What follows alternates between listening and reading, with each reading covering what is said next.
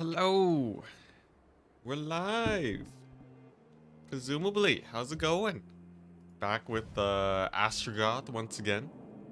For those of you looking for another type of campaign, possibly multiplayer related, I've been speaking with Battlesea, and we may be able to get that going on Monday. So pretty excited about that. Hopefully all goes well.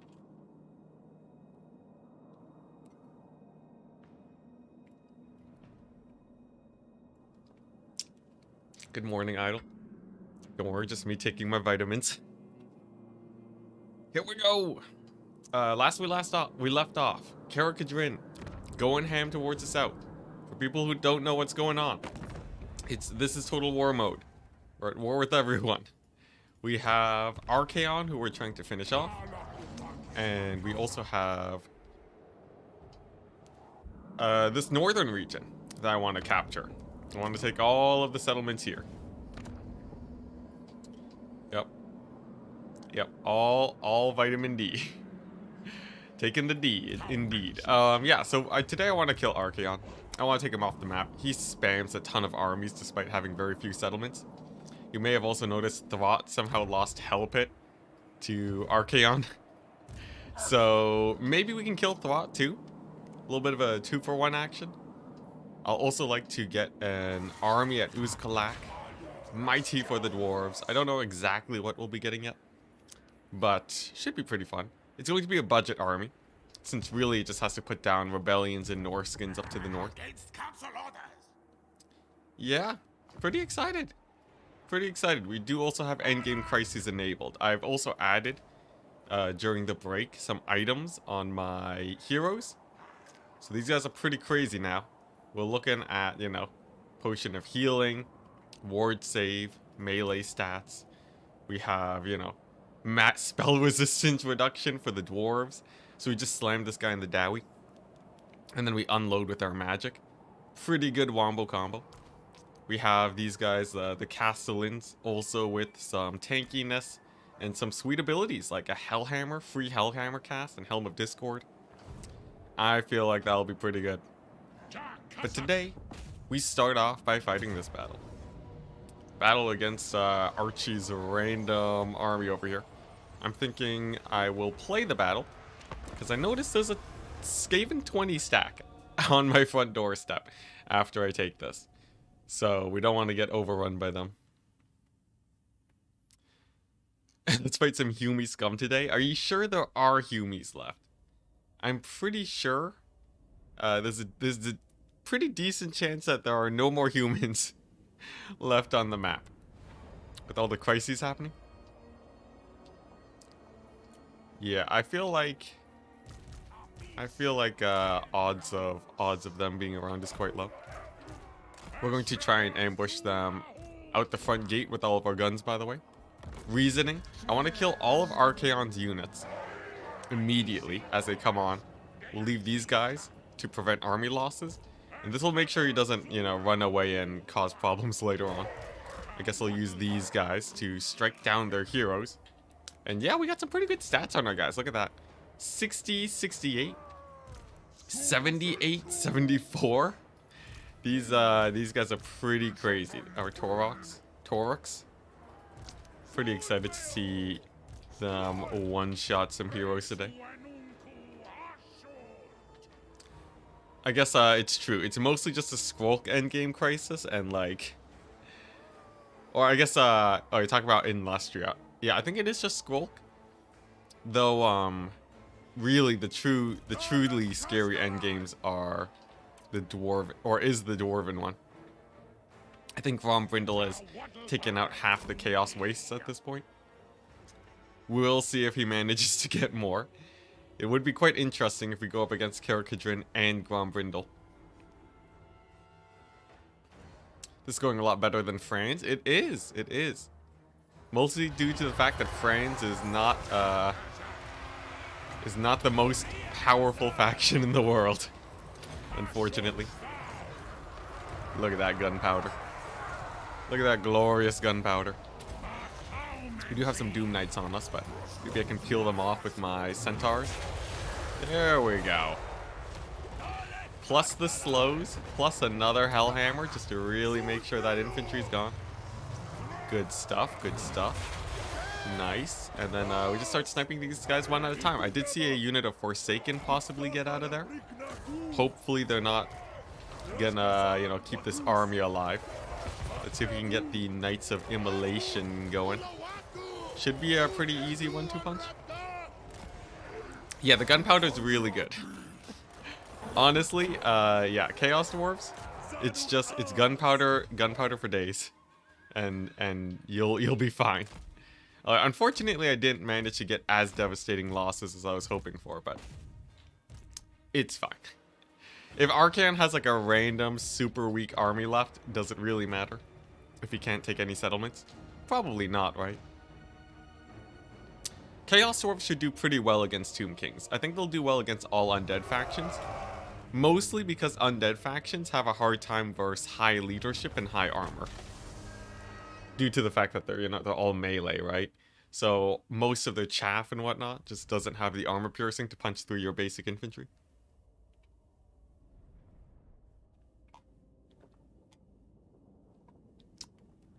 And then most of their mobility that dives in on your range will just get shot up and murdered. Because usually they rely on routing off the range units. Plus you have Fire Glaives, which is like the ultimate anti-undead unit. Yeah, armor piercing, anti-large, high leadership, armor. It means that undead basically have to use spells to take them out, and the AI is not very good at doing that. Okay, so they did survive. Very unfortunate. Maybe I should have auto-resolved just to make sure that they die, but he's pretty beat up. What, we got some Skaven Doomflayer stack? Very fun. Nakai Doom stack? Just Nakai Doom stack as in like just Nakai, or does he have a like a sick Doom stack? How's the Doom stack potential? I would say for Chaos Dwarves, pretty good. They have the Kadai. Oh. Wait, yeah. I assume you mean Kadai, not Nakai. But yeah, Kadai Destroyers are pretty sick. Yeah, it's Kadai, not Nakai. You're thinking of the wrong thing, Idol. Yeah. Anyway, so Kadai Destroyers. It's okay, we can pretend that didn't happen. Kadai Destroyer Doom stack is like your vanilla big single entity Doom stack. The thing is, it's a little bit harder to Doom stack because of this system. You can see they're quite expensive. But like, you know, you can like super buff them up. Look at that. Missile block chance 35%, kind of insane. Yeah, you can really buff them up. So like, what is this? Missile resist? Yeah. Barrier 800. All right, that's insane. Yeah, Kadai Doom stack's gonna be insane. But you also have the range Doom stack with Fire Glaives, which is basically Sisters of Avalorn. You have a mobile flying Doom stack with Bale Taurus. And then, like, you know, the cannon artillery Doom stack with the Mortar Machines. I think Chaos Dwarves are just dandy when it comes to that. It could be in the Nakai Destroyer. I like it. All right. So we're putting slaves over here, so I can sacrifice them for money. We also got the ones over here, but I don't think I will sacrifice them. Instead, actually, here's an interesting idea. I could rush construction, which also gives money, or I can just get rid of them now for money. I think this is technically more value. Sure, let's do that. We'll go ahead and re-recruit Terry Tarkleby. He's a menace. He has some very strong abilities on him. And as long as he can actually hold this northern area, we should be a-okay. I guess he'll also go for this minus upkeep, since I just need more armies right now, honestly. Hey, Einfach, hello. How do you unlock these passive effects like missile resist? So you increase their capacity, and then in the manufacturer, you can actually equip them for an armaments cost. We're doing quite well. We're not getting absolutely torn apart, which is always a plus. Here we go. I'm thinking we get our warriors. We get our Infernal Guard. great weapons? Nah, shielded. That melee defense is too sweet. And then I'll sort of pad out with a couple goblins. They're really just there to literally hold the enemy, trying to flank me long enough for me to just win the battle normally. Pretty excited for that. Do we have some sick buildings we can make? Maybe. I guess I could go for like bull centaurs. Bull centaurs are pretty hype, but kind of expensive. Yes, I can make them 10% cheaper, but 10% off of a lot is still a lot. What is this? Lord recruit rank, hero recruit rank. This is public order. Honestly, public order is not the worst, considering we have rebellions 24/7. And then what? I build a temple of Hashut. So like we end this province with the public order building, temple of Hashut, and then that's it. And I can recruit my train somewhere else. Not the worst. Either that or I do raw materials consumed by buildings, but we're not really using up that many. I feel like the control is better, especially because it means we get to keep our labor, right? We want to move up from 10% loss a turn to 5%. Gotta get that efficiency. As much as I like sacrificing them, they can't be sacrificed for nothing. Very good. A solid turn. Yeah, I got items on everyone now. It's sick. We also got some cool banners. Let me show them off. Look at this. Immune to desert attrition. Standard of Czar. +4 melee defense and an aura. We have leadership effect bonuses. This one is for like Kadai, which I'm not really using right now. But yeah. Pretty fun. Chaos Dwarf ancillaries are like super duper rare though. You basically have to get the tower upgrades to actually get them. Is my hero still alive? I think so. Which hero were you? Because I think we did lose one bull centaur. I think you were already. I'm pretty sure you were already immortal though, right? What's the plan for content once you're done with Chaos Dwarves? Probably more challenge campaigns. We'll probably experiment a little bit more with the bingo stuff too, see how that goes. But I want to compare to challenge campaigns specifically. I might just bounce around and try This is Total War for like a bunch of different factions. You know, just do it for everyone. That could be fun. And then of course, I want to experiment that sweet multiplayer head-to-head idea with Battlesea, because I feel like head-to-head with the same factions, although, you know, you're seeing a lot of the same units, because it's so much more balanced, it might actually result in some pretty interesting shenanigans, some good back and forth. Yeah, and then also specifically challenge campaigns where I do, like, you know, the Noblar only run, the Plague Toad only run, you know, all those wonderful shenanigans. They got 2 Jezzails and 2 Poison Wind Mortars. If I kill those, we'll be fine. In fact, I think my heroes just crush it. Yeah, you were the first hero centaur. You're definitely still in this army then. Yeah, you're the one that's higher level. The Total War Ogres. I guess just playing This is Total War as Ogres would be quite interesting. We would have the mountains though. Aren't the mountains like super defensible? I feel like that should work pretty well. Ogres themselves are pretty strong, I think. Unless I'm gravely mistaken. Alright, here we go. The most common strategy in Total War. The sacrifice of the garrison. We'll put our Castellans up front. They're just here to help tank against possible Jezzail fire. They have pretty good missile resist, honestly. 25%. But it looks like, okay, they're going to be shooting at my infantry instead. Totally fine. Yeah, I'm just going to snipe these guys out with my heroes. Since my infantry, you know, they'll have a bit of a hard time engaging those Doom Flayers. This will be slightly better. Let's see if I can shut down this artillery piece. We'll throw down one hammer. And then I'll throw down another hammer to finish the job. Dang, Hellhammer actually pretty good versus artillery, not gonna lie. Much better than I thought it would be. Interesting. That's actually, that might be really good for multiplayer. So, like, Chaos Dwarves generally have a hard time killing artillery pieces. But if we can just, like, hellhammer down their infantry, not a terrible idea. Here, let's throw down another one. Yeah, because if you overcast it, right, it basically...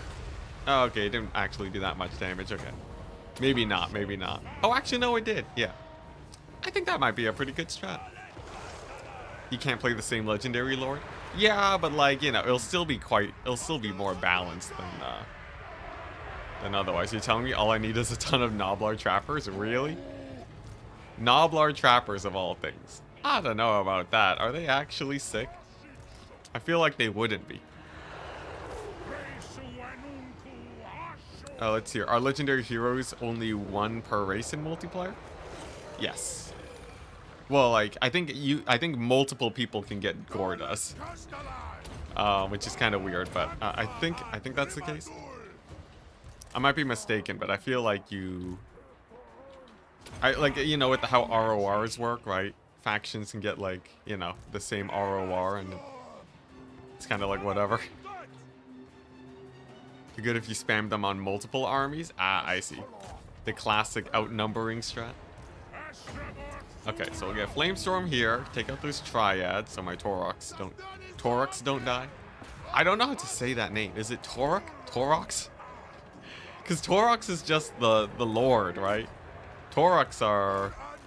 Maybe that's how it works? I don't know. Who wins in a 1v1 between Gordas and Gordas? I think they both win. I feel like Gordas, in a match against his evil self, would actually just ally. Like, they team up and then take over the world.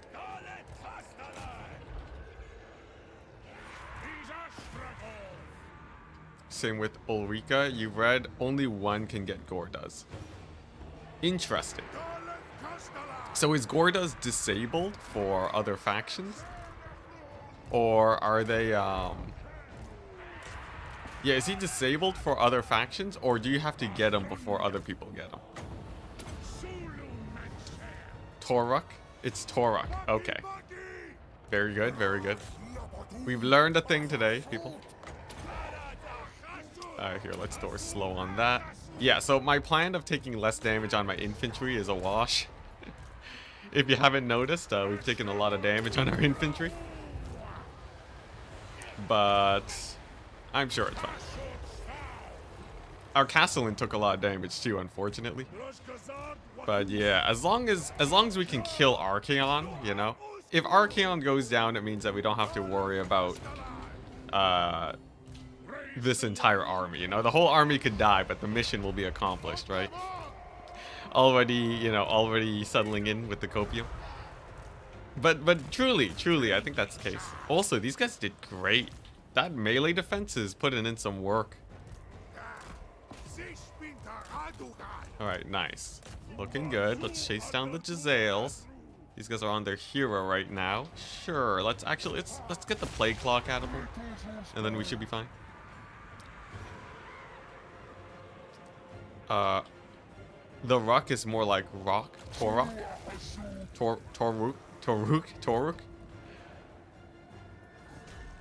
Toruk can potentially work. I don't know what our OUK is like.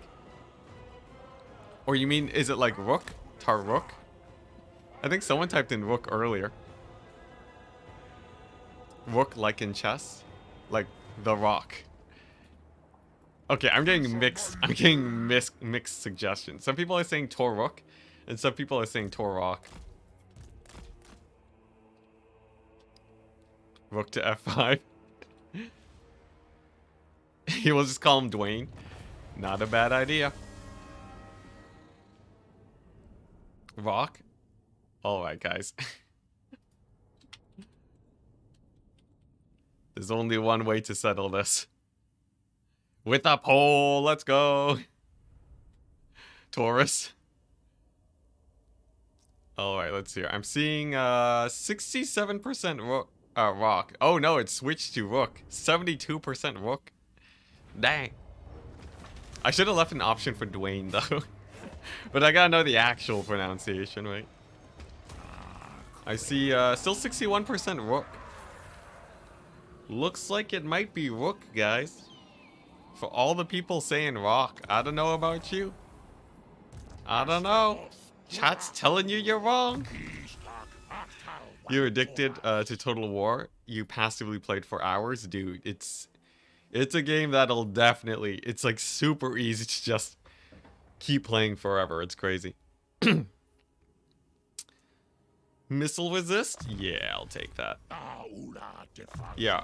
Back when I was like really grinding out Warhammer before I started to burn out on it, it was like 24/7, man. Like I wake up in the morning, I just boot it up even if I don't plan on playing it. Because the odds are I will end up playing it. Wow, look at that Skaven body block. It looks like Rook is the play. Toruk. There we go. Minor losses. I'm willing to accept that auto resolve. Because Archaon is finally dead. Let's go. As long as the Skaven actually killed his final army.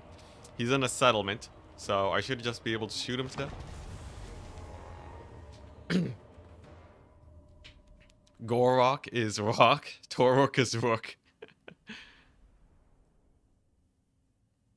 Oh my gosh, you were up till 2:30 because of the Warhammer just one more turn thing. Oh my gosh.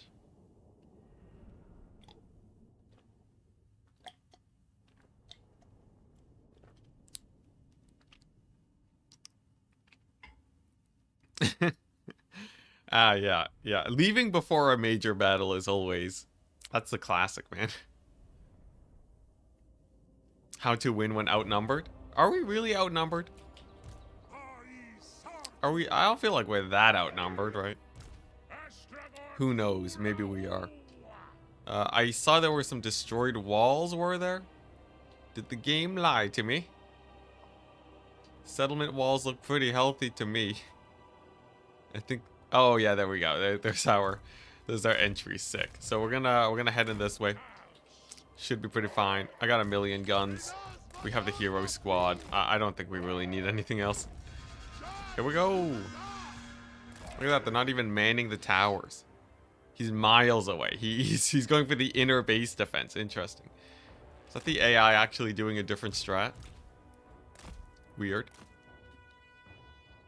Yeah, with magic and guns, super duper easy. Mega easy. Oh, the Spirit Leech on Astrogoth. Pretty fancy play. Here we go. It begins with the Feral Manticore. Should be pretty easy to take down. I feel like our Toruks with our anti-large. Yeah, pretty good. Manticore's got nothing on these guys. These guys are insane, man. I swear. Look at those stats. If they don't insta-kill Archaon, you can consider me surprised. Manticore is dead. Very nice. Let's go ahead and throw down our buffs real quick. All the buffs. And Archaon will finally meet his maker. He's been a quite terrifying duelist throughout this campaign, but I feel like we finally have the buffs to take him out. Giants incoming, though, will make a fairly big difference. But I do have my guns. Although, I do see, let's see here. You know, let's halt these guys. Right on top of the AoE. No. Oh, that's pretty painful. Okay, maybe Archie still has a bit of tea. How's the fight going? Decently, I guess? Decently? Okay, Archaon is going down, though, so I think we need not worry too much. Let's get the castle in there, too. Ooh, I wish I could get in range to give him that minus 100% melee attack debuff. Oh, wait, no, it's not. It's to my own unit. I've been misreading it. Never mind, that's useless. So it makes my guy invulnerable, but he has no melee attack. Actually, that's not useless on the Castellan, though. Because I usually use them to tank, and they don't do that much melee damage anyways, but it's good to know that I now know how that ability works. Look at this hero squad, though. Tanking it up like no tomorrow. How come you never lock groups and attack? Because I feel like I have the micro to just control them individually. And I do occasionally lock groups, depending on the situation. They're like, come on, we got a battle to play. We got fighting to do. Sure, let's just keep buffing up Astrogoth. I don't want him to die to Archie here. He is kind of getting swarmed. Come on, get over here. My guns. As always, the biggest DPS is still the guns. The tankiness, though, is definitely lasting well. We got our more guns over here. They'll be there in a second. Nice, and I think I can finally focus fire this darn giant. Groups are too rigid. Mostly because I'm lazy. Let's be clear. Why did they remove the range bonus from Engineer? Which range bonus? They do have the range bonus. Like, you mean from the Dwarven Engineer? Because I will say that would be pretty sad to see that gone. I guess it was kind of OP, but come on, nothing wrong with a little bit of OP. Nothing wrong with a few OP units, right? Interesting. Weird. Either that, or it's an oversight where they just accidentally removed it and it was unintentional. What's the toughest faction to fight as the Chaos Dwarves? I think normal Dowie can be pretty hard until you have the right build. Most rush factions are pretty chill. Honestly, it might be Chaos Dwarves. If you decide to fight your fellow Chaos Dwarves, they are a pretty big pain because they also have their own explosive artillery to kill your infantry. I guess, let's see here. Ogres should be pretty manageable. I don't know. I think Chaos Dwarves are just in they have a really good roster where you can build your way out of most situations. Oh, you're just talking about... He was talking about the Dowie. Yeah. I'm aware. I got it after a bit. But yeah. For the dwarves, I don't know, sometimes CA, like, while fixing something, they accidentally remove stuff, right? Like, Azag didn't have his multiplayer items for the longest time. Just because there was, like, some weird oversight, I guess. And I think he does now. So, yeah, that can happen. Maybe he'll be back, who knows? Unless they stated it was intentional. Which would be kind of weird. But it's not like they haven't nerfed campaign factions before, right? Like, I know Vampire Coast Coves. I remember those were really strong before and they got nerfed. Which has the strongest roster in general? No idea. There's a lot of very strong rosters in this game. I think most every faction can make an OP army. Like, you know, if you just spam heroes, you're fine, right? But most rosters themselves, aside from their campaign buffs, are generally balanced thanks to multiplayer.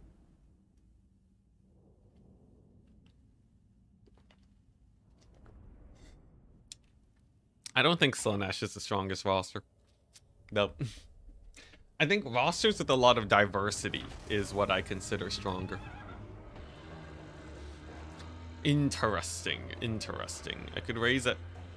I would lose my replenishment, possibly. Is that important? Do I want to just run away because of Trika? I think I do. Hopefully I get there.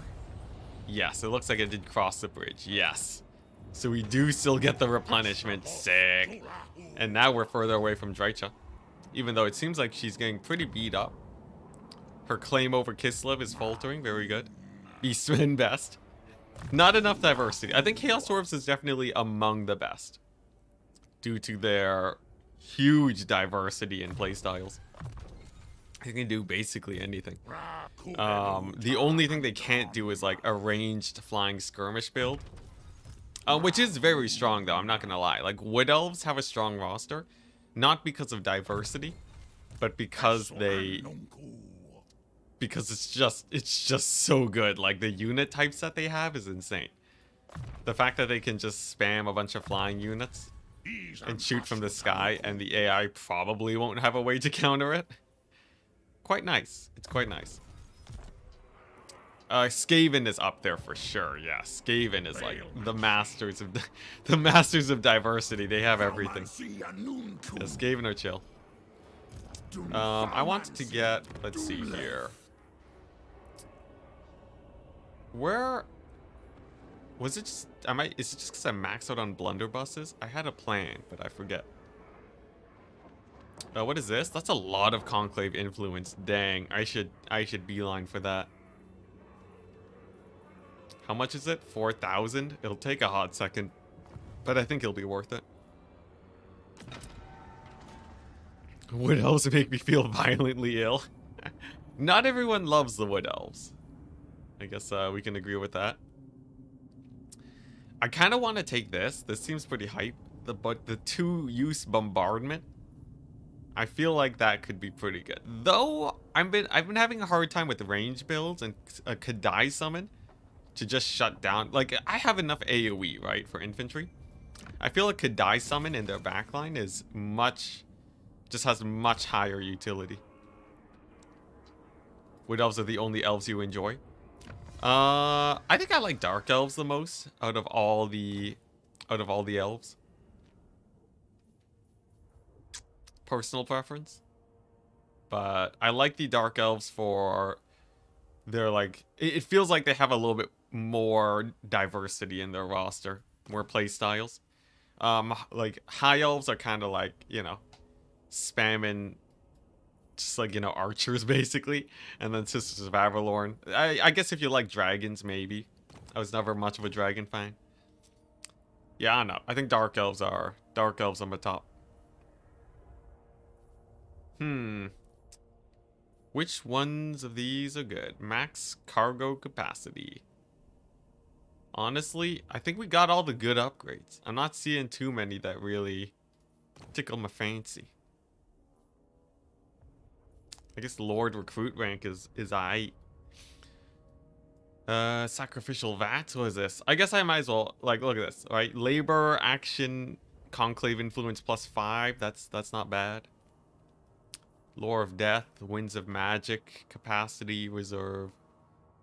This gives more control for that provincial buff. Okay, yeah, I think we might as well go down this path.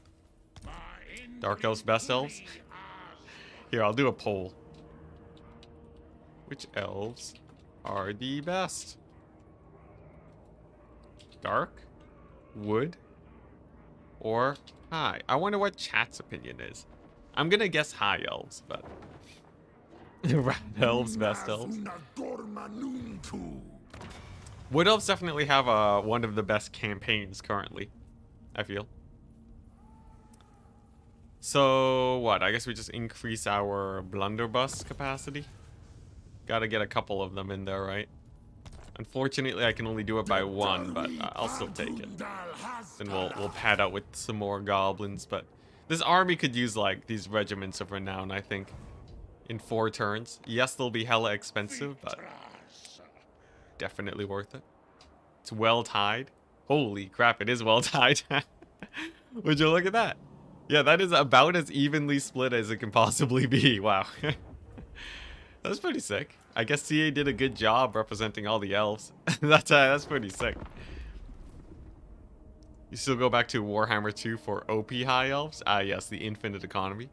Fun fact, though, High Elves is currently mildly behind. High Elves are, they're behind by, like, only a few percentage points, but they are behind. I should show this to my ODM clan. I feel like they'd love it.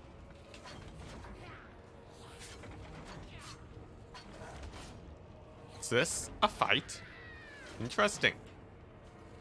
You guys think this'll work? We have the auto resolve lose everything option. Screw that. I have a free Kadai summon now. It's a little bit scary. It's a little bit scary with how beat up my guys are, but they don't have too many heroes. They don't have too many single entity killers. I'm pretty sure the hero squad hard killers. For once, you're watching me live. Hey, nice. I've been streaming around this time more often. I'm surprised you haven't seen me. I guess it is a weekend, though. That might be doing it. This will be hard. Feels like it, yes. Crap. Zatan's coming off the edge of the map. That's kind of sketch. You're glad accidentally voting high elves didn't screw up the vote. You're betting on Skaven? Nah, come on. When the auto resolve is in my favor, you can't bet against that. I love how this is the garrison. It's literally 21 goblins. This is all they can muster to defend the city. This is like oh my gosh. Yeah, it's just that's a city guard, guys. Hopefully they do well. You can almost count them on 2 hands. Yeah, they need to not die while we wait for Astrogoth to show up. Here, they can sit in the far back. Yeah, we got this one. Absolute units. Yeah, let's see, what do we got? It's a bunch of weapon teams. Like the Storm Vermin, they will not stand up to my spell casting. I think Chaos Dwarf spell casting is insane, especially on Astrogoth. I worry more about losing a ton of infantry to like Poison Wind and whatnot. Though they are kind of splitting up. I'd say that's overall a good thing. I also have a heal on this guy. We should be fine. I guess I'll move my infantry into... I want to move at least a few of them into the city. Here, we'll move these guys into the city. Hotkey them to like, I don't know, 8, 10. Why not? We'll grab these guys. Pull them over here. Skaven routed to nothing. Sick. We'll put the castle in over here where he's nice and safe. Put him on 9. And then... cavalry should be able to sweep this with my heroes. That's true. There are rat ogres. Am I really worried about rat ogres though? Like, come on. We have these bad boys. I don't think rat ogre upgrades to be truly terrifying. Bonus versus large 30, guys. How winnable would this be versus a player? It might still be winnable, but I'd have to be very careful about it. Mostly, I think it's because my heroes are too strong. So I'd be able to spam spells if they take it slow. And they definitely can't rush into the city as a player. That's just, there's far too many awkward corridors. But, maybe the rat ogres could pin down my hero squad or something. I don't think so, though.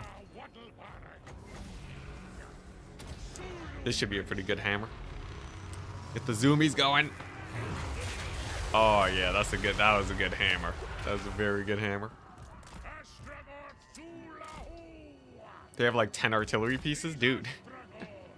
Artillery is pretty weak. If you've watched multiplayer, people don't use a lot of artillery. It is shockingly easy to take out artillery and avoid them. I'm not saying it'd be easy, you know. I'd have to dodge and do all the shenanigans, but like, as a settlement defense, right? I think if it was a normal land battle, it'd be a lot sketchier. But because I'm actually defending a settlement, they can't take it slow with the artillery. The fact that they have to push in is super duper rough. Yeah, it's basically just there to force the other side to advance. You can dodge artillery past it, like the medium range point of it. So, like, and this was back in Warhammer 2. Players are even better nowadays. But like people who watched Falcon back in the day, he could dodge cannonball shots shooting at his cavalry or his like pterodons super duper easily. Like it was to the point where I was like, my artillery's literally getting 0 damage. But you know, of course, I'm gonna take a lot more damage here because the amount of focus you need to dodge that is exhausting. But it's definitely doable. This is definitely not me just making up excuses for not dodging artillery. Let's see here. Let's get one of these bad boys. Nice. Alright, so we're just diving into combat. I think the warp grinders are a bit scary though. And they can dodge magic if they're a player. But other than that, we should be fine. A couple Eshin triads, not a problem. I'll throw down, let's see here. They don't have any guns here right now. I do kind of want to get my Kadai down. Let's be careful with Astrogoth. Yeah, you know, I think I will summon the Kadai just right on top of him. I don't want him to take too much damage in this engagement. Now, it would be pretty jokes if I lose this battle after saying I could beat it versus a player. You never know. You know, I'm not a perfect man. Man, these Tauroks though. Oh, important question. If it is versus a player, do they still get the legendary difficulty buffs? That does make a rather large impact. Here we go. This hammer should do great. Oh, can I get an Ash Storm cast here? Nah, I have to cast Ash Storm first. Rip Winds of Magic. Okay, nice. So we'll heal that guy up. Looks like these guys are just moving all the way over there. I think as long as we don't lose Astrogoth, we'll be getting out of this pretty easily. Wow, my Kadai died instantly, man. I really wish Kadai would be a little bit stronger, but it seems like they... I don't know, they need like a slower crumbling rate or something. Because they're very prone to just getting murdered. These Tauroks though, look at them, they're insane. Those casts, yeah, we're getting some pretty good casts right now. AI starting to spill into the settlement, not a problem. I'll just send my settlement crew on them. We'll have another hammer time in a second. Should be good. This guy's kind of getting beat up though. He needs to pull out. Get out of there. And then, yeah, I think my gun line should be okay. I don't know how well they'll do in the forest. But they have pretty close range. So most of the trees shouldn't block them. We'll see. Dang, another big one. Yeah, look at this, 500 kills. Honestly, Astrogoth with cheese, he'd probably be able to win this battle. Not gonna lie. Yeah, the single entity squad, terrifying. Okay, let's get my bull centaurs back in here. We'll have my melee on them in a second.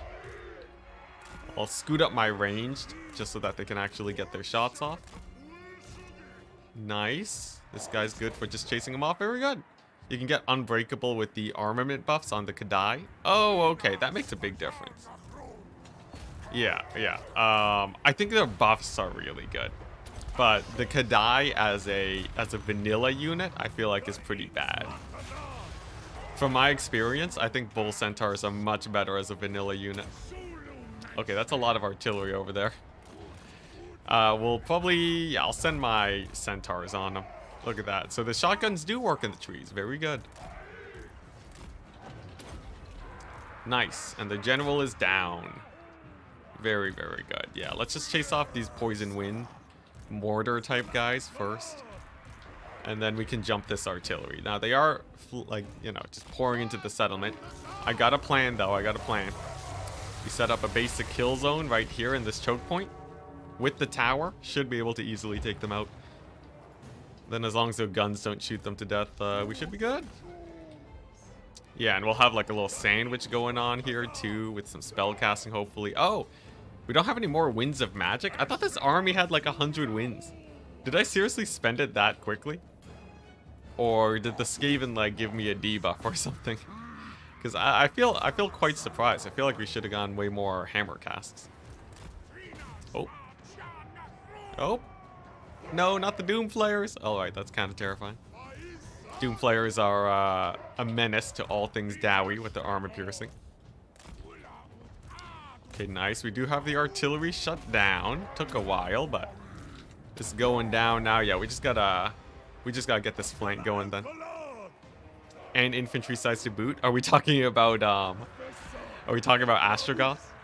Anytime someone brings up infantry sized, I assume it's like, you know, them talking about multiplayer. And how Astrogoth is just a pain in the butt to kill. Man, that warp lightning cannon refuses to rout. We do run the risk of getting capped out here by the AI, but I do have my gobos over here holding the fort. So, you know, if the AI do show up, those guys should do quite well. This is kind of the sketchy part. I did pull a lot of guys onto this flank, but I think Astrogoth and crew should be able to take this area over pretty well, I think. Here we go. We'll have the Castellan in here in a second. Yeah, and as long as I hold 1 point, we'll be fine. before Globadiers would target single entities. Oh, interesting. Yeah, we'll lose a couple of our guns. Rip, I can't even see your names. Yeah, we'll lose a couple of our guns here. But yeah, we'll consider it a relocation for them back into the second army. He reminds you of Luther Harkin when he came out. Yo, Luther Harkin, he didn't even get nerfed that much. They just reduced his ammunition by a bit. Yeah, reducing his mass would probably be good. Really? He has more mass than an Arachnarok? 5,000 mass? Yeah, Mad Lad could use a bit of a mass reduction. No one... That is some dense metal he's got there. I don't know what he used to make those legs, but... Dang. Yeah, that's pretty spicy. Here we go. Let's make this guy immune to damage. I guess that, yeah, that explains why he's so hard to catch in multiplayer. Because he can literally just run through everything. Yeah, more Massatorox. Yeah. That'll make any single entity quite terrifying. Ooh, they are spilling into the settlement. I guess they do have a lot of infantry. You know, if it was a multiplayer battle, maybe they would win it. I'd say it'd be close, though.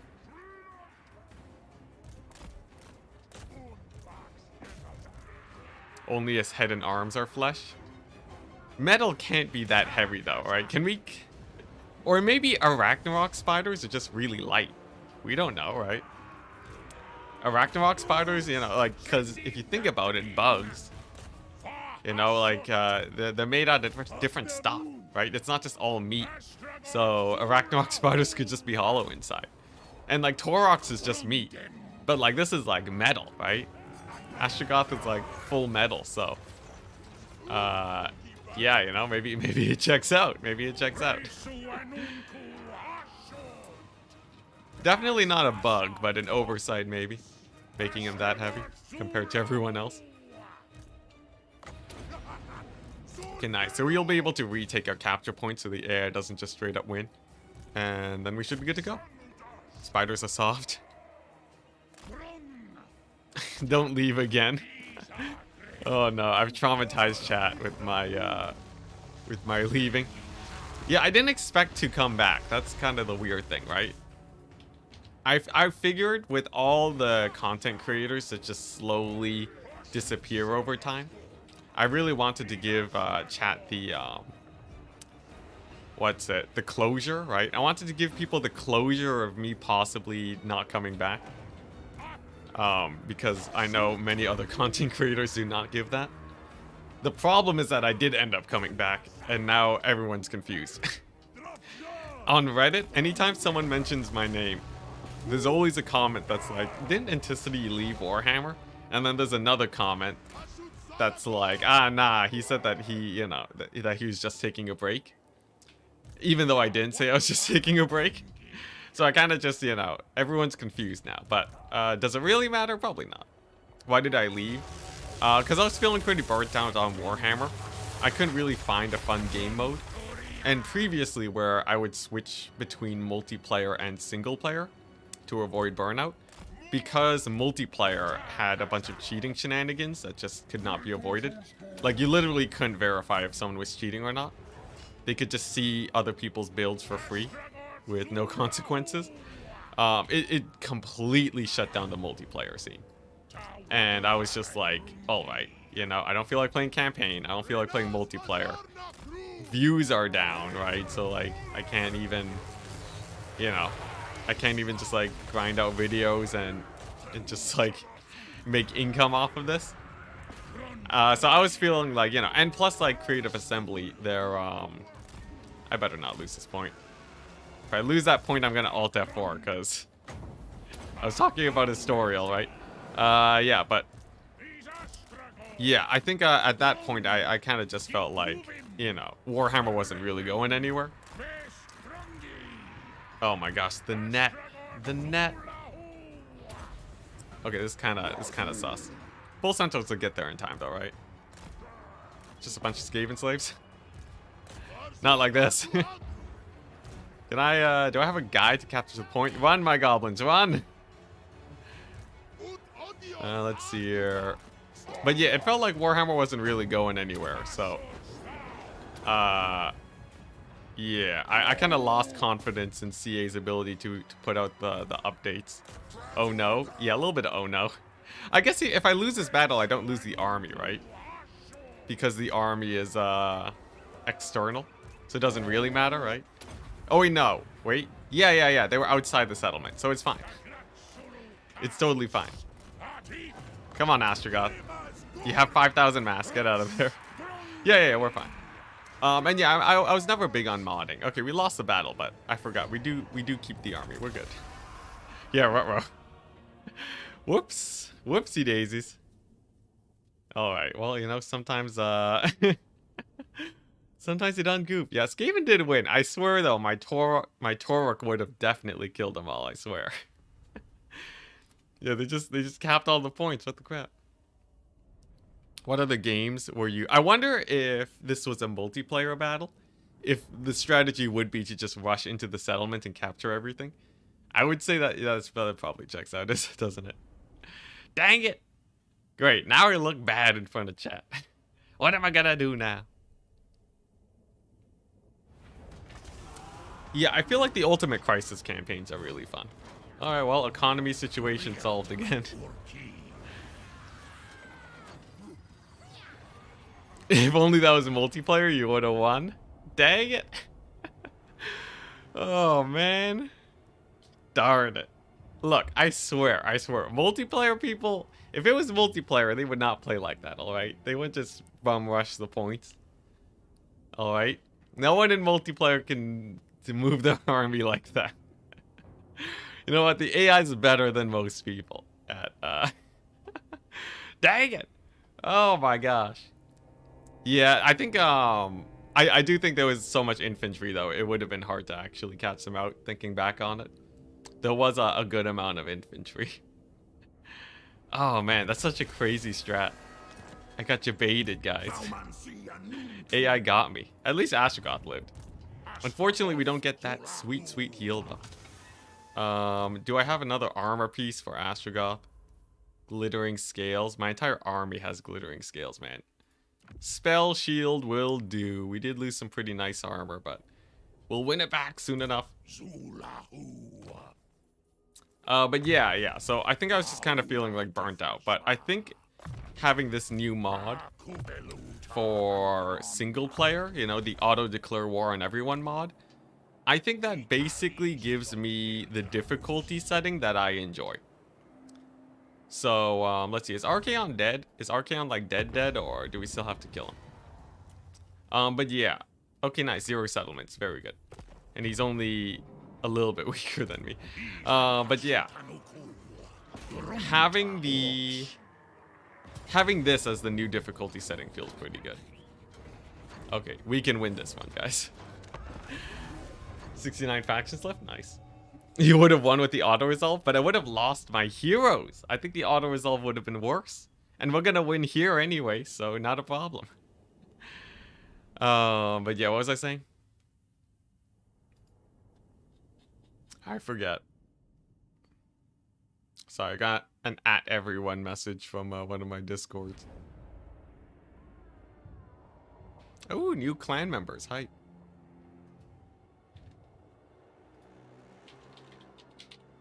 Congrats. Sick. ODM still going, guys. Hype. The solution is to never lose. Oh, yeah. Here we go. Fool me twice. Shame on... I guess it's opposite, right? It's opposite? Okay, whatever. Let's just kill these guys.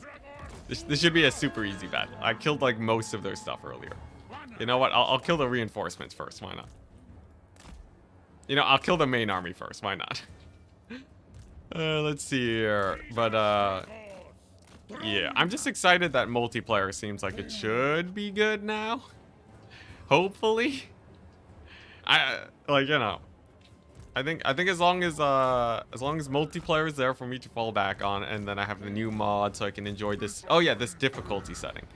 Yeah, having being able to play challenge campaigns easily with this mod is pretty great. This was like one of my favorite mods from Warhammer 2. So I might just play this as my new permanent difficulty setting. Beyond Legendary. Ooh, maybe I should call one of the... I wonder if calling it Beyond Legendary would be a better name for it. Or if the whole 11 out of 10 thing works better. I'm kind of undecided. Nice, okay, you use one of their spells. Yeah, this should be a pretty easy sweep, right? Please focus for once? Nah, I don't need to focus. Focus for once? What do you take me for? You think I'm legend? Come on, man. You're watching Enticity. This is not the place for hardcore sweaty gameplay. This is, you know. We're here to talk about milk bags and to watch my units get massacred. This is... If chat isn't feeling tortured, I don't even know what's going on. Beyond Legendary sounds pretty good. That seems like... I'm taking note. Beyond Legendary. There we go, nice. Yeah, I'll take a note. I think that's pretty sick. Hey! Oh, I've been demoted? I'm back to Enticity from Terran? No! No, I thought I finally escaped that madness. Dang it. Well, welcome. Happy to have you here, Justin. Happy to have you here. I guess we still live under the shadow of the Great Terran. What's up, man? Yeah, we're just here enjoying some campaign. Talking about why I had initially left the Warhammer scene and why I'm back. Yeah, back in the day, that was a super common thing to see, man. It was like 24/7. Everyone that knew me was because of Turin. Turin did give me a lot of publicity, though. That was pretty hype. He was a big, like, you know, big influence when I was starting out my channel. Because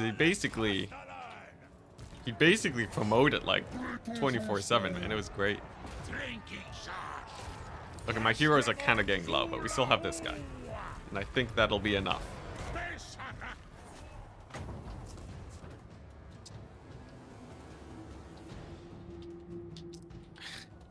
He said it, guys. He's back. Spread the word. We're not like full back.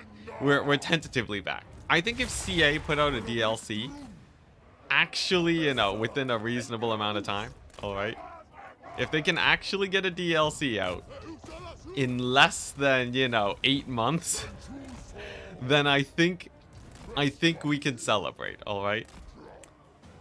Cause the wait was pretty brutal. It was pretty brutal. So yeah, if we see that, you know, honestly, there's no problems. The reason I left is because I kind of lost faith in them. So we'll see. We'll see, guys. You wish Jordan was streaming right now? Oh my god. My poor heart, it can't take it. You remember it being your multiplayer mod that gave me a lot of attention? There was like one of the biggest community building things that I ever did was my multiplayer ladder. That was a crazy thing. Went on for months. It built a massive community, but it was so much work, guys. It was so much work that it was eating into my actual like streaming. So like I lost money on a whole because of the project. But in the end, I'm still pretty happy about it. I feel like the effect that it had on the multiplayer scene was definitely worth the time I spent on it. Cause like there's like a bunch of people that I know in multiplayer right now that directly started multiplayer because of the Ent ladder. And that is insane. I've never felt like such an influencer.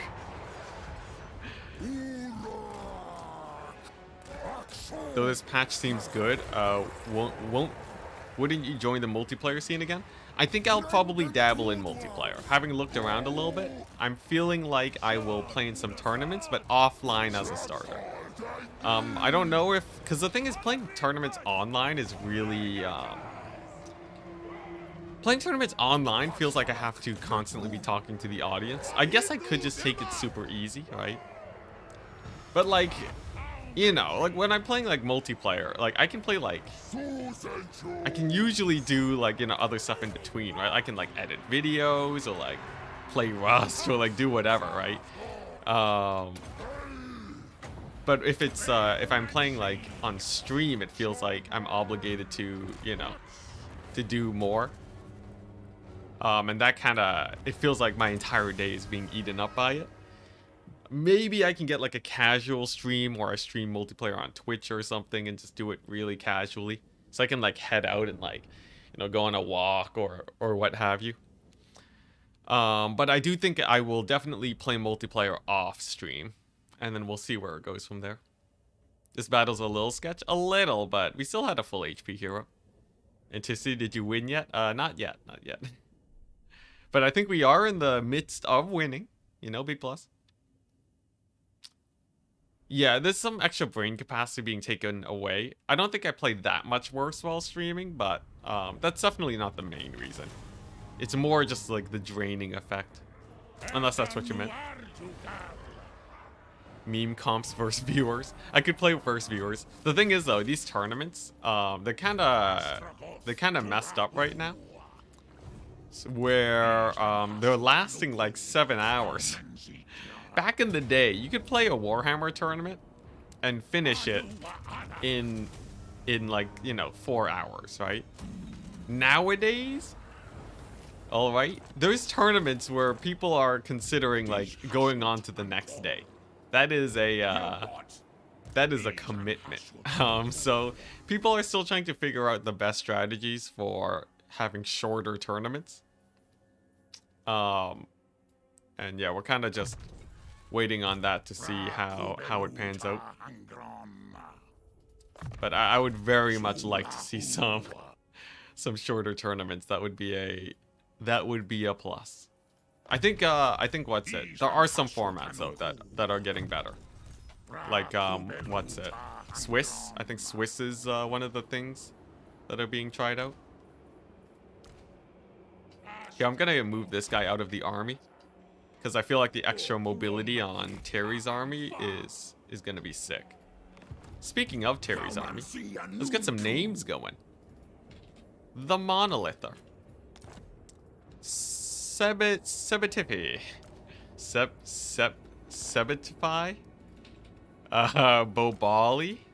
Boba 1. Griznak. These are members that were added yesterday. We just didn't have enough units to give them. Tony. We got Kenan Jones. Here we go. And then we have Fluffer Muffin. Heliophage. I remember Heliophage. Unless that's from somewhere else. Toboshi. Arum Cobalt. Nice. Welcome to the crew. Hopefully they don't all die instantly. Hey, Heliophage. Okay, you are there. Yeah, there you go. Yeah, you're a gobbo. You'll totally live forever. Let's get ourselves some better units, why don't we? Some Dwarf Warriors. Get some Infernal Guard. Astrogoth is just gonna lick his wounds over here. Find a way to make it back home without dying to this. I feel like Astrogoth might get murdered here, but we'll see. If he can make it back without getting wounded, it'd be a plus. Hey, oh, a lot of you guys are here. Sick. And to see, do you often experience a lot of lag in domination? I will say minor lag, but nothing like crazy. I don't think domination has... I don't think it's that bad. For me anyways, but because it's peer-to-peer, generally, you know, you won't get like excellent connection most of the time. Can Chaos Dwarves confederate each other? They can through the Tower of Czar system. If you get all the way to the tippy top, you can confederate with a very expensive, for a very expensive cost. I think most of my Chaos Dwarven opponents here are dead though, so probably not too much confederation going on there. What is this? The gold doesn't increase. It's just more raw materials. I could use more raw materials, though. Not gonna lie. That'll help me, you know, upgrade my other stuff, right? I guess you do need a lot of labor for it. Speaking of, we have a stupid amount of labor right now. Interesting. Interesting. Do I just rush it now? It's not that much labor. It's 640, and we'll be reaping the rewards immediately.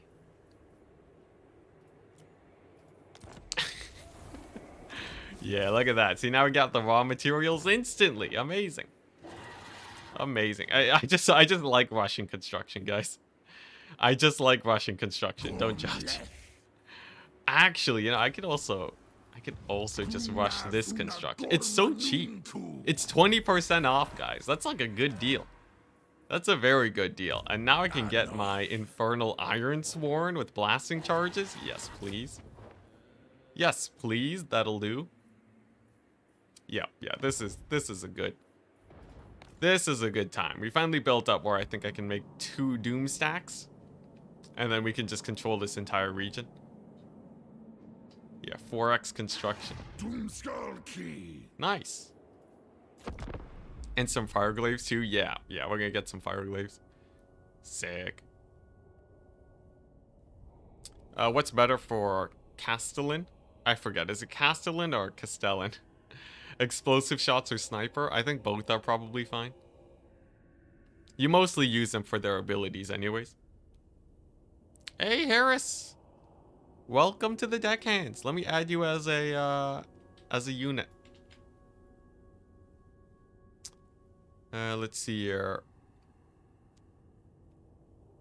Yeah, I think you got gifted the membership Heliophage by I think it was Angry Kobold. Or no, it might have been Matthew Smith. I think it might have been Matthew Smith. Doesn't the movement range just count for the hero itself? No, I think it's for the main army. I'm like 90% sure of that. Jeez, that auto-evolve. Yeah, we still need the OP train build. I'm working for it. We're slowly working our way towards it. It was Kobold? Oh, sick. How is Franz still alive? He is? Dang. I don't know. Typically, Franz is usually dead. I wonder if they changed some like campaign, you know, variables so that Franz lives a little bit better.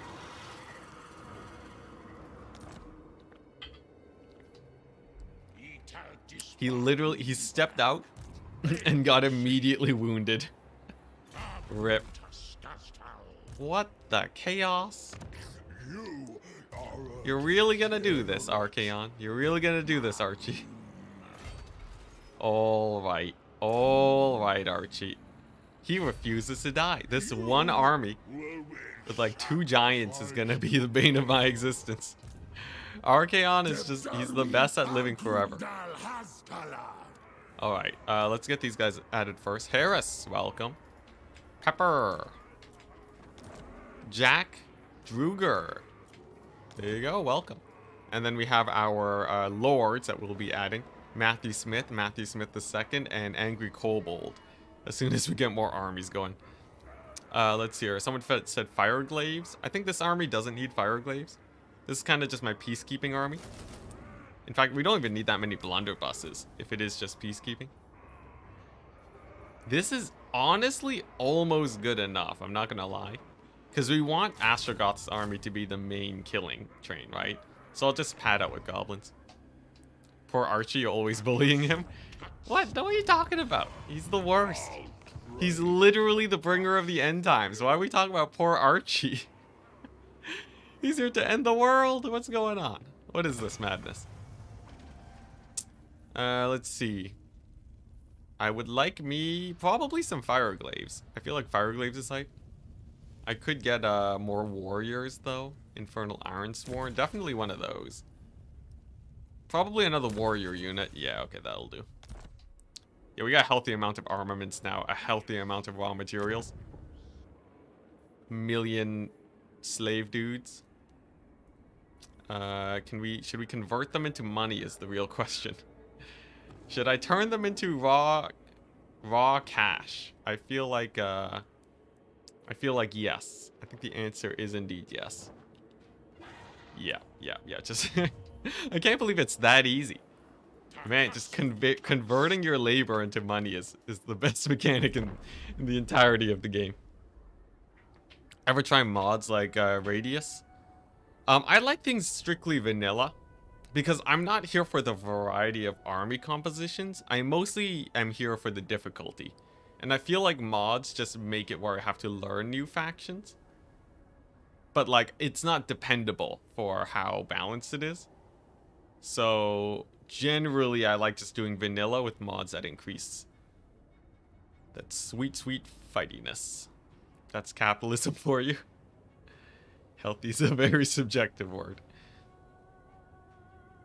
Yeah, I really want to get more centaurs at some point. I just don't have that building. I need to get a second tower going. That's what I should do.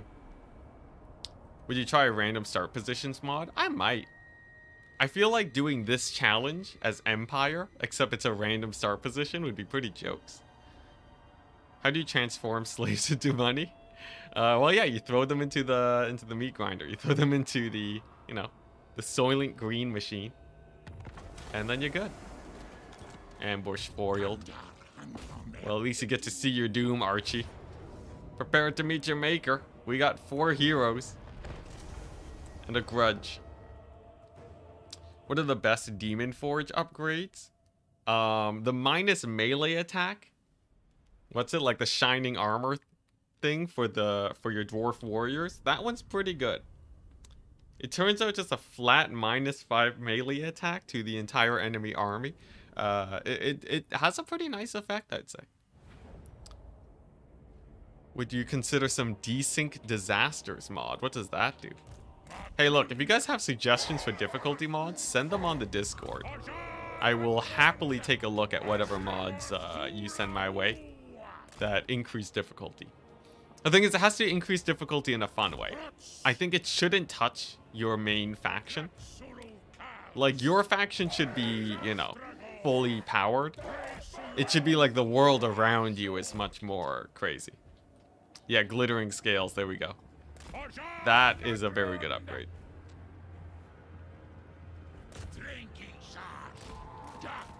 Astrogoth's army is the main raiding army. And the main raiding army is 6 units. It was 20. It was 20 at one point. I guess you just showed up. You missed the massacre. We've been hunting down Archaon, and in the process, we've been getting slowly whittled down by, like, Skaven, Archaon himself. It's been quite the journey. Okay, here we go. We're just gonna dive bomb that giant. We got a chariot in here, that's fine. Giant solo right now, so should be relatively easy to take out. We got some doggos, nothing my bull centaurs can't deal with. Here we go. Big fight going on. Let's use our magic. I guess I do use my magic fairly quickly, don't I? Yeah, there we go. All the buffs. All the buffs. Even actually... I shouldn't have used Ash Storm. Crap. I done goofed. I used Ash Storm. I'm a noob. I guess it... Like, the thing is, if you have extra winds of magic, you can use Ash Storm. But most of the time, it's just way better to cast more spells. Very often, it's just straight up better to cast more spells. So, that was kind of a misplay using Ash Storm, because I've been using my winds of magic pretty aggressively here. Yeah, I know, I'm using buff spells, and I regretted it immediately. Let's see here. I guess I don't... cascading Fire Cloak at 2 is, you know, is a little bit more acceptable. I will use that. Let's see here. But yeah, the real thing we want to do, though, is just hammer time over there. What is that? Got a little bit of spell casting from the enemy going on. Haven't noticed too many issues with SFO. Yeah, the biggest thing is just I don't really feel like learning new factions, right? Like, it's such a big rework. I'd rather just, you know, learn how to play the vanilla guy, like, vanilla guys super well. Because, like, yeah, like I said, I'm not really here for the variety. I'm here for the challenge. I want something that beats me down. Now, you know, if SFO had, like, some crazy difficulty mod, maybe. doing campaign with condemnation bonus from Marcus. Always on is like legendary plus. Oh, I see. That sounds pretty jokes. You just always have like lizardman armies coming your way. Although you can definitely migrate to Cathay. The Cathay migration strat is very strong. Okay, nice. This is looking good. We might lose our 2 units here, but otherwise everything else is going all right. Let's see here. I do need 1 more hammer, so I'll use that. Yeah, we'll just slam it down on the rest of the infantry. Take him out, save my blunderbusses, hopefully. And then Archaon will hopefully be dead, finally. After all these years, he'll finally be gone.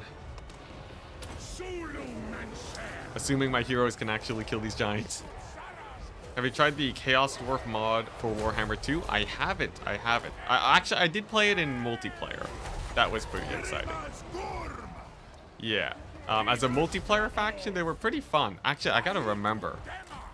The multiplayer mod, how similar was it to... How close were they to this? I think, did they have laborers? Did they have, like, slave units? Surely they did, right? I remember they had this, like, rocket launcher unit that was hella OP. I remember that, because it was super duper crazy. I think they did also have the armor-piercing blasting charges. They did have the Kadai. I think the Kadai felt stronger there than they do here. Similar to Dark Elves. You waiting for halflings to be modded in? I think there was a halfling mod for Warhammer 3. For Warhammer 2, I mean. Pretty sure there was. Yeah, the Annihilators. Yeah, there we go. Yeah, that was crazy, man. Yeah, but I'm having trouble remembering everything else that was in there. I recall, let's see, what else was super good? I remember their infantry was super strong. I remember the infantry was very strong, but that was just because of pricing. The Mootland. Starting in the Moot will be quite something. Fishmen, dude, Fishmen. I hope this DLC does well enough where we see all of the fancy, like, you know, edge case factions. I really hope we do see them. You've noticed the opposite, that SFO balance is a bit better. Interesting. Very interesting. Ind would be dope. They do still have that, you know, shrouded continent just waiting to be, waiting to become Ind. It's very conspicuously just chilling there. Is he dead? He's finally gone. Let's go. All right. With much effort, Archaon is finally dead. Thank goodness. Okay, so let's go ahead and recruit ourselves some units. Astrogoth's army won't be nearly as strong as it used to be, but we can live with that. We can live with that. Astrogoth can just sit back, relax, and just have a normie army for now. We got this one, Terry Tarkleby. He's going to be, let's see here. Honestly, the south is kind of secured. It seems like Karakadrin is distracted by, what, I don't know, Gorst, I guess? Kind of weird, honestly, that Karakadrin is, like, busy over here when I'm so close. Maybe they did fix the anti-player bias, but... I guess the thing I want to deal with is, this madness. Thurrot, despite Helpit being taken over, still has many a settlement to take out. I could launch an expedition just to end Thurrot. That would be another endgame crisis I don't have to worry about. Somehow, Franz, indeed, he has the Griffinwood. Drycha got kicked out of the Griffinwood and moved to Kislev. What a weird state of campaign we're in right now. I think we do kill Thurrot. Actually, is Grimgor still around? No, I think he got murdered over here. If he is, he's not looking too hot. I think yeah, I'm going to combine my 2 armies. And they're gonna try and take on the crazy Skaven. The Skaven man himself. Because Thrott's builds are kind of terrifying. And you know what? I could get the Bull Centaur building. Eventually, I do want to save up for some of these better ones. But Bull Centaurs are so good against Skaven. And I do have the armaments to make it. I think I will pick this up. And we'll use our money to finally get this tier. Is this army maxed out? It is.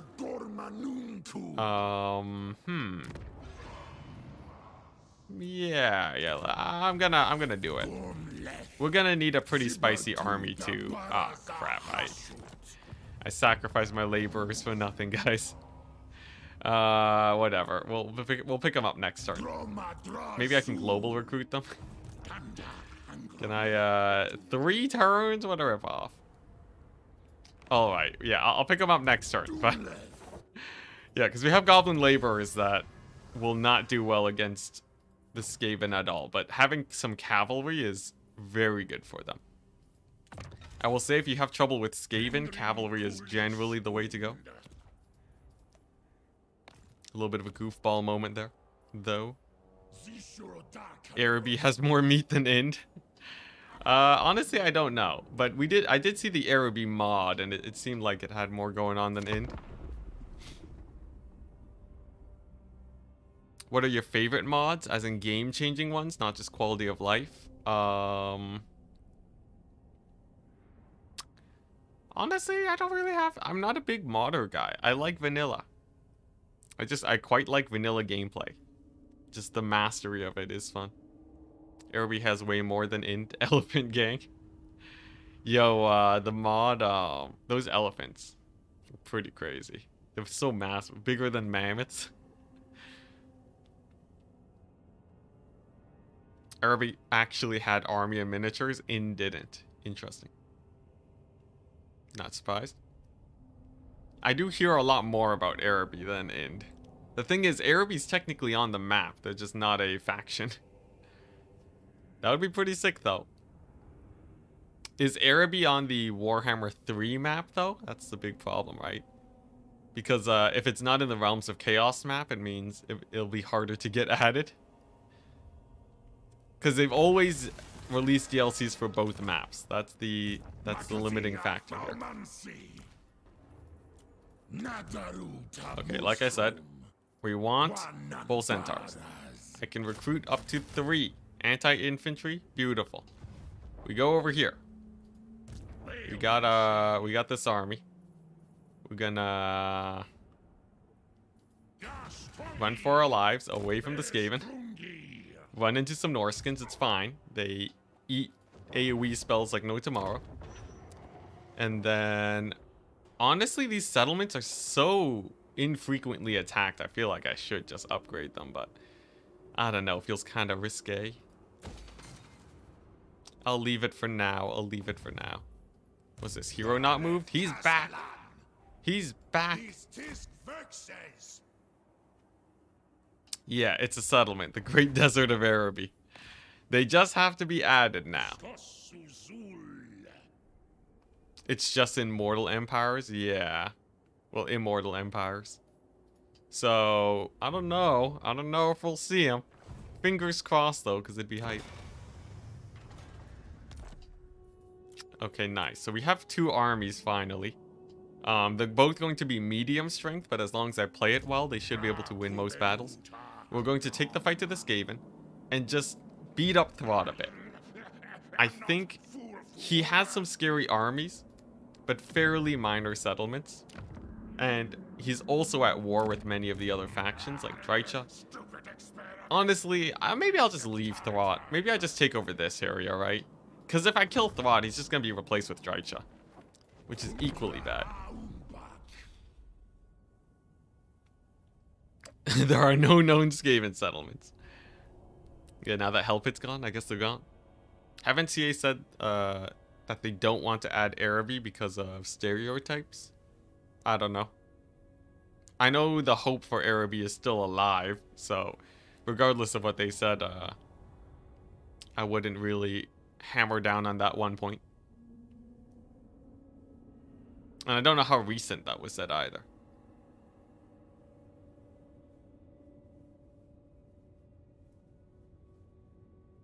Let's see here. You think CA's hands are a little tied with the lore of Araby? Aren't they like Zinch aligned? Is it kind of like Cathay again? But yeah, the thing is, they also gotta get like, you know, Games Workshop to... They also gotta get Games Workshop to cooperate, right? I think that's probably a bigger issue than anything else. Sick. I'll take an auto resolve. Yeah, I don't know. There's a lot of issues. All we can do is hope, really.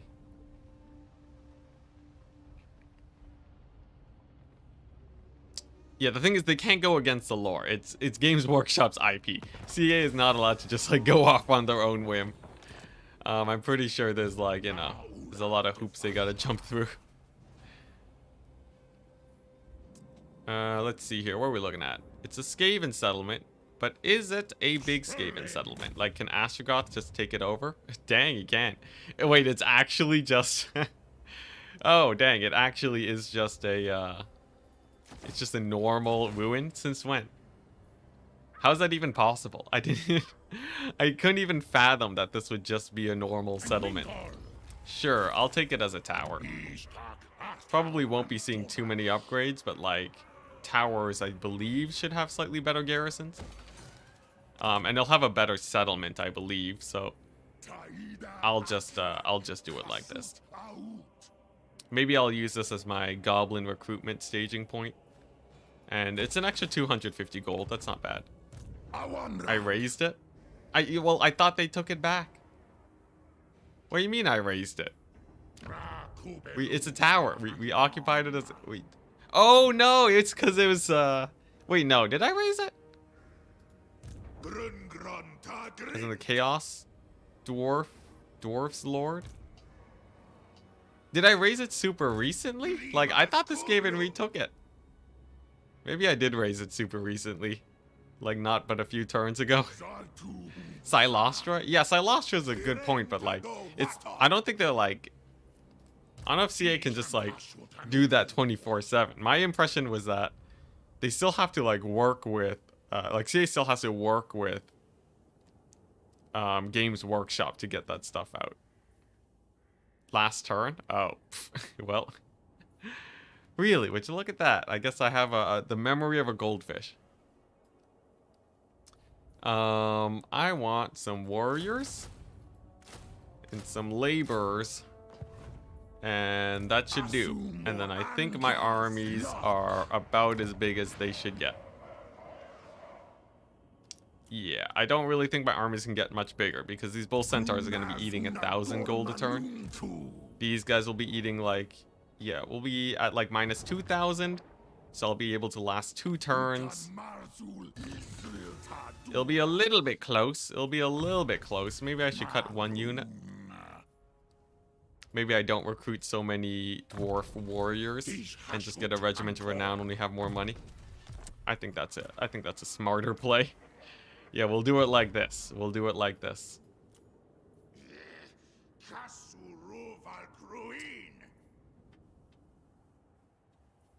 That's actually the point. What's this? Silostra got added to Games Workshop RPG as well, so she isn't just Total War exclusive anymore. Ah, interesting. Oh, just readjusting. I really like, does anyone sit in chairs like this, where their leg is just, like, way up? Does anyone just, like, squat in their chairs instead of sitting in them? I find I do that a lot.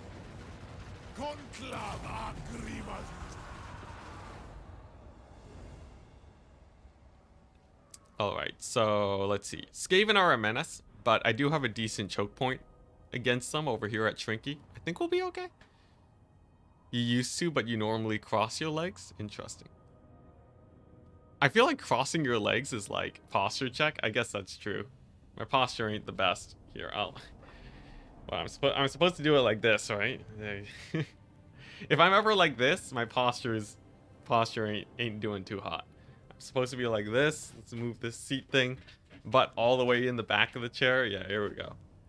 Is this what I should be doing? Get those neck muscles going. All right, we got the posture. those settlement names are whack. It's yeah, it's all members. Yeah, I think what's it? Yeah. Right now I'm pretty sure all the settlements are just various members currently. Interesting. I could try and get an early strike on those guys, but I think that's a little bit risky. Maybe we just leave Astrogoth for a second and use this army to get the job done. Oh crap, I can't embed this guy.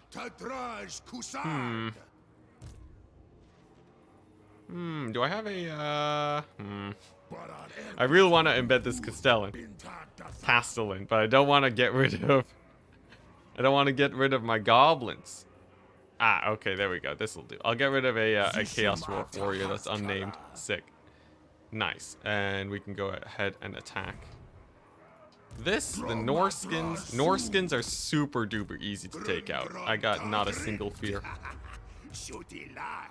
Do you manage to fit in campaign outside of streaming? No, currently I'm playing campaign exclusively as part of streaming. But at times I will play outside of it if I get the itch. It happens occasionally. Nice. As long as we constantly sell labor, we'll be good. So all I need to do is I just need to get 200 labor a turn and we're fine, guys. That's all we need. Nice. Look at that. Our conclave influence is through the roof right now. It is doing great. Do I need more bull centaurs? I could get more. Very interesting, very interesting. I can get more castellans too. Okay, well these guys are pretty sick as we've seen. We can get blood greed or greedy. Income from post-battle loot. I think that's better. As good as blood greed is, it's not that much of a combat buff. This will be very good because we're in a fighting economy. Let's see here. Let's go ahead and pick this up. Get some hard to hit action.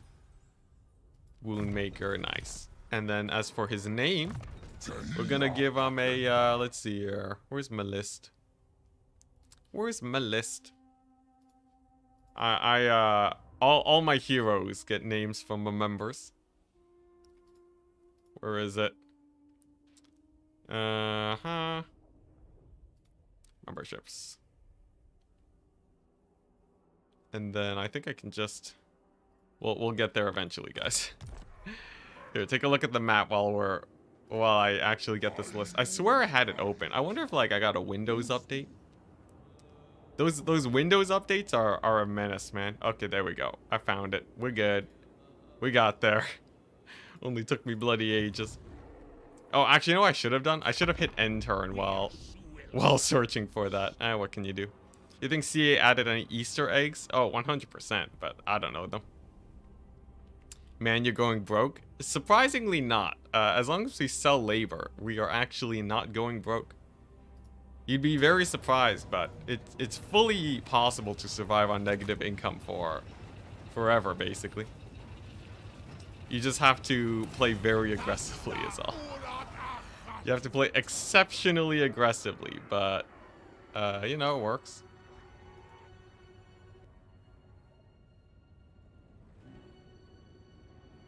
Weird. Is this, I gotta do, let's see, downloads, perhaps? Ah, there it is, alright. I found them. Yeah. Let's see here. So I gotta pull from the deck gunners. Let's see, who do we not have? Till? Sure, let's add Till to the group. He'll be the new bull centaur. Hopefully he doesn't die immediately. Alt-tabbing with this hand is dangerous. You notice Zinch Flamer ignoring turning off fire at will. Yeah, there seems like there's a lot of units that just kind of ignore commands recently. Kind of weird, especially with the mortars. The mortars will just shoot randomly at your own infantry at the end of the battle. It's really bad. Okay, nice. We have 2 battles. This will go great. It's even a Pyrrhic victory. It'll kill all my goblin laborers. But honestly, I don't care about them that much. Sick. Yeah, because now we can recruit better stuff. Kinda Total War more like. Yeah, we're not getting attacked that much by everyone. It seems kind of chill. I feel like every update, CA just keeps making the game easier and easier. And at some point, it's just going to be like... at some point, Legendary is going to be as easy as normal difficulty, except you can't save. Anyone else kind of worried about that? I have a mild fear of that happening. I don't think it's like the end of the world. We always have more difficulty mods, but... I legit feel like Legendary... at some point, it's just going to become, like, normal difficulty. Like, there will just be no campaign buffs for the AI, because people are too frustrated about that, right? They'll just, like, constantly, you know, constantly be throwing away their armies. So they won't make armies that are too elite.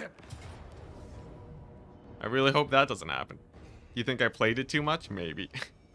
It could just be my own personal experience that is hard carrying. But it is true that they do make it easier per patch, I think. Do I need a tower here? I already have a tower at the other place. I don't need more towers, right? I think I can get an outpost. Suffering from success. I guess when you have, let's see here, how many hours do I have? I have 1,700 hours in Warhammer 3 alone. In Warhammer 2, I have 5,600 hours in the game. I think the common thing that is said is that you need 10,000 hours to achieve full mastery of any task. And according to that, it means I am at about like 70% of the way to full mastery of Warhammer 3. So kind of crazy, kind of crazy. I will say, after you have this many hours, you do hope to have more difficulty a lot of the time. And I think in our poll, a lot of people said that Legendary does have a lot of annoying things to reduce. But CA should really just make a Legendary Plus mode, I swear. They really should. You have over 6k in Medieval 2? Oh my gosh. You're at 873. You feel like 2 AI didn't declare war for no reason? Really? No, we're at war with everyone. Let's see here. Yeah, I guess I'll leave the Bull Centaur to follow Terry's army for a bit. Until we can transfer some units, I guess. What were we getting here? Ah, yes, I was getting my yellow skill line trees. I think I will pick up the melee attack. How do I want to finish this off, actually? I don't really need the melee attack. I don't need Flaming Sword. I don't really need Earthing either, even though I do overcast quite a bit. I think what I really want is Logician. How much are we healing? Casualties 38 out of 100, which means we could use more replenishment. Yeah, I'll pick up some Logician. Make sure that we actually heal to like max every turn. You mean as in Warhammer 2 AI? You feel like 2 AI in Warhammer 2 didn't declare war for no reason?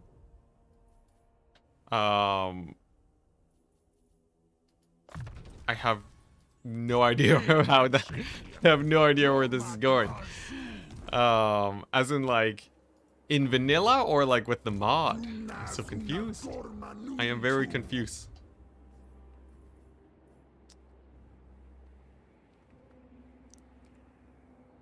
Oh, is it, it's Logistician, not Logician?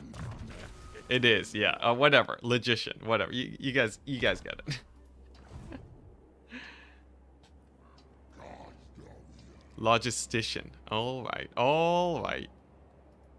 Yeah, logistics. That's what it's getting at. All right. Well, you know what? I've been saying that for the past 2 years, and I've never heard it the other way. So Who needs to do reading, am I right? You know, this is why I'm a streamer, honestly. Did they get rid of another one of my banners? These butts. They got rid of my... Oh, okay, that's fine. That's my least important one. That's fine. Got a lot of real smart guys in chat today. In vanilla, you were applying to not a Skaven? Oh, I see. Alright. We got there, guys. And by we, I mean I got there, guys. This is what happens when you just regularly glance at chat and don't go much further. Do I need more buffs on these guys? Honestly, I kind of like having more armaments.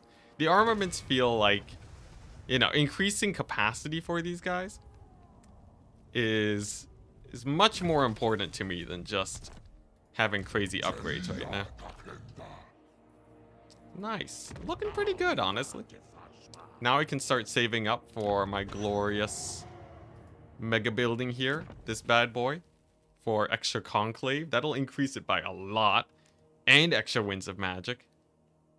And an extra +5 conclave. Okay, so that's just +15. That, like, is on its way to, like, doubling my conclave influence. Say arms instead of armaments. So it matches the logician. Sure. Yeah. We're gonna get some arms and logicians. Have you tried to paint the whole map with endgame scenario on? I have. Check out my friends campaign. This is Total War.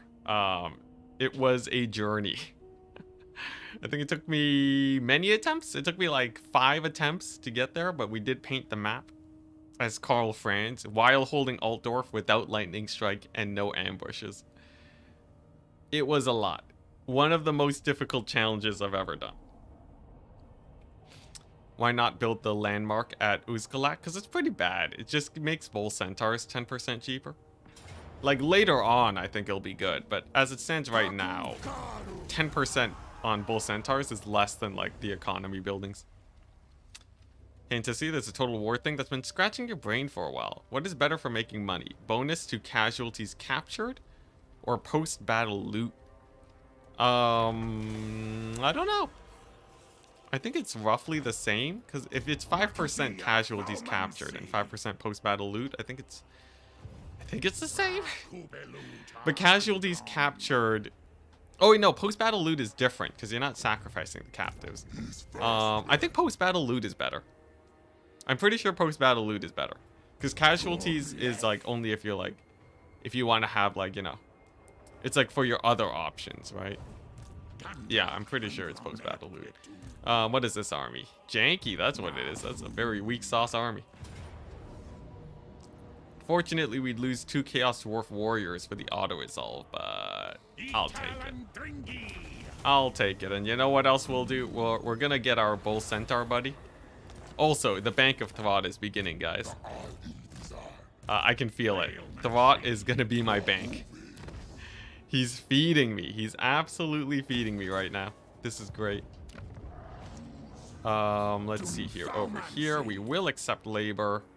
Do we accept labor here? Not yet. Not yet. Yeah, I'm gonna accept labor over here in this region. And this will be my new mining operation.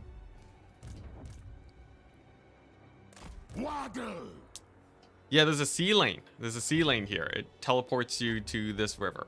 Very good if you want to just invade the Darklands. Oh, are they sieging me? How long has that been going on for? Get him out of there. All right, nice. I'll take the labor. Remember, 200 labor is worth 1,500 gold. Not sure if Thwot feeding me is very healthy. It's like, you know, it's kind of like trolls. It's infinite food. Everything regenerates. Let's see, now what do I want to fill this army up with? I guess I can just wait. And then when the time comes, I'll recruit some regiments of renown. And that should be good enough for Astrogoth, I feel. Because Astrogoth is... Astrogoth with a couple regiments of renown, he should be able to crush it, I think. He doesn't need the strongest army to auto-resolve Throt every once in a while.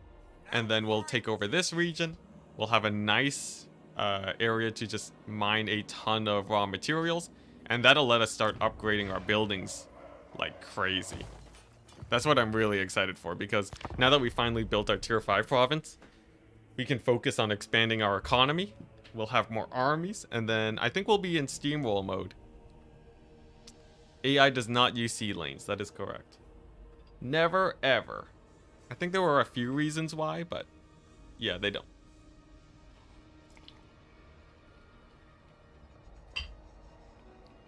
Does Skaven just catch a Nurgle plague? Is that a Nurgle plague, or did they catch their own plague? Skaven plagues don't attrition Skaven, right? Literally steamrolling with trains. Exactly. That'll be pretty fun. I'll be able to try out some train builds, as everyone's been suggesting. Castellans are not as good as Warlock Engineers because of the... They don't buff the ranged attacks of units. I don't think. Not that much. They're just kind of a movement guy. But they do have Flash Bomb, which is a great utility spell. But like Warlock Engineers have spell casting too. They also have like crazy buffs, I think, to... It was either weapon, like missile strength or range. Yeah. Skaven don't care about themselves dying. Oh my gosh, you're right, guys. They caught their own plague. Well, alright. I'm kind of terrified of catching the plague, fighting them, but gotta do what you gotta do. Let's get the Regiment of Renowned Hell Cannon. This is basically, oh, dang, that's a nasty auto-resolve. We'd lose all of our guns. I don't know if I want to lose my guns. I'll play it. Yeah, the plague... Usually when you fight an army with the plague, I think you can catch it pretty easily, but... Maybe we'll be fine. It's a Skaven army, yeah.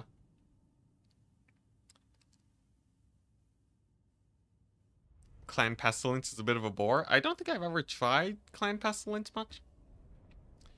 Saw a mod that gave Clan Pestilence their own Nurgle Cauldron. Oh, okay, that's interesting. Alright, here we go. We're gonna start off by using our heroes, seeing what work they can get done. And then we'll move on and hopefully the Hell Cannon just obliterates everything. That's a few Doom Wheels. Doom Wheels aren't too bad. It is true though. They got a... What are those? Oh, okay. So they have Doom Wheels and the and Doom Flayers. Very interesting. All very bad versus single entities though. I'm not especially worried here. You never know though. You never know though. How well can my hero squad fight? We'll see. Here we go. Let's throw that Firestorm down. We got monsters we can summon. Hammer time. Healing. Vigor buffs. Alright, what are we looking at here? Honestly, it's probably fine, I feel. Like, you know, they got a bunch of clan rats, which is probably the most annoying part. I'll pull in the Castellan and the artillery, now that most of these guys are distracted and getting absolutely demolished. And then I think that's basically all we need, right? I guess the Warp Grinders could... Like, what is dealing the damage here? Maybe it is the Doom Wheels.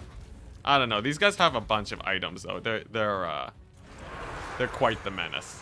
I'm not too worried about this. How do I activate abilities without the mouse? Shift and then 1, 2, 3 is the way you easily activate abilities. Yeah, let's get another hammer going. And then I'll throw down a big old buff onto this guy just to increase his melee attack.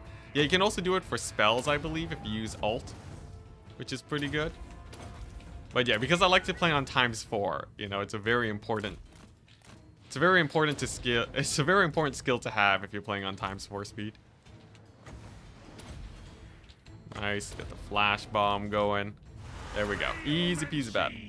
Now all we gotta do is not catch the plague, and then we'll be fine. Which, you know, totally is not gonna happen, right? Totally no plague. No plague one time, because everyone's kind of injured.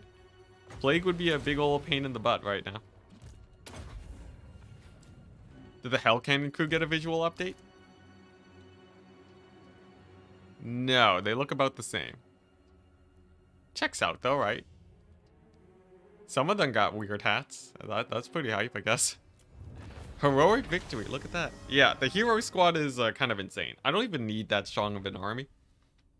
This army can probably be pretty cheap. Like, this is already quite nice. So, like, these guys will blob up and kill most anything with Astrogoth. Then we just have a couple goblins and blunderbusses with the artillery to do cleanup duty. Why do you care about losing guns if you don't even use them? Because, you know, when the bigger battle arrives, we might very well use them. And how else am I supposed to be in negative income? Alright, not bad though. I'm liking it. And come on, no plague one time. One time no plague, let's go. Come on. Yes, let's go. Okay, very good. I really wanted to keep that replenishment, so that is a big plus. Next level up, we'll have Mentor. So what is going to be our final upgrade here? I feel like Logistician is pretty nice. Another 2%. Ash Storm, I'm never using that spell again. This upgrades goblins, this upgrades monsters, not very useful. So either Earthing or Logistician. God, that's a hard one. I feel like we have enough healing on Astrogoth. We can take some more damage on him from miscasts. I think Logistician is better. And I do want to pick up the Mentor, just so all my other guys level up super fast. Yeah. Can't wait to get pictures for modded units. Ooh, that'll be fun. Although I quite like the vanilla look of these guys. I think they really stepped up their game of the unit cards ever since people started complaining about them 24/7. It's nice.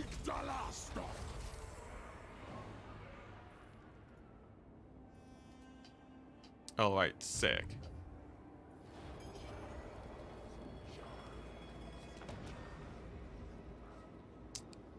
Uh-huh. Oh, dang. There's a little bit of a multiplayer discussion going on here.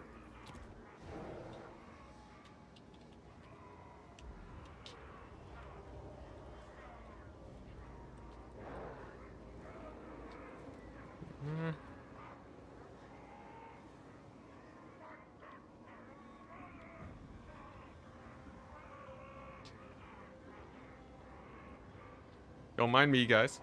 Just doing my best for the future of multiplayer. I got, yeah. Yeah, don't mind me. I can't talk about the specifics, but just explain. I'm just explaining some things. Don't mind me. You thought Ash Storm was supposed to be a good spell? No. It's... Don't get me started about fire vulnerability stacking, alright? Do not get me started on that. Don't... I am the worst person to go to talk about vulnerability stacking.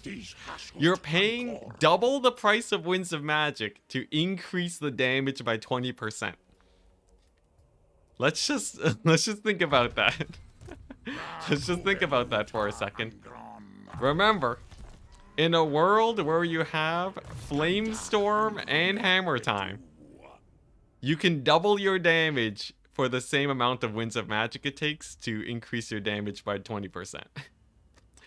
Let's just do the math, alright, people? We can do the math. Ash Storm is terrible. Ash Storm is hot garbage. Anyone who uses Ash Storm should really just be running other spells. I'm calling it. Unless it's like for the slow, but even then, it's not even that big. Let's see. Are we getting construction time for buildings? That's kind of hype. And we get more convoys that I won't use. This is pretty good. It'll save me slaves because I always rush construction. But Flamestorm does nothing to single entities. It's true, it's true. 10 Winds of Magic. I think I did the math. So, if you're dealing 20% damage, let's say you deal 1,000 damage, right? 20% of that is 200 damage. Compared to a Spirit Leech...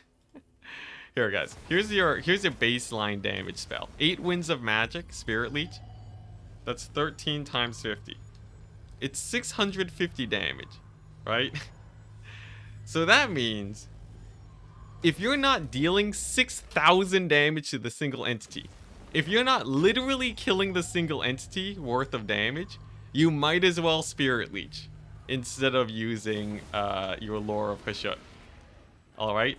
Now, Ash Storm, it's an AoE, so you gotta do 6,000 damage to single entities to beat Spirit Leech. Yes, but you don't have Spirit Leech? Yeah. You know why I don't have Spirit Leech? Because it's a bad spell. That's the worst part. I use Spirit Leech as a comparison because it's a bad spell. It's not even that good. It doesn't do that much damage. Literally one cycle charge is 8 winds of magic. I'm deleting armies over here with Hammer Time, guys. That's when I make these comparisons, I'm not comparing to the best spells here, alright? You don't gotta. We have access to it. Yeah, nah, trust me, guys. This is there is no way. There's no way the math can check out.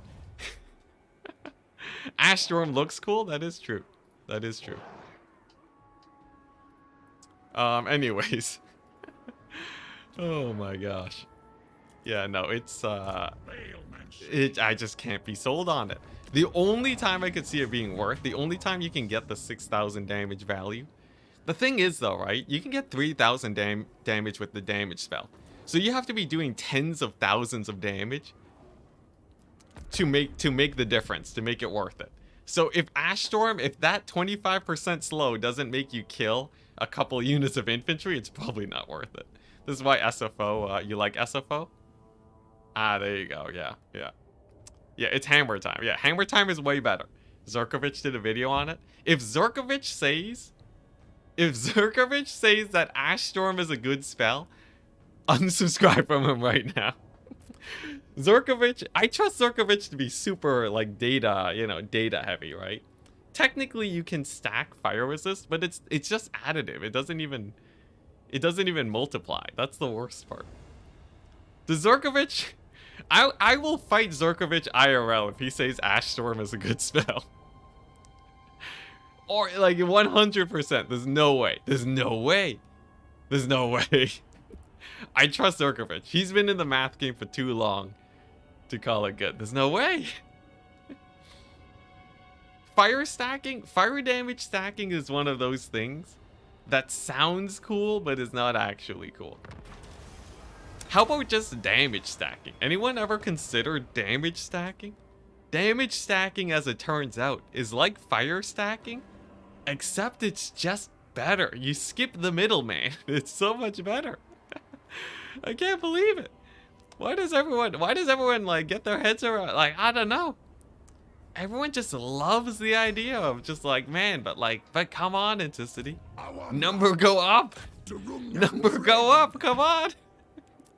Enticity bot. Yeah, yo. I will get ripped just so I can fight Zerkovich IRL if he says fire damage stacking is the way to go. Alright. I will be on stream. I won't even fit in this border anymore. I will be so ripped. Alright? I will be so ripped. And I will hunt you down. I will hunt all of you down. There's no way. The math does not check out. 20% damage buff. You know what's hilarious? The Lore of Fire 20% damage buff is literally free, right? You can just have innate 25% damage buff from the Lore of Fire. And like that's not even like you know, game breaking. I bet most of you will not notice a 20% damage buff. He did? He wouldn't. He wouldn't. Zerkovich, why? Enticity does a thing. Dude, I did a thing. Okay, I'm never gonna be as ripped as I did a thing, alright? He's insane. Are you kidding me? I did a thing kind of insane. He gave a guy a concussion during sparring, man. Like, jeez. He is hella ripped. He did like the crazy thing that you think you do in fights, where you dodge underneath and as they're swinging, you just connect with their face. That's insane. React stream now? I should totally do a react stream on Zerkovich's content and I just say how like wrong he is. Enticity just bashing on other content creators. I'd have to do it with his permission though, but that'd be hilarious. Hey, Yotam, thank you very much for the 15. I don't know what that is. Do you remember when you said that Grail Relique was bad and would never be meta? Here's the thing. Grail Relique... Grail Relique gives a more, like, overall buff that is hard to quantify. When it comes to Ash Storm, I can literally name, like, 5 things that are better than Ash Storm in, like, any situation where you might want to run Ash Storm. It is like mathematically bad. At least with Grail Relique, right? It gives, you know, it gives something that is much harder to quantify. I will fight to the death about Ash Storm. All right, like if you cast Ash Storm on infantry, I'll be like, Burning Head would have been more cost efficient, right? You press enter accidentally. What's it? Shekels? What's this about shekels?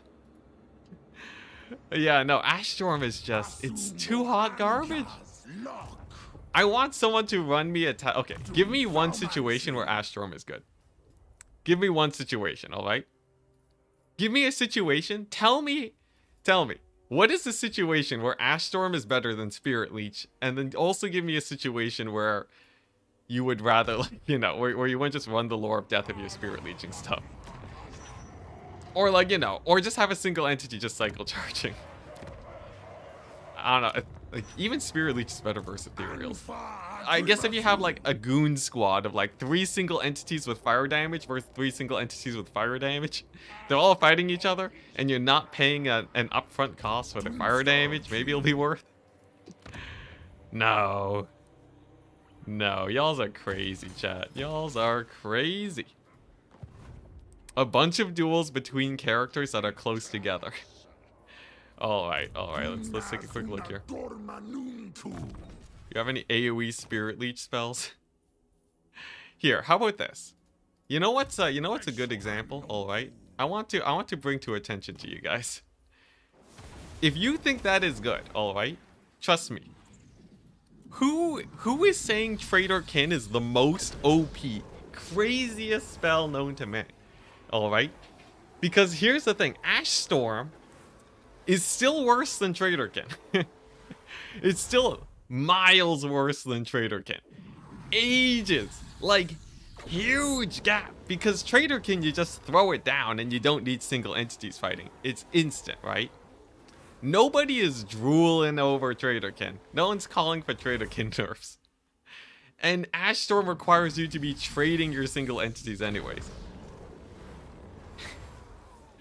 Traitor Kin bad? Traitor Kin's an okay spell. It's an aight spell, right? But, like, the thing is, Ash Storm. Here's the crazy thing. Flaming Sword is as good as Ash Storm. Almost.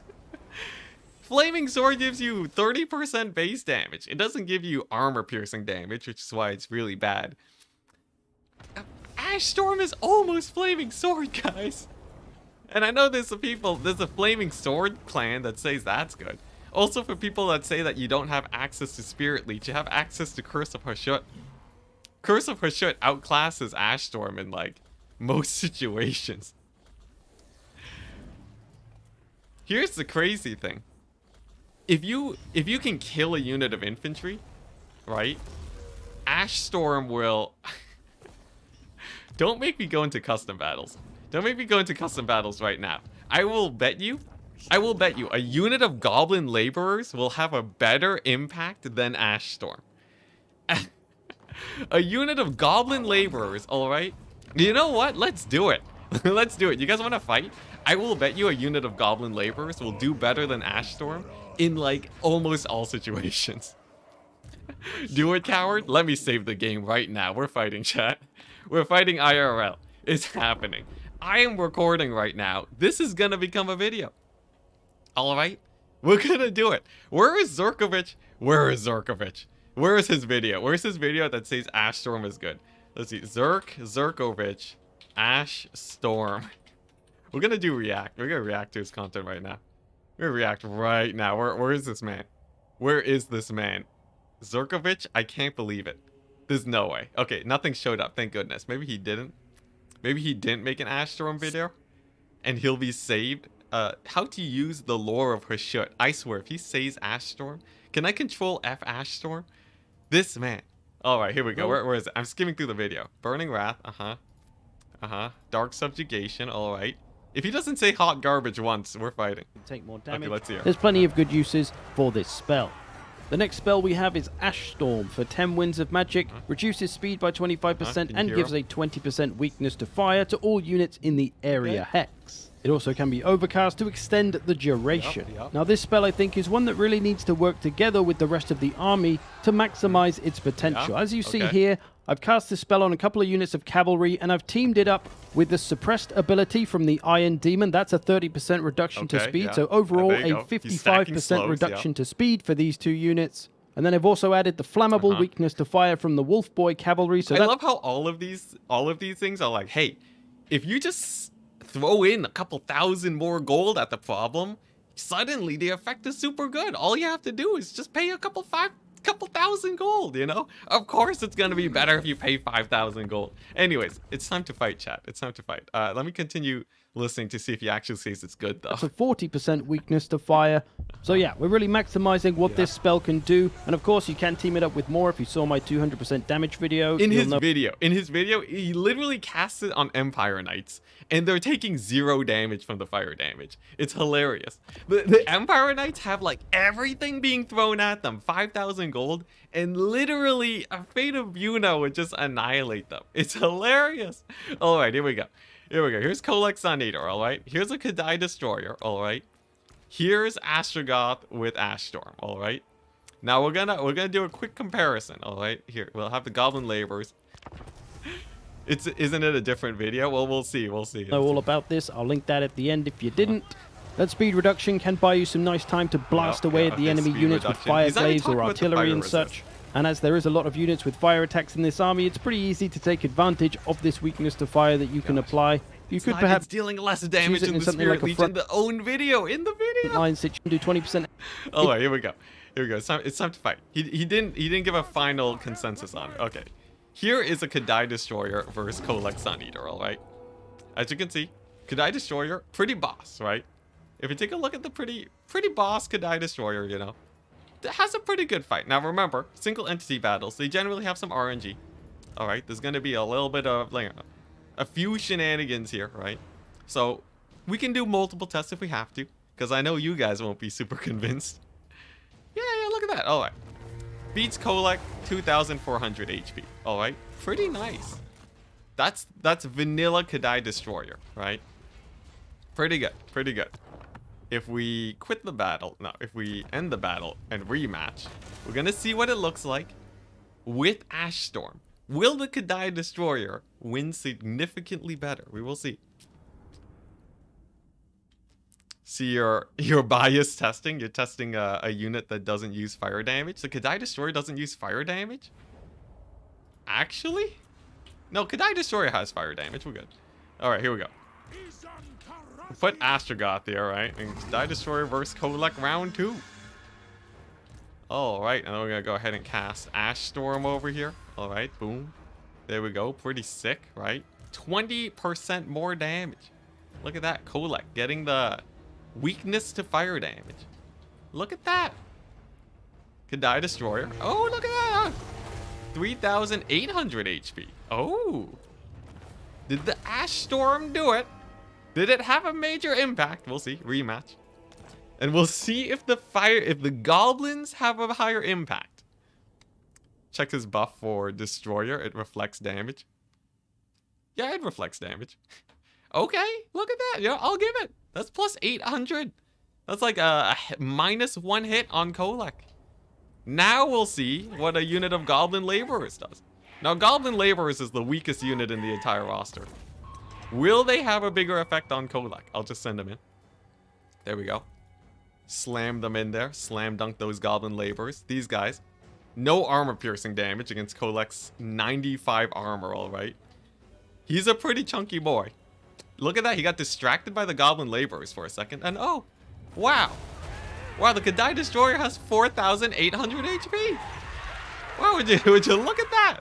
It's almost like the most minor thing possible. Literally the smallest unit in the game, the weakest unit in the entire roster, can swing the battle as much as your 8 winds of magic.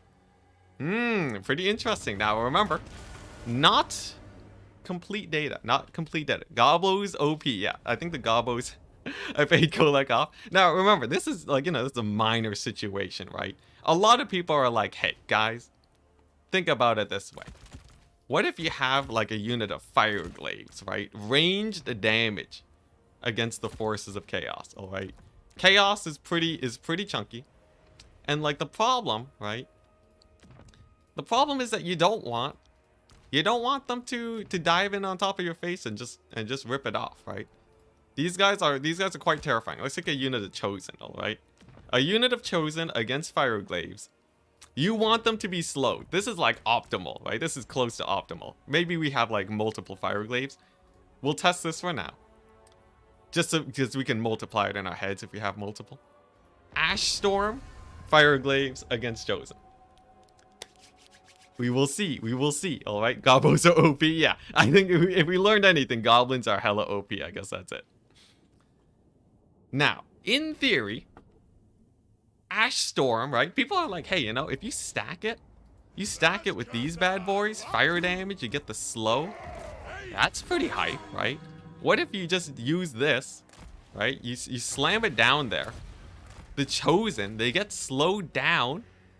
And then you're ranged with the fire damage. They do extra damage. They get extra shots off. That's pretty hype. Look at that. We got the Chosen, right? They dive in on top of these guys. But they're down to like 3,700 HP. Pretty good. Pretty good. Actually, they go down to 3,000 HP before the fire glaives rot off. Not bad. Not bad. Now the question is, whoops, I should have restarted the battle. The question that we're looking at here, right? We got the Chosen down to 3,000 HP.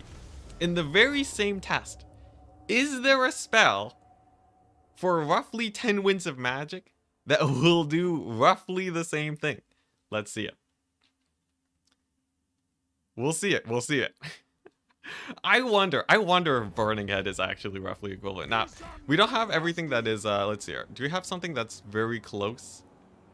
Curse of Hashut, you know, I wonder if Curse of Hashut will make a big difference. Is there anything cheap enough here? What if I just Burning Wrath them? What if I just straight up Burning Wrath them? You know what? Let's try Curse of Hashut. I kind of wonder if Curse of Hashut will have a similar effect. It better not. It better not. Last time they were down to 3,000 HP. This time I literally just cast a discount Spirit Leech on the Chosen. All right. It's just a discount Spirit Leech. Ah, crap. The Lord went the wrong way. Okay.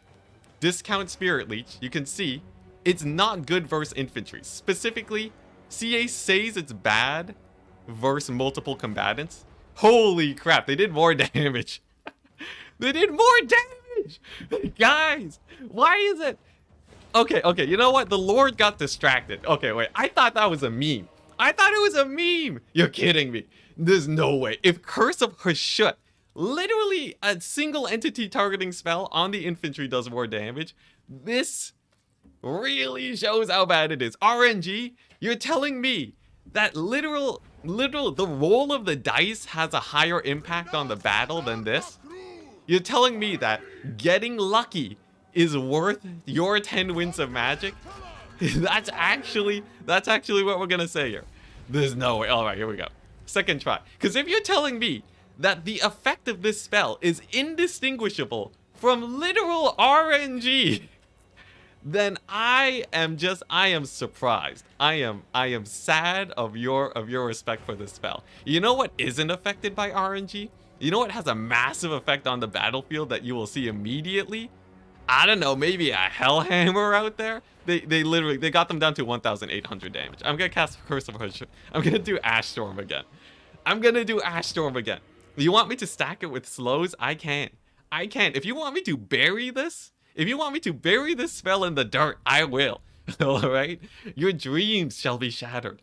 Alright, here we go. Ash Storm take number 2. Maybe it was RNG, you know, maybe the spell, alright, you know, it could just be, you know, the powers of RNG are very strong in this tactical game. In this game where you know, we're like, you know, it's like strategy, you know, where your spells are supposed to be good. It turns out if you're just lucky, your spells don't matter very much. All right, take number 2.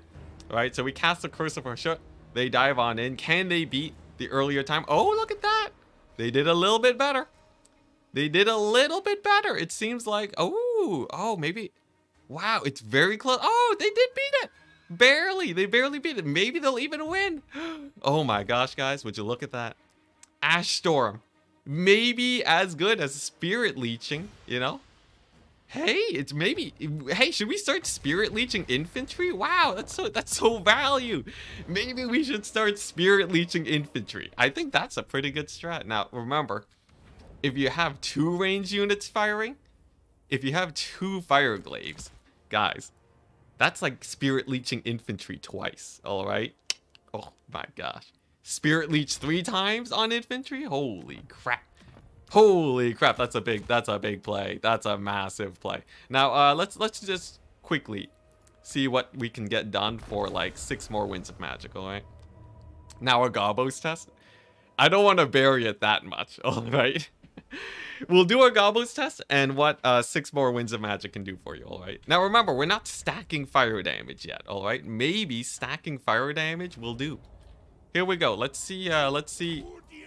If we spend even the slightest more Winds of Magic, all right? If we spend even the tiniest amount more Winds of Magic. So this spell right here is pretty good. We're gonna use Hellhammer instead, all right? Let's see if we can get the job done. So if we do this, right? This is 6 more Winds of Magic, and we'll see if it has a large impact on how this battle goes. All right, so we cast it down, slams down, and wow. Oh, actually, oh no, look.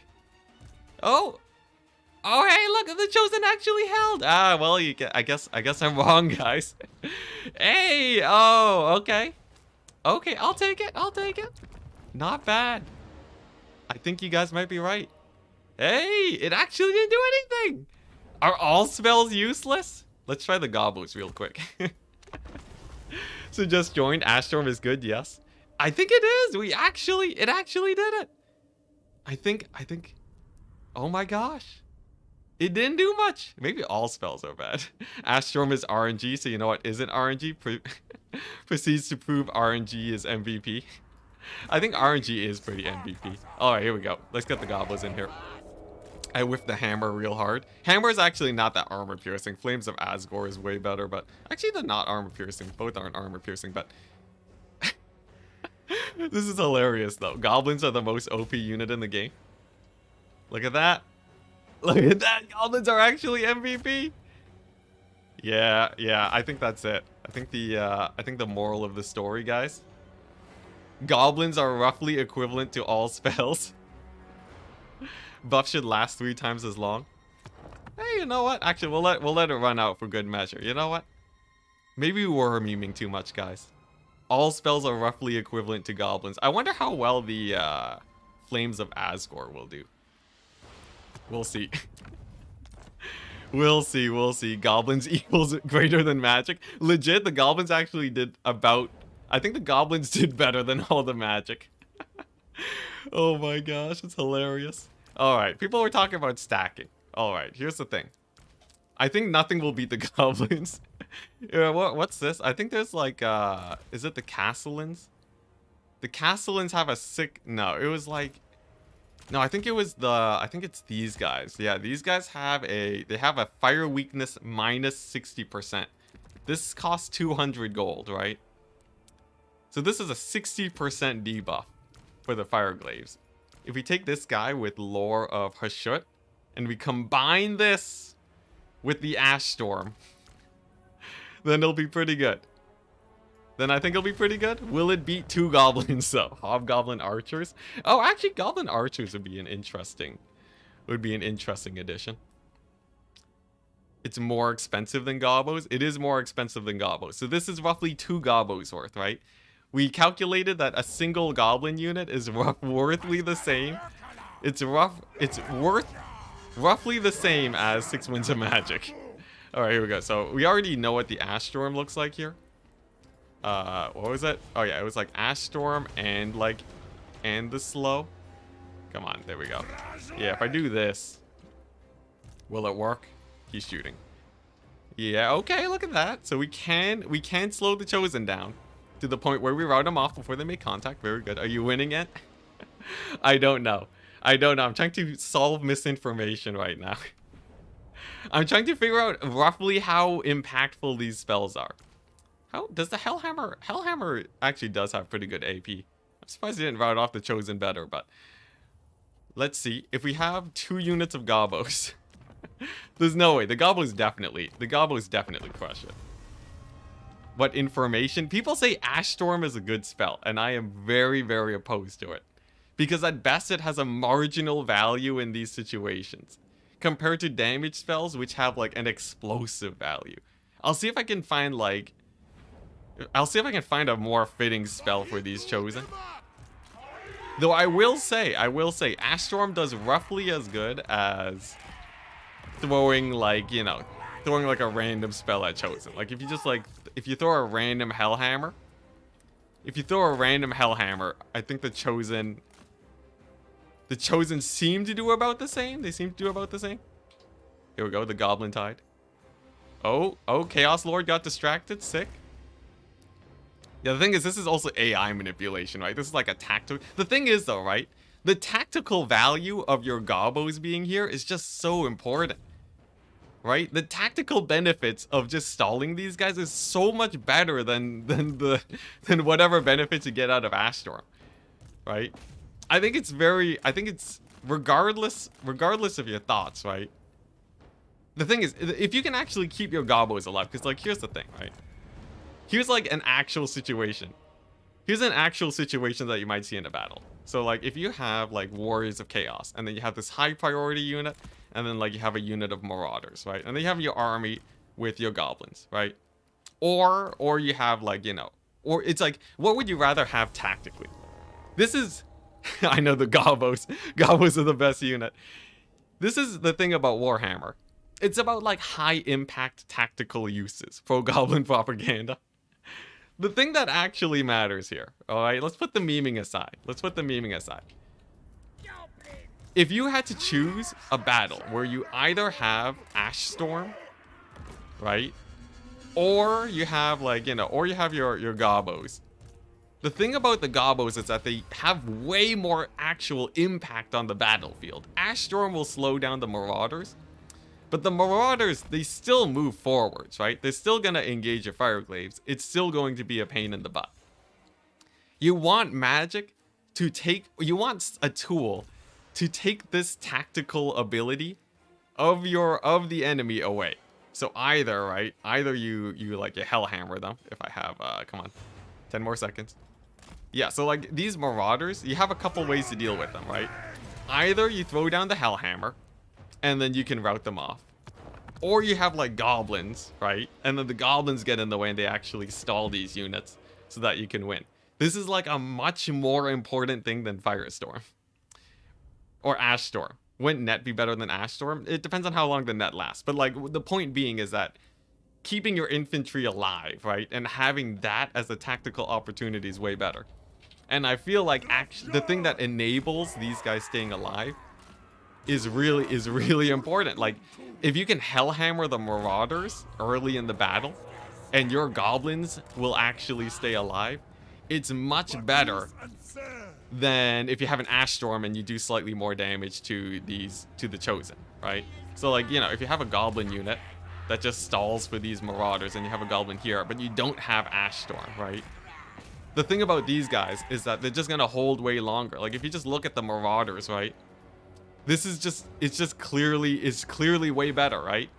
Because an Ash Storm will slow them down by an extra like 2 seconds. But if you actually have Goblins here, they held for like a minute against all odds, right? This is way better. And the thing is, Ash Storm isn't going to save your Goblins. What saves your Goblins is Hellhammer. Or like, or you Hellhammer the Marauders and then they're just gone, right? If I Ash Storm there, those Marauders would have made it to me. It's just such a larger impact.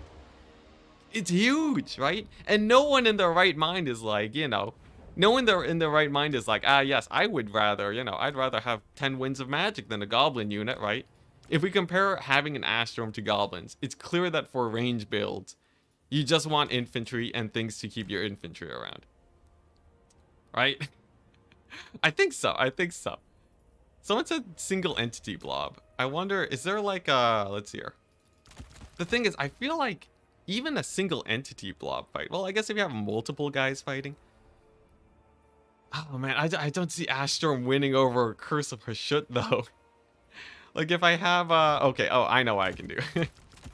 So here, we'll have my general over here, right? And he'll have Ash Storm. The thing is, single entity fights are so RNG. They are pretty RNG. RNG has a fairly large effect, but regardless, my stance on tactics still doing better is better. Here, let's say,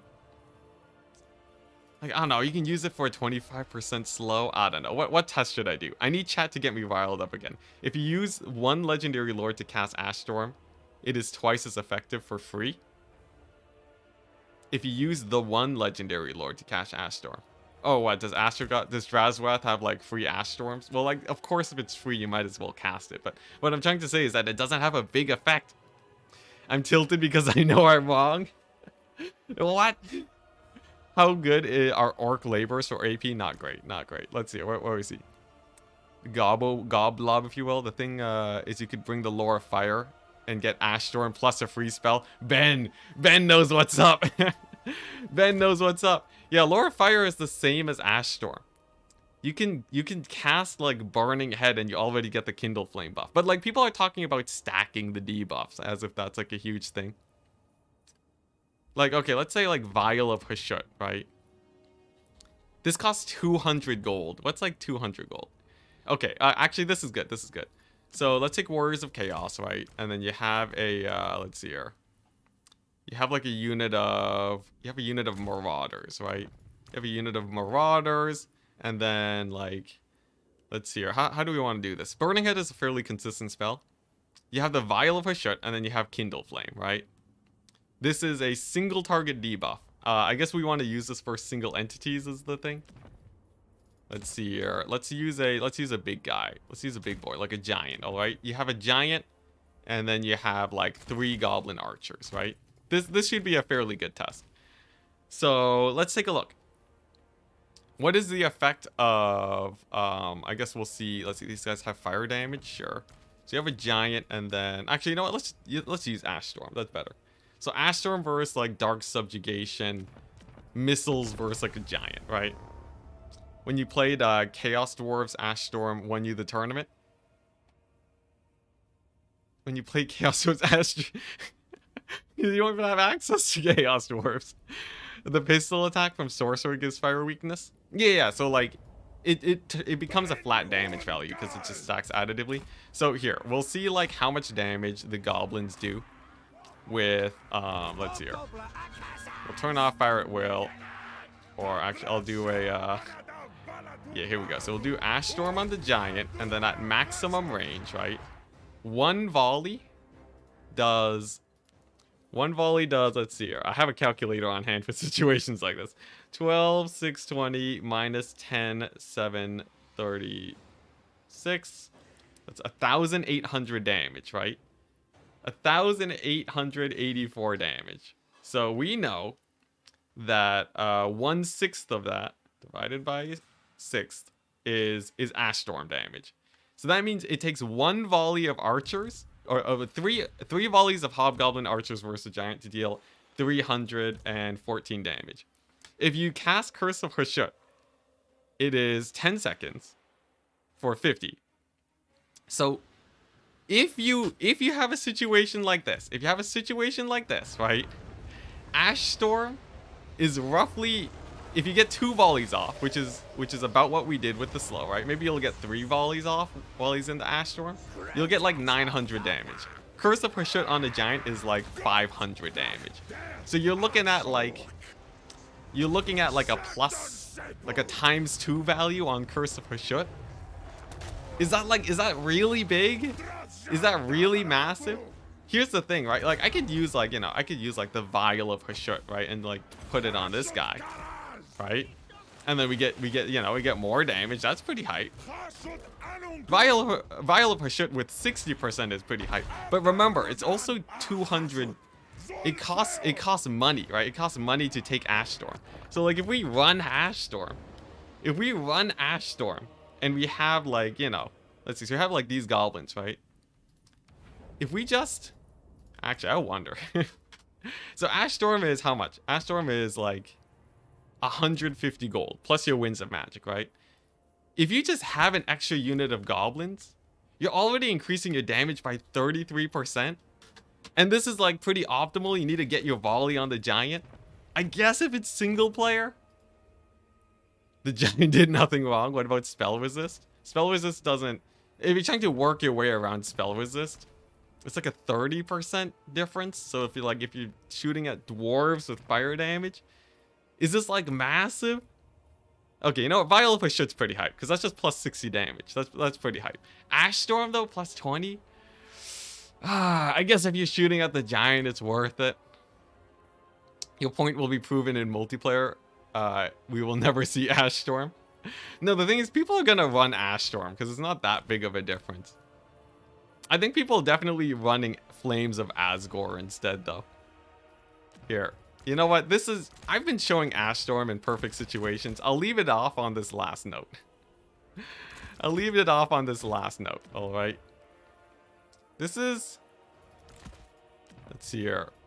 What's the spell do? This is okay, nice. It's low armor piercing. If we show any good spell in, like, you know, let's see here. Where's actually, you know what? Screw it. I'll go Burning Head because Burning Head is like the gold standard. If we take like, I don't know, Slanesh, right? Get this bad boy going. Take like a Siggy. And then like we do this. Okay, here's the thing, right? Ash Storm might be cool. Ash Storm might have its uses. It might be slightly better than the Spirit Leech in some situations. But if we put it and compare it to a similar spell, right? So Ash Storm is like marginal value versus like single entities and chosen and stuff. But if we're talking like real spells, all right? If we want to talk about like real spells, like true battlefield impact, this is where it's at, all right? If we want to talk about Flame Storm, or I mean Burning Head in a good situation, right? That did 9,000 damage, all right? That did 9,000 damage. Ash Storm, no matter what circumstance we're talking about, right? If we're talking about clearing, like, you know, something that gets the job done, this is undisputably a good spell. No one's gonna tell me that Ash Storm, just because it's like marginally good for single entities, will tell me that it'll beat, like, you know, your basic Burning Head for the same cost. I think that's it. Rant over. And if anything, I've shown that Goblin Laborers are apparently the best thing in the world. But yeah, nothing beats that. Goblin Laborers don't even beat Burning Head there, alright? Alright, we're done. We're done. Ash Storm is twice as effective against Fishmen, though. Alright, well, like, the Fishmen matchup is a unique situation where they wanted to make Ash Storm good. Yo, will Fishmen have fire weakness, though? I feel like they'll have fire resist, right? Because the wet, isn't that how that works? I feel like they would have, like, really good fire resist. Burning Head just applied half the debuff. Well, yeah, but like you don't have the fire weakness debuff with the thing. Like, I'm not gonna reload it, but if we turned off the thing, you wouldn't be able to tell.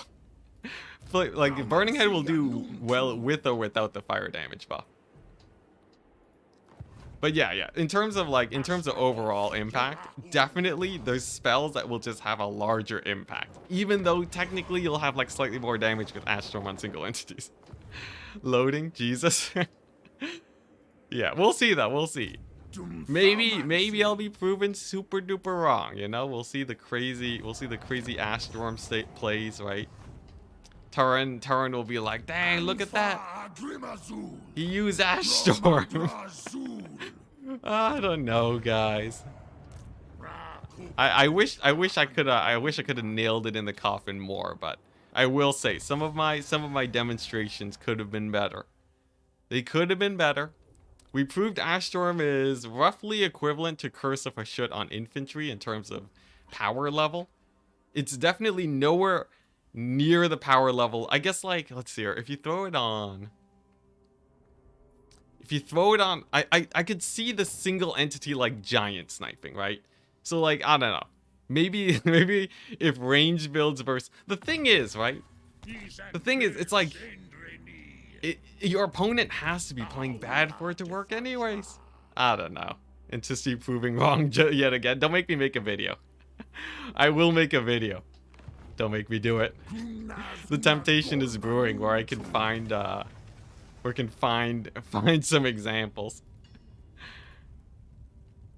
Because I was giving Ash Storm the benefit of the doubt there. I feel like I was giving it the benefit of the doubt by putting it up against more weak sauce stuff. Do it. Alright, I need to gather my data. And then we gotta put the nail in the coffin here. I've been giving Ash Storm too much credit. That's my problem. That's my true problem, guys. I've been giving Ash Storm, I've been comparing it against weak sauce, alright? I gotta compare it to, like, Pit of Shades that got nerfed recently too. Nothing will compete with Pit of Shades. If we do 2 Ash Storms versus 1 Pit of Shades, I think it will, I think that'll do it. People love Reigns. Yeah, alright, let's see here. Yeah, the thing is, it needs to be so concrete that literally no one can say anything about it. It needs to be the most concrete thing ever. I think I need to show what I need to do. I need to compare Ash Storm to an actually, like, a solid spell. Compared to Winds of Death overcasted. The thing is, it needs to be, because people are going to bring up the single entity thing. That's the biggest problem. They're gonna say it's marginally better against single entities. And they're gonna say that, like, you know, the Spirit Leech thing is, like, you know, because, like, the thing is, you can manufacture a situation where Ash Storm is better than Spirit Leech. That's the problem, right? It's just it may be hot garbage, but it's not hot enough to always be outclassed. You know what? I guess I was wrong about that. It can beat Spirit Leeches in some situations if you really go for it. But, like, this is, like, in multiplayer, literally if they were dodging with the giant, it wouldn't even matter, right? Ash Storm versus Bloated Corpse, that's hilarious. Ash Storm had a different AoE shape / path. Oh, it'd be cool if it was a line. That'd be really cool. Oh, a slow advancing line? Dang, look at that. Chaos Dwarfs don't have Pit of Shades, which is why it's not a great comparison. But they do have stuff like Flamestorm. I need like a 10 Winds of Magic spell. I need a 10 Winds of Magic spell to show off the badness. But, like, seriously, we're talking like 10 Winds of Magic for like 1,000 damage.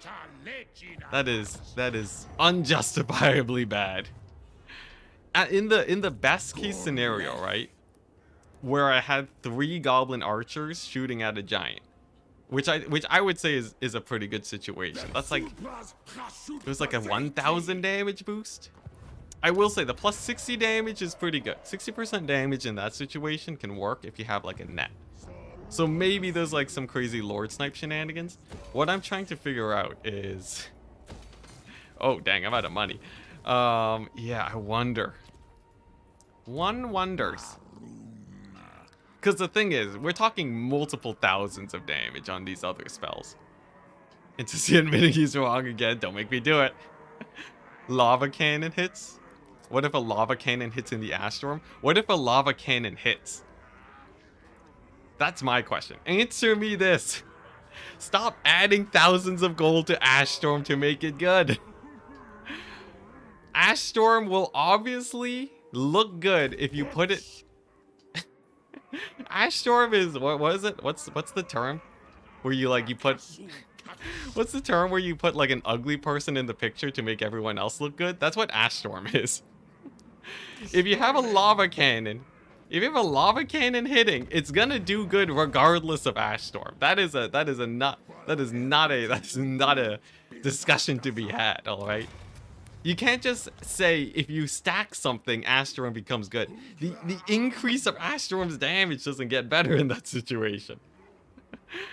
Luminarch needed Ash Storm. Dude, Luminarch Ash Storm? What if 20 Dread Quake Mortars hit in an Ash Storm? Yeah, I need like, oh man. There's so many things to dissect here. I don't know how to make the argument to convince people though. That's what we're theory crafting. Let's see here. I think I need like, you know what? That'd be hilarious. I should make a video like that. That'd be hilarious. You know what I should do? Okay, I should do a fire weakness damage showcase where I cast 2 burning heads, and then I ask people to try and figure out which one had the fire weakness debuff. I think that's like a pretty clear thing, right? Because people are, I think that's like, that's like at the very least that's a pretty, you know, that's a pretty nice. Let them cook, man. I think that's a pretty nice comparison. Maybe I'll do that. That'd be pretty fun. With the picture analysis, I feel like people... oh no. I feel like people invite me for them to look good. Oh no. Let's see here. Yeah, I need to... oh man. With the power of math, we will get it done. I will say though, now that we actually have data, we have a good baseline of how Ash Storm can do. Ash Storm will do roughly between 300 to like 1,000 damage, depending on how much DACA you actually have going into a situation. So the thing is though, it has to be versus single entities. Nothing is going to beat the multi-entity trading. What if you're in single player with a Fireglaive Doom stack? If you're in single player, you have hammers for 7 winds of magic. That's true. We could just start memeing. We just start calling it Ash Storm. Yeah, if we just start memeing, I guess that'll do. Let's be honest here. Yeah, Burning Head. Burning Head is the same thing as Ash Storm to the giant with the fire passive. Yes, there's also that too. The fire passive is... If we just purely compare it to the fire passive, then we're only looking at the slow, which is pretty minor. Though slow stacking is a thing, because slow is... it gets better the more you stack slows on. So technically there's like something there, and then you're fighting against the nets. Good old net action. Yeah. We'll get there, guys. We'll get there. I feel like I've calmed down though. I've calmed down a bit. I need to get riled up again. That's how I get my inspiration for videos. I need someone. If I can find the video where Zerkovich says that Ash Storm is amazing, then we'll get there. If I can find that video, I think that will rile me up, and then I can start beef with Zerkovich. It'll be great. Let's see. What are we getting? More money? Yeah, I need income like crazy. I need just whack loads of income. Oh man. I need someone to fight. That's the problem here. Let's see. What did I want? I was saving up for... It's been so long. I've been saving up for this thing? Yeah, this thing. I need a couple more... I need a little bit more raw materials, and then we're good to go. Ice Sheet? Yeah, the thing is, Ice Sheet definitely did Ash Storm better. Rip Goblin Laborers, he served well. Ice Sheet definitely did Ash Storm better. But I think, the thing is, people will bring up the fire weakness, right? They'll bring up the fact that it's the fire weakness and the slow. I know what the argument will look like. That's why it's frustrating.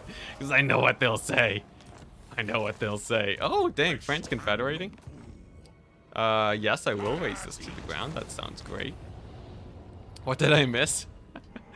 Someone said Ash Storm was good, and I'm trying to figure out a concrete way to show that's bad, because my previous attempt to get the nail in the coffin didn't work as well as I would have hoped for. I think it did an okay job at showing that Goblin Laborers are roughly as good as Ash Storm, or better. You know, if anything, yeah, I don't think we showed anything decisive for Ash Storm, but I did show that Goblin Laborers. You know, it turns out if you just have a random Goblin Laborer extra, you can get a lot of work done. You know, a unit of Fireglaves plus Goblin Laborers is better than anything in the game, it actually turns out. Same with a Kadai Destroyer and a Goblin Laborer. Nothing can defeat the impact of those gobbos, I swear. They are They are the best. They hold longer than anything else. They're basically a net. They'll, like, you know, they'll distract your enemies. It's insane. Who would have guessed it? Let's see. What are we getting? Mentor? Yeah. Yeah, okay. I guess Ash Storm isn't as hot garbage as... Maybe hot garbage. Maybe that's the fault. Maybe that's the fault, you know? It's not hot garbage. It's just outclassed by literally everything in the game. Literally everything. Ah, man, I just... One day, I'll find the perfect example, I swear, chat. I swear it. It shall be done. What are we getting? Man, I'm so upset. I'm so upset that Goblin Laborers of all things stole the show. I guess I do upgrade this. I do want money. Yeah. And look at that. We actually have some territory going. I think I can take over this region pretty easily too. It's just Boris and some Norskins. I can fight them, right? And then Astrogoth just takes over this region. Should be pretty chill. Will I spend 3,000 gold to replenish? I think not. Yeah, so Ash Storm will roughly increase your damage by 120 per range unit you have firing into the Ash Storm. That is the rough metric. You know what? Maybe I'll do like a spell video on it. Maybe we can do that right now. Like maybe before I end the stream. Not like right now, but before I end the stream, maybe we'll just record an Ash Storm video.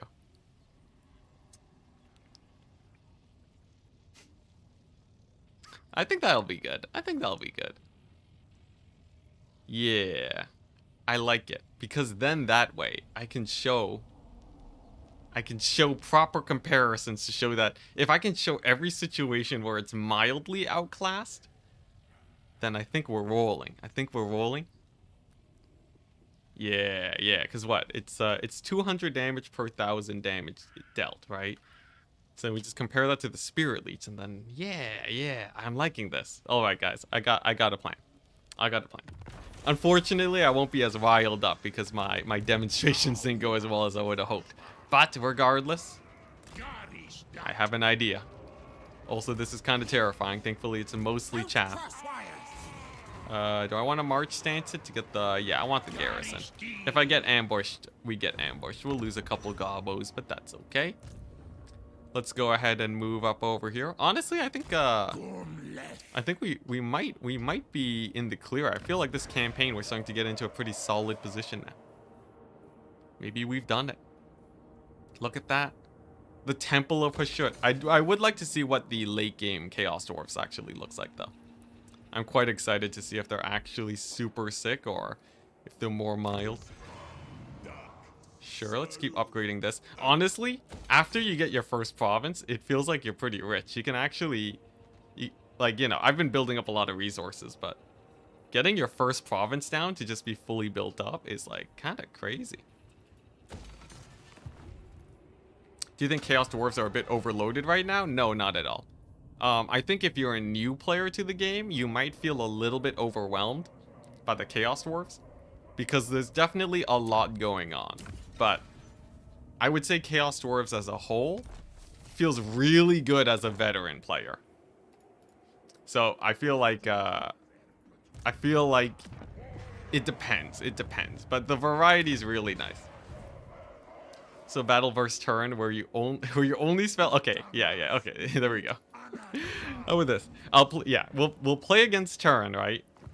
And then actually, yeah.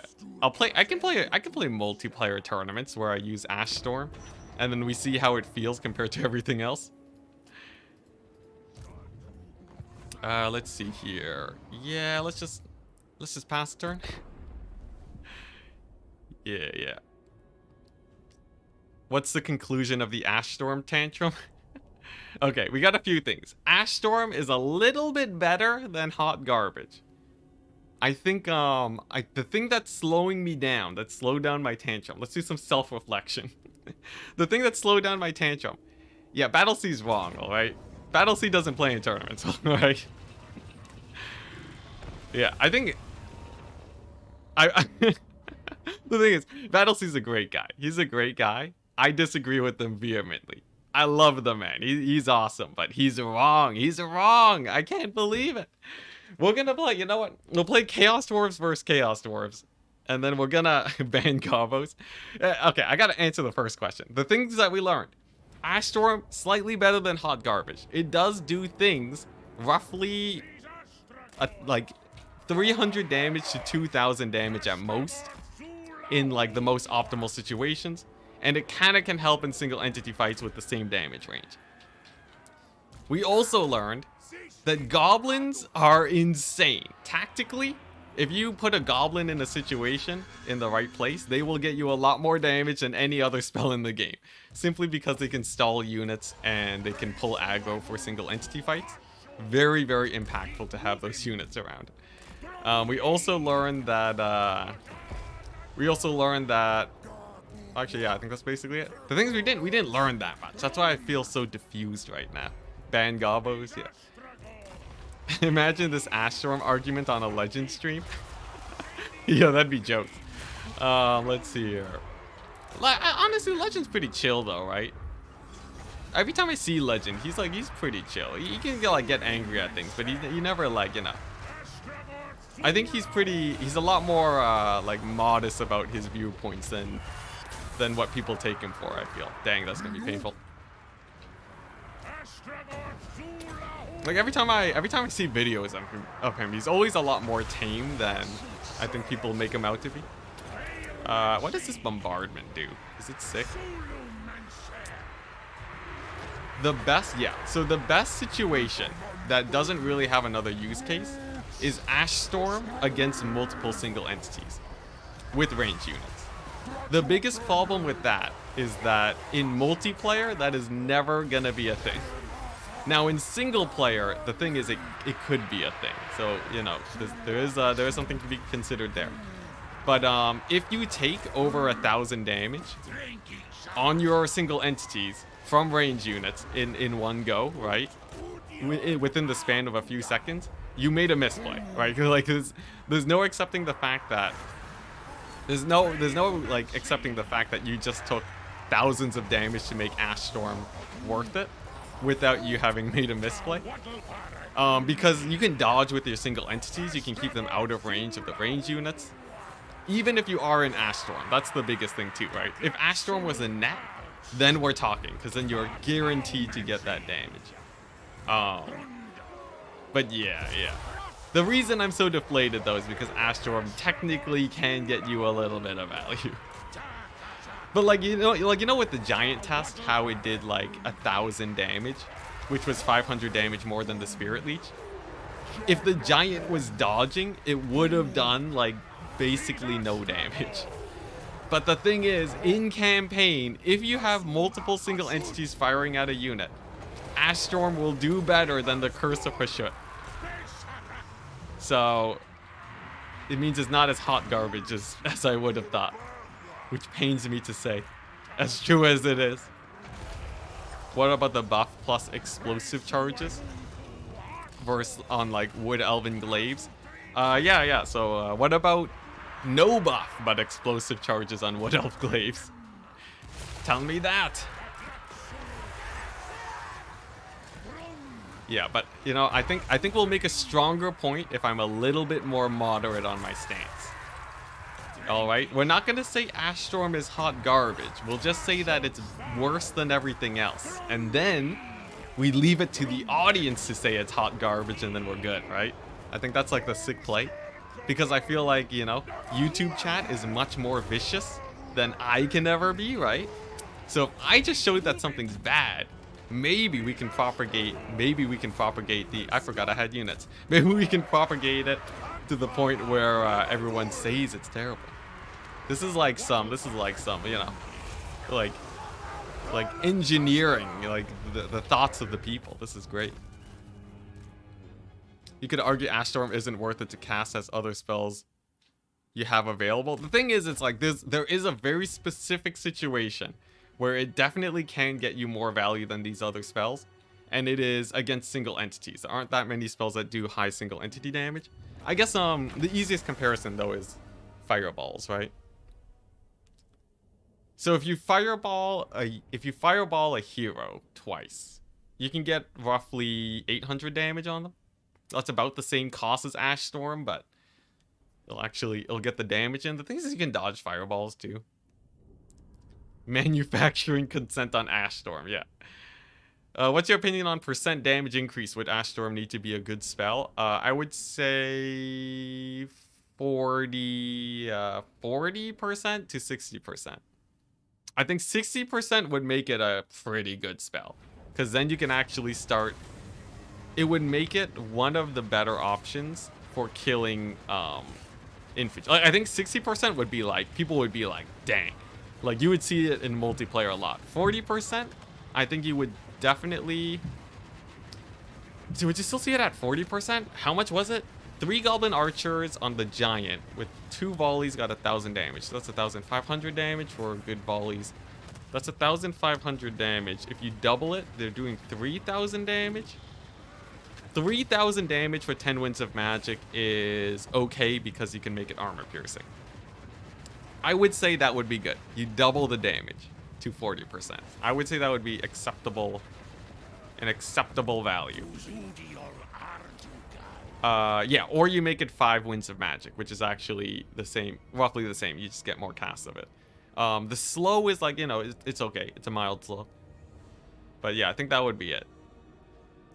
The reason is because, yeah, the numbers don't lie, right? A normal, like, damage spell can get, you know, many thousands of damage. If you want Ash Storm to compete, you gotta do that.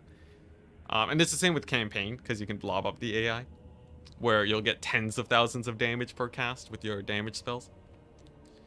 The other biggest problem is the cost you have to do to get your value from Ash Storm.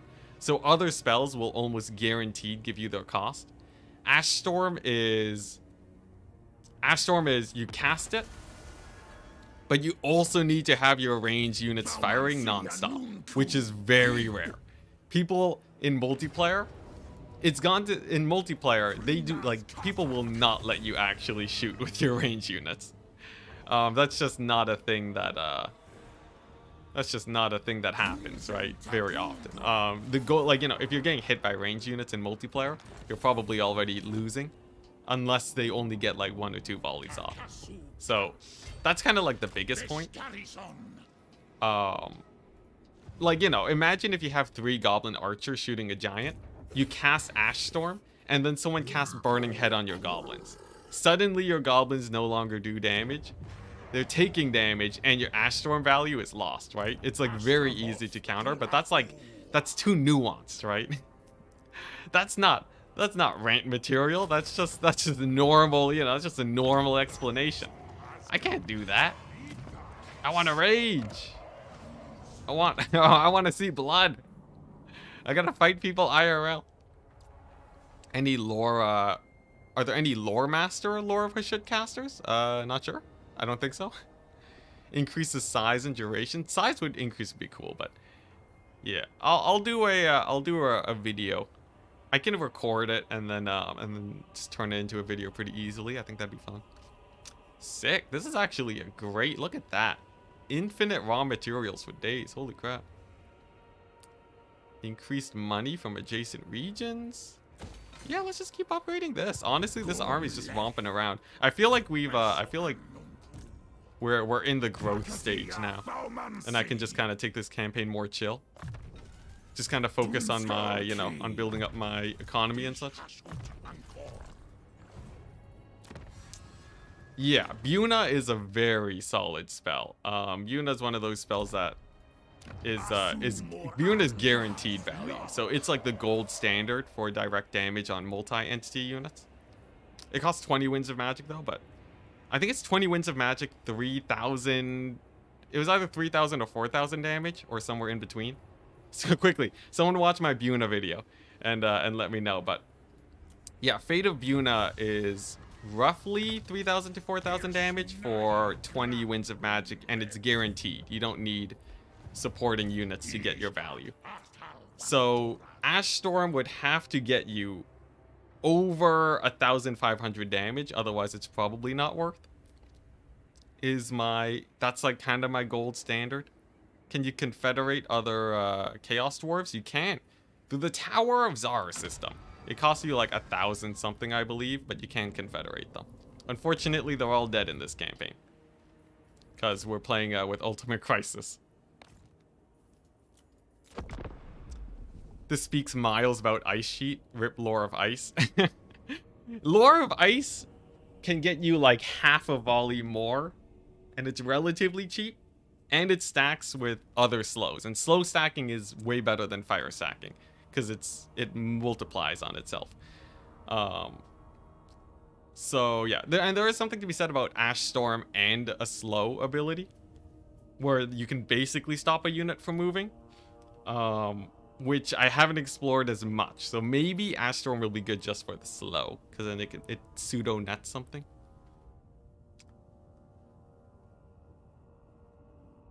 But yeah, Buna will insta delete a unit of skirmish cavalry for sure. Yeah. Gonna take Chaos Dwarf south and just repeatedly kill Gorse till I feel better.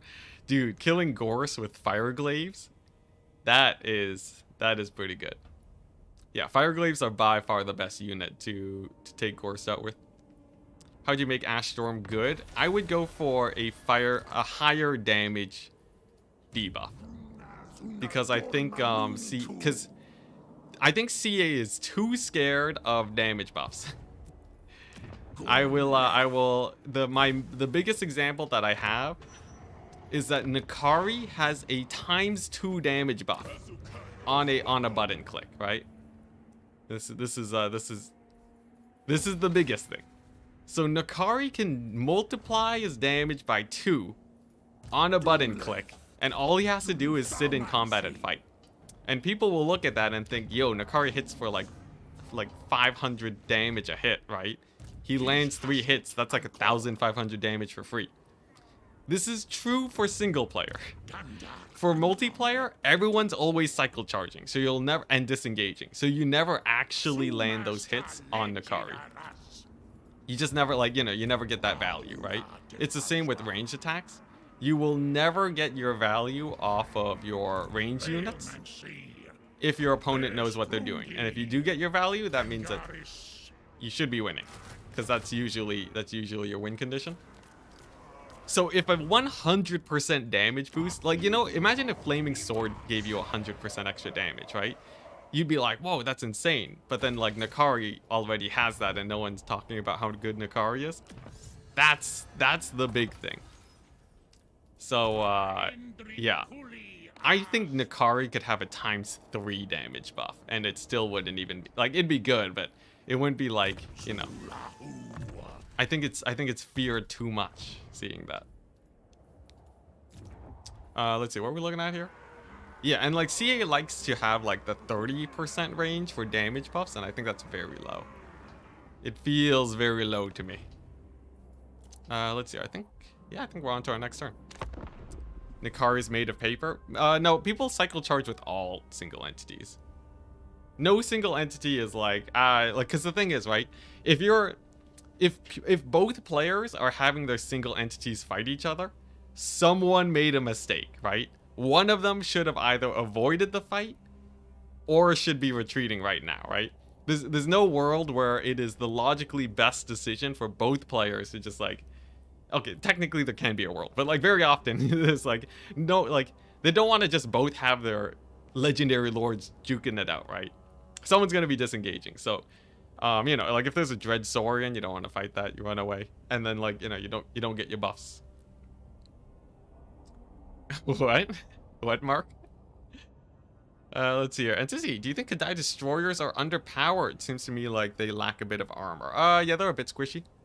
They're a bit squish. I don't know if the higher armor will actually save them, though, since most people would want to shoot them regardless.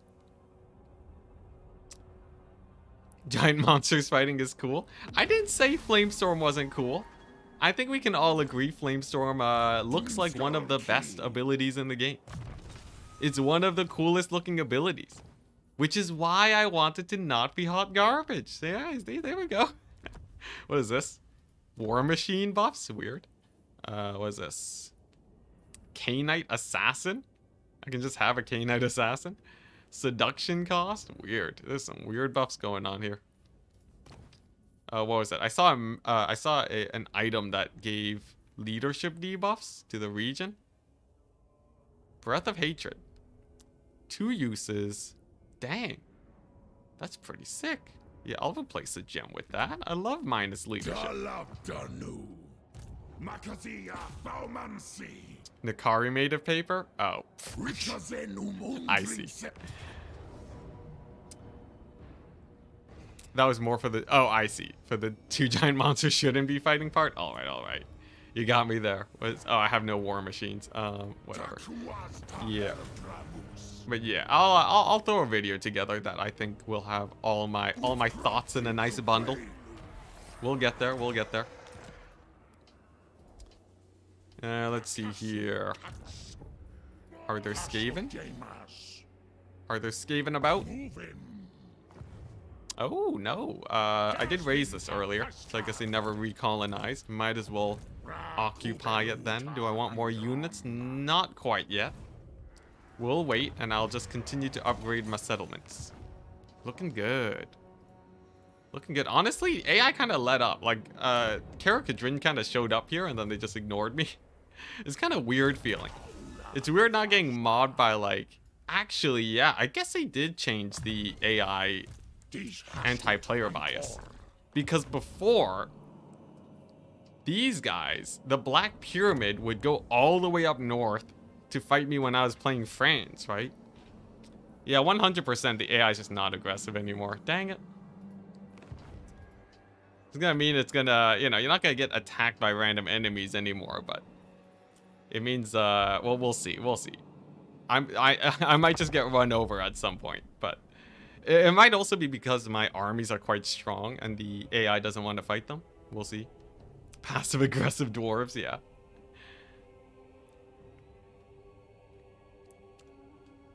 The upgrades put into units from armaments. Yeah, armaments let me upgrade my units.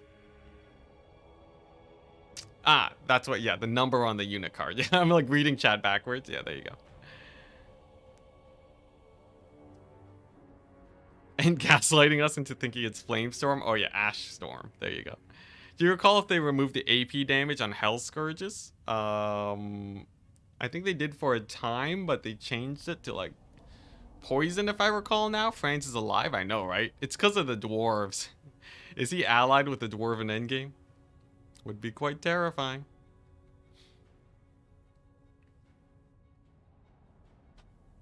Yeah, let's see here. Alright, here we go. Let's see here. Interesting. Massive army. Bloody massive army. Is this what I want to fight? He has no real single entities, I guess. I already got his defeat trait, though. This army is kind of weak sauce, though. It's like only the hero squad. Is that really? Is this my life? Just hero squatting Thwot down every battle? I'll do it. If this kills them and strikes a decisive blow, honestly, am I even using these infantry? I think someone said earlier, like, why, you know, why play the battle if you just don't use the infantry anyways? Honestly, I don't think I really need them. Let's just give a walloping to Thwot, why don't we? Yeah, I would like to just push into his lands and take him out. Can I get to the frozen landing? I can't. We'll double back, go here, encamp, and then recruit me some, probably some, you know what, I'll just save up. I'll save up for like emergency regiments of renown if an army shows up. That seems like a way better thing. Oh, look at that. You can disable or enable all. That's new. Yo, guys, I found a new feature. It's hype. Let's see, unassigned skill points. Garrison Lord. No, moved. Okay, that'll do. Blunderbuss? Yeah. We're not running much artillery because blunderbusses are pretty hype. Also, I personally enjoy my low artillery builds. Just because it gives me more options. You know, I get more the maneuverability and whatnot. It's nice, it's nice. You know, I have a lot of armaments right now. I think I should start investing in upgrades again. Like, yeah, these guys, I think it's time. Sundering attacks? That is expensive. That is hella expensive. Maybe, let's check the missile infantry first. Magic attacks, extra powder, vanguard, spell resist. Honestly, spell resist isn't too bad. Suppressing fire is OP though. 100% suppressing fire. We definitely want to pick that up because it just means my ranged unit's slow now. That's OP. And it stacks with Ash Storm slow. We'll also get the spell resist to make them tankier. Yes, please. And then we'll go to the melee infantry. We'll give them physical resist. Holy crap, these are good. These are very, very good. Yeah, that plus even the spell resist, honestly, is pretty hype. It'll be too expensive, though. Let's just do physical resist. This is OP. This is crazy. Holy crap. You could push into his territory if you resist auto-resolving every 5 seconds. Or I could also just auto-resolve every 5 seconds. I don't know about you guys. Seems like a faster deal to me. Sure, we have to retreat a few times, but like battles take like 30 minutes, chat. They take like 30 minutes. For campaign, do you think melee train spam could be semi-doom stack? I think it'd be a pretty bad doom stack. Trains are kind of the same as like chariots. So if you've ever tried a chariot doom stack, it'd be a little bit janky, but you could probably make it work. I'm happy to see him alive. What, Throt? Does Throt usually survive? I think with Endgame Crisis on, he's usually quite the menace. Do you know about auto-resolve cheese? A little bit? Like grenade launcher auto-resolve pretty well. So I know there's definitely some units that auto-resolve better than others, but I don't know how to cheese it super well. Yeah, and artillery dodging is a pain in the butt. Alright, nice. So I gotta keep fighting off these Norskins. That'll be a little bit of a task. I am building up all of my buildings though, so we should be able to get a nice little economy situation going. Okay. Hopefully he doesn't take out these settlements I've been building up for the last while. Let's go ahead and get Astrogoth. Sure, let's just take the frozen landing. We're plagued, kind of a pain, but I'm sure it's fine. We can always run back home and sleep it off, right? That's how that works. Yeah, get it as a factory, get the labor economy going. Enticity, no, it's an exploit. You change the battle difficulty to easy. Oh, interesting. Well, like, that's not really, that's not like it's technically an exploit, but like literally just making the game easier is like, I don't know if that's an exploit. That's just literally just playing on easy, right? For the auto resolve. Like, I guess you're alternating there, but I don't think you can do that on legendary, regardless. But yeah, I guess that's true. I guess you could do that. Let's see. At some point I want to get more factories to get more money. Are there any cool buildings here? Armaments for raw materials. Raw material output. That's actually pretty good. That's an extra 80 for free almost. Sure. Yeah. Yeah, let's just keep building up these settlements, honestly. I feel like that's like this is a good investment. Yeah, there we go. What's this? Ooh, I have the province? Sick. Are ports sick? No, they're pretty bad. Ports are pretty bad. I guess if you want to really go hard on armaments, you can go ham with the ports. And to see, nope, you can. Interesting. Okay. Well, anyways, I don't blame anyone for doing it. Sometimes you want to auto-resolve when it's clear you can win.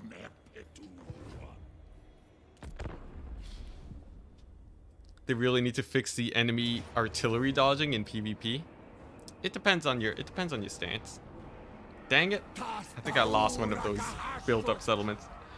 Artillery dodging is a weird thing. I think it makes artillery a little bit too... The thing is, like, it's there to encourage you to not spam artillery, but a lot of people play the game for artillery, but then they play on legendary for it. What I think, they just need sliders. That's what they need. CA needs to have sliders, because people play Total War games totally different from each other.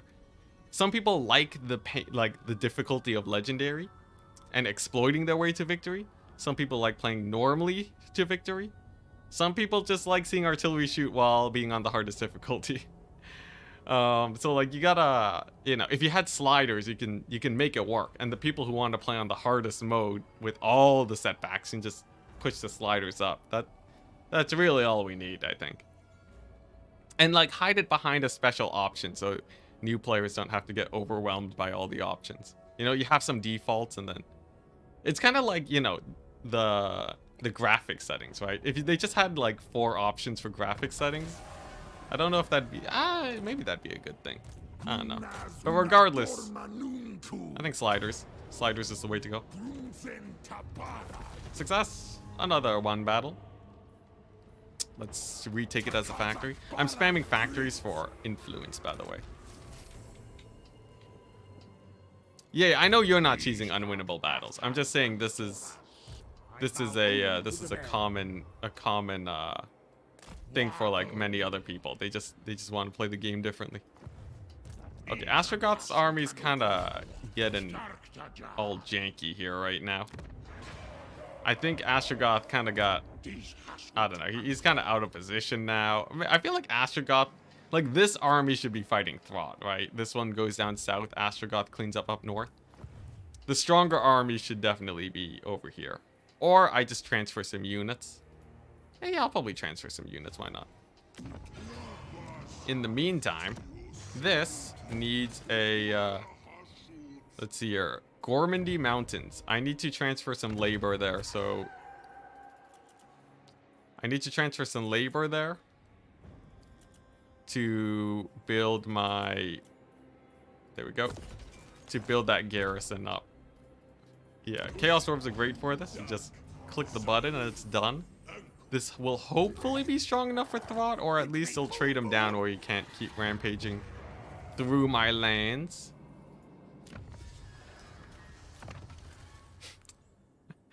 Really? You're gonna go for that? Logan. I've watched enough Ludwig to not say that. Let's see here. Have you tried Ash Storm? I heard it's pretty good.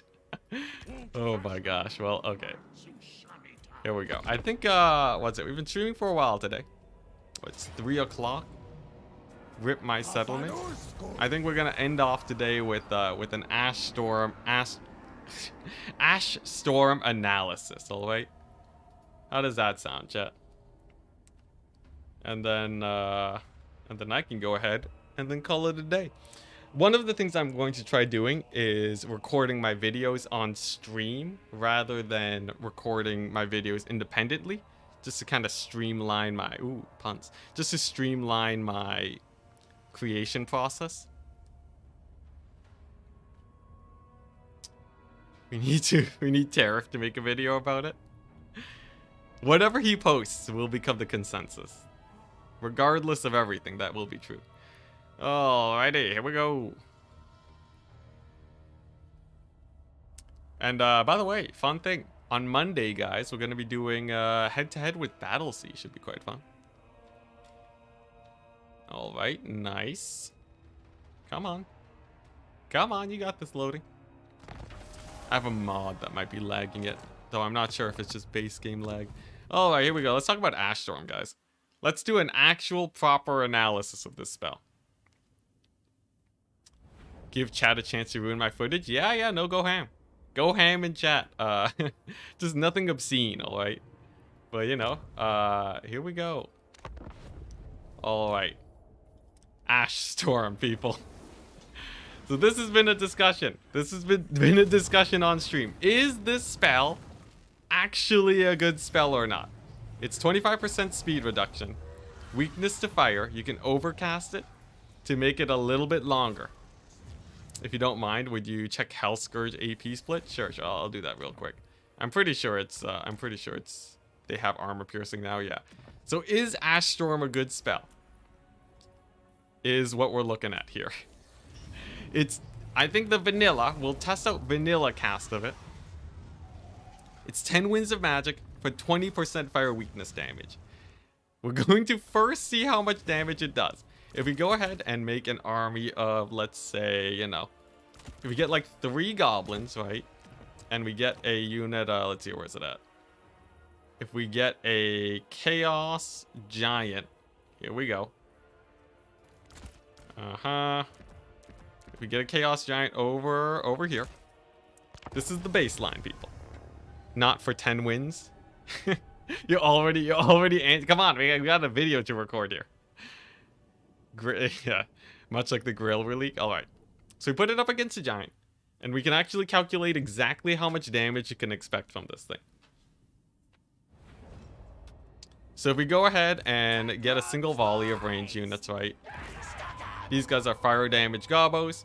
If we let them fire a volley at the giant, they do pretty good damage, and this will be, you know, our approximation. We see it does 9,000 for 2 minus 1, 2, 620. So we are looking at range units. They deal about 550 damage per volley, right? Which means Ash Storm, 550 plus 20%. Whoops, 550 times 0.2. That means for each volley you do, you're going to be dealing about 100 damage extra for these guys, right? And it's roughly the same damage output for handgun units too. It's plus or minus, except in this case, you're seeing, let's see here, it's 100 damage. Yeah, it's gonna be roughly the same for handgun units. Let's see, these guys are 15 missile. Actually, you know what? I'm gonna test with the fire glaives because I think they might do a little bit more. Are you winning, son? No, we're doing some testing for Ash Storm. I need to actually get a proper comparison of how good this spell is. Computing Fireball. Yeah, we can test Fireballs for single entities. This is basically just, I'll gather all the data and I'm gonna edit it down into a video after. Alright, so if we take a look at a test versus giants, right? We're going to see. There we go, there's a single volley. I think that's a bit more damage. Let's see here. 9, 1, 6, 2 minus 12, 620. That's 3,000. Oh, dang, that is a lot more. Divided by 3. So that's 1,100 damage. So roughly double for the range unit. So if you have like an armor piercing range unit, you're dealing like 220 per volley extra if you cast Ash Storm. Okay, this is good data. This is good data. Now we're going to see what something like a fireball looks like for the giant. I'd assume it's because of accuracy. No, they actually have higher damage values. I think handguns, like, they shoot slower is the big thing. Okay, so let's see here. Now we're going to compare something like a, let's see. Oh, this isn't fireball, but sure. Does Burning Wrath... I've been noticing Burning Wrath doesn't have the best accuracy sometimes. Okay, there we go. So Burning Wrath. Man, Burning Wrath is a bad spell. Well, alright. Burning Wrath against a giant did how much? Like 400 damage? Say it does, let's see here. 264.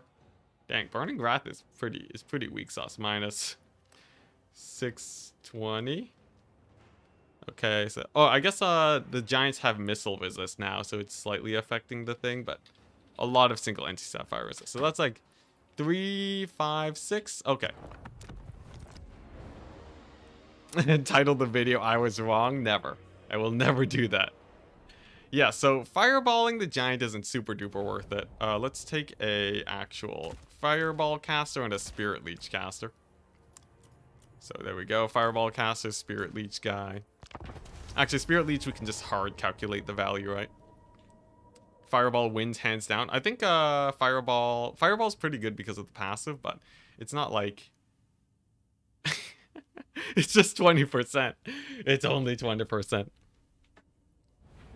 Alright, so is it more worth than fireball? So if we cast a fireball at a single entity, here we go. So fireball deals roughly Fireball dealt, let's see here, 190 minus 620. Fireball did 430 damage. 430. For how much? 5 winds of magic? Oh, actually, that's a good comparison. Alright, nice.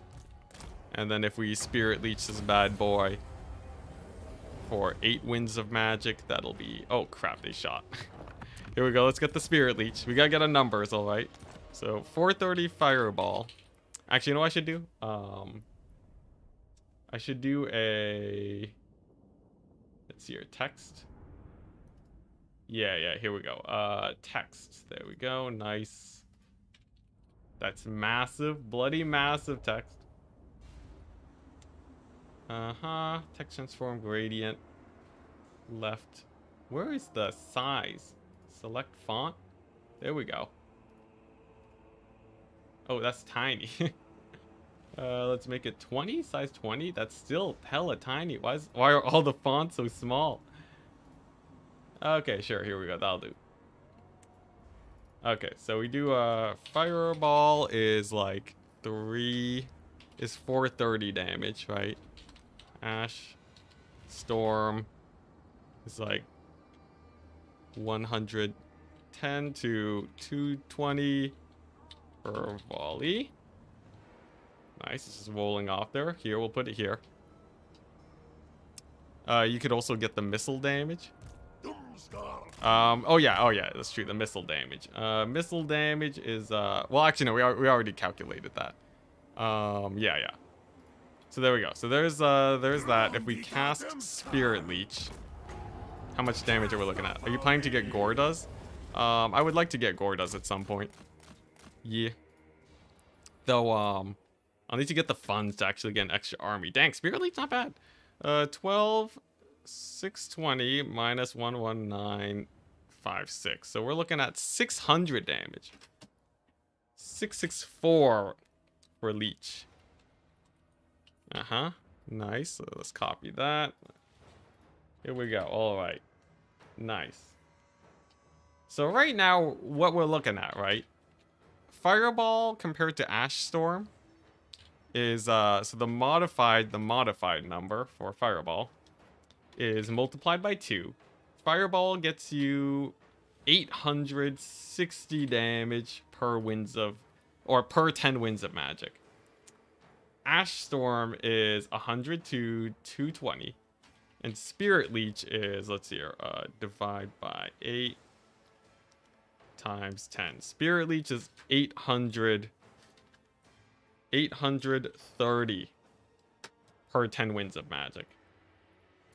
So that means if you want Ash Storm to beat out a Fireball, you're gonna want like at least 4 volleys from Fire Glaives. Okay, so that means, let's see, what's the number? Hocus Pocus. Oh, no, I'm minusing the damage dealt. Oh, I guess I could just look at my hero and see the damage dealt. Well, whatever. Whatever, chat. We'll get there. But yeah, so what we're looking at, right? So, if you want to beat Fireball with Ash Storm, or Spirit Leech with Ash Storm, this should be roughly equivalent, alright? A 20% damage boost to your range units, right, should beat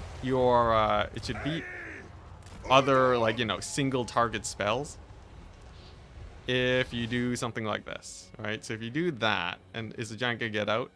Okay, so the extra damage that was dealt there in those 2 volleys from these 2 Fire Glaives was roughly equivalent to value as if you had Spirit Leech the giant or Fireball the giant on its way forwards. That is roughly how good Ash Storm was there, with that bonus. Of course, the giant also moved there a little bit slower, so that's a plus. And of course, you have to consider Fireball. The Lore of Fire also gives you, the Kindle Flame. But who knows? Maybe people want to trigger Kindle Flame and cast Ash Storm. The thing is, to trigger Kindle Flame, you have to Yeah, honestly, just fireballing it would be better. But ignoring that, right? That is our baseline. So if you have like 4 Infernal Fire Guard glaives shooting at a single entity, you will get more value if than spamming Spirit Leeches or a Fireball.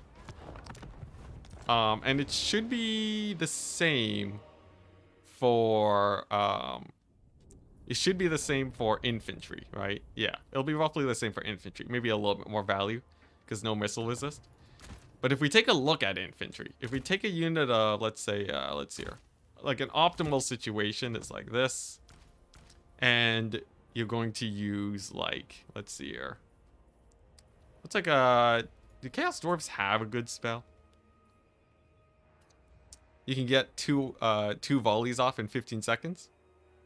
Yeah, they got 2 volleys there in the practical test. If we go ahead and look at, okay, actually, let's do this. Can I get a, I need like a unit that isn't gonna scoot. Okay. So if we take a unit of Dwarf Warriors, right?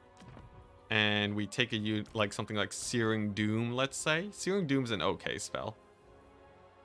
Has pretty good armor piercing. Actually, yeah, let's see the value of Searing Doom for infantry. Because I want to know if Ash Storm is actually better. Is actually better with that. Let's see here, because of the passive. Damage per volley should be added to the fireball, I mean. Damage per volley should be added to the fireball. The fireball damage includes the lore passive, because everyone always has the fire damage lore passive there. This honestly, if anything, I think that, what's it? I think the lore of, I think the lore passive for the lore of fire, if we're talking about fire damage, you probably just want to stack that as your more effective option. But let's take a look here. If you have a thin line of infantry, right? Typically, if they're in melee, if you want to guarantee damage on them, you'll cast something like that, right? Actually, that was pretty bad. That did like no damage. That did like, let's see here. So Searing Doom did like, okay, Searing Doom would not be good. Searing Doom would not be good for that. Is there any like, do Chaos Dwarfs have any like good armor piercing spells?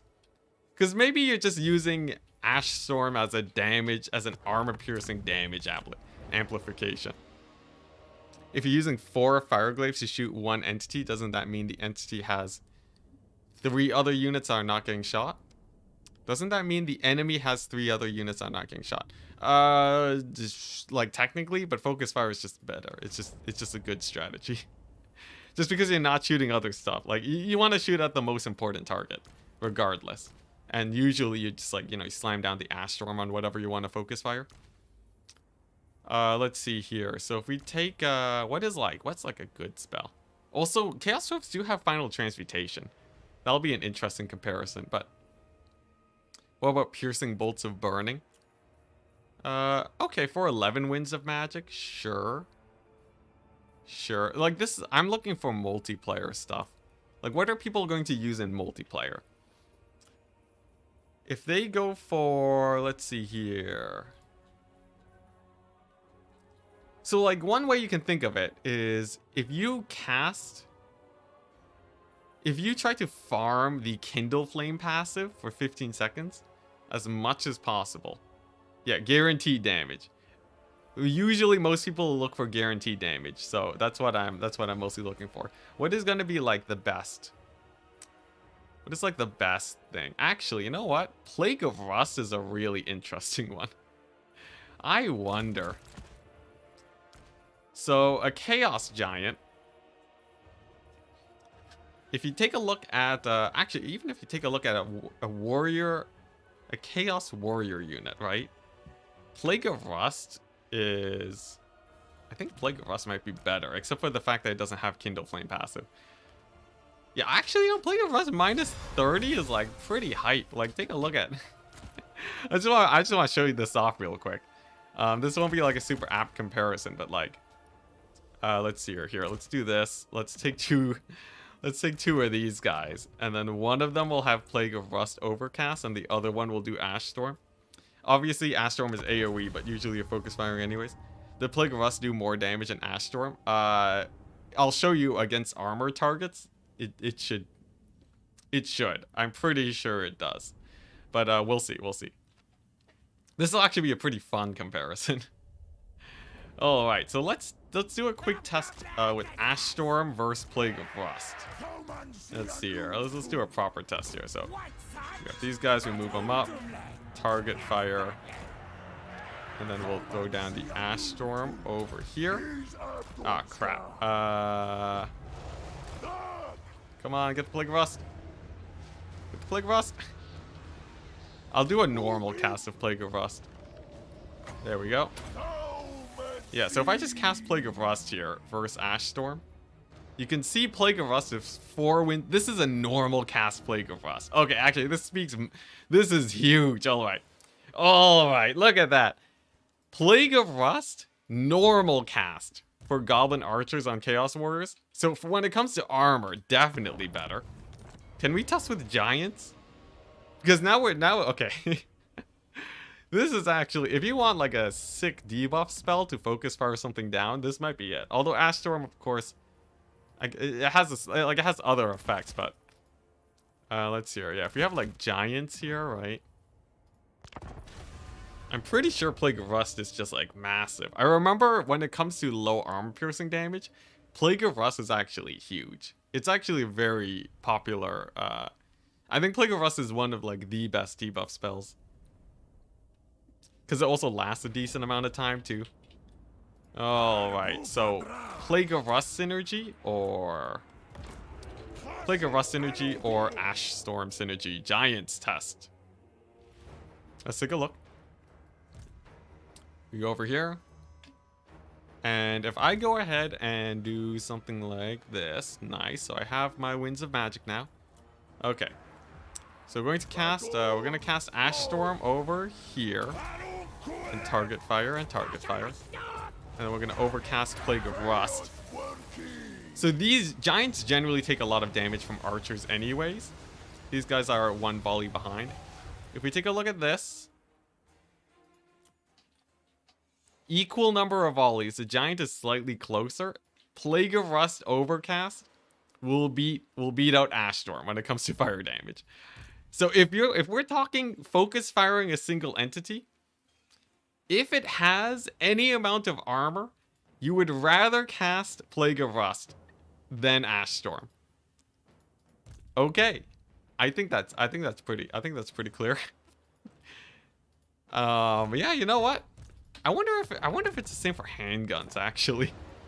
If it's the same for armor piercing units, then I think it's over. I think just Ash Storm is not better than Thing. Is this the Ash Storm roast stream? We played some campaign earlier, but now I don't think I can roast it as much because Ash Storm definitely does a noticeable amount of damage when it comes to ranged fire. What I'm looking at right now is, does Ash Storm does it have a utility? Like if I do 2 fire glaives against the Giants, now we'll see. Yeah, this is what I do when I make videos normally. This is how I make videos. I'm literally just like doing a million tests, and then I find the most interesting thing, and then I turn that into like a 30-second video. But like seriously, when I say it takes a long time to make videos, this is why. All right, here we go. So we do this. We'll pull back a little bit. Just came onto the stream and had a thought. With the changes to cavalry and stuff, do you think Slaanesh Chaos Knights will be good? I don't think they'll be devastating, but I think, you know, they'll have a little bit more teeth. Okay, so there we go. Target fire. And then there's a debuff. Alright. What are we looking at? So let's get the volleys off. Remember, Plague of Rust will last longer than Ash Storm. Okay, Ash Storm is slightly better, but it's way more expensive than Plague of Rust here. I think, yeah, even when it comes to armor piercing. Okay, so this test shows Plague of Rust, even when it comes to armor piercing against low armored units, Plague of Rust is still probably as cost efficient as Ash Storm. Ash Storm's still my girlfriend, yes. It's actually quite comparable. If you look at it, the damage difference is what? is 500 damage. It's a 500 damage difference, but Plague of Rust Overcast is 6 Winds of Magic to Ash Storm's 10. So when it comes to focus firing single entities, Plague of Rust is by far the most cost-effective spell. Even in situations where they don't have armor, even in situations where your units have fire damage, you definitely want to cast Plague of Rust over anything else. It also seems to last longer. This research seems biased. How so?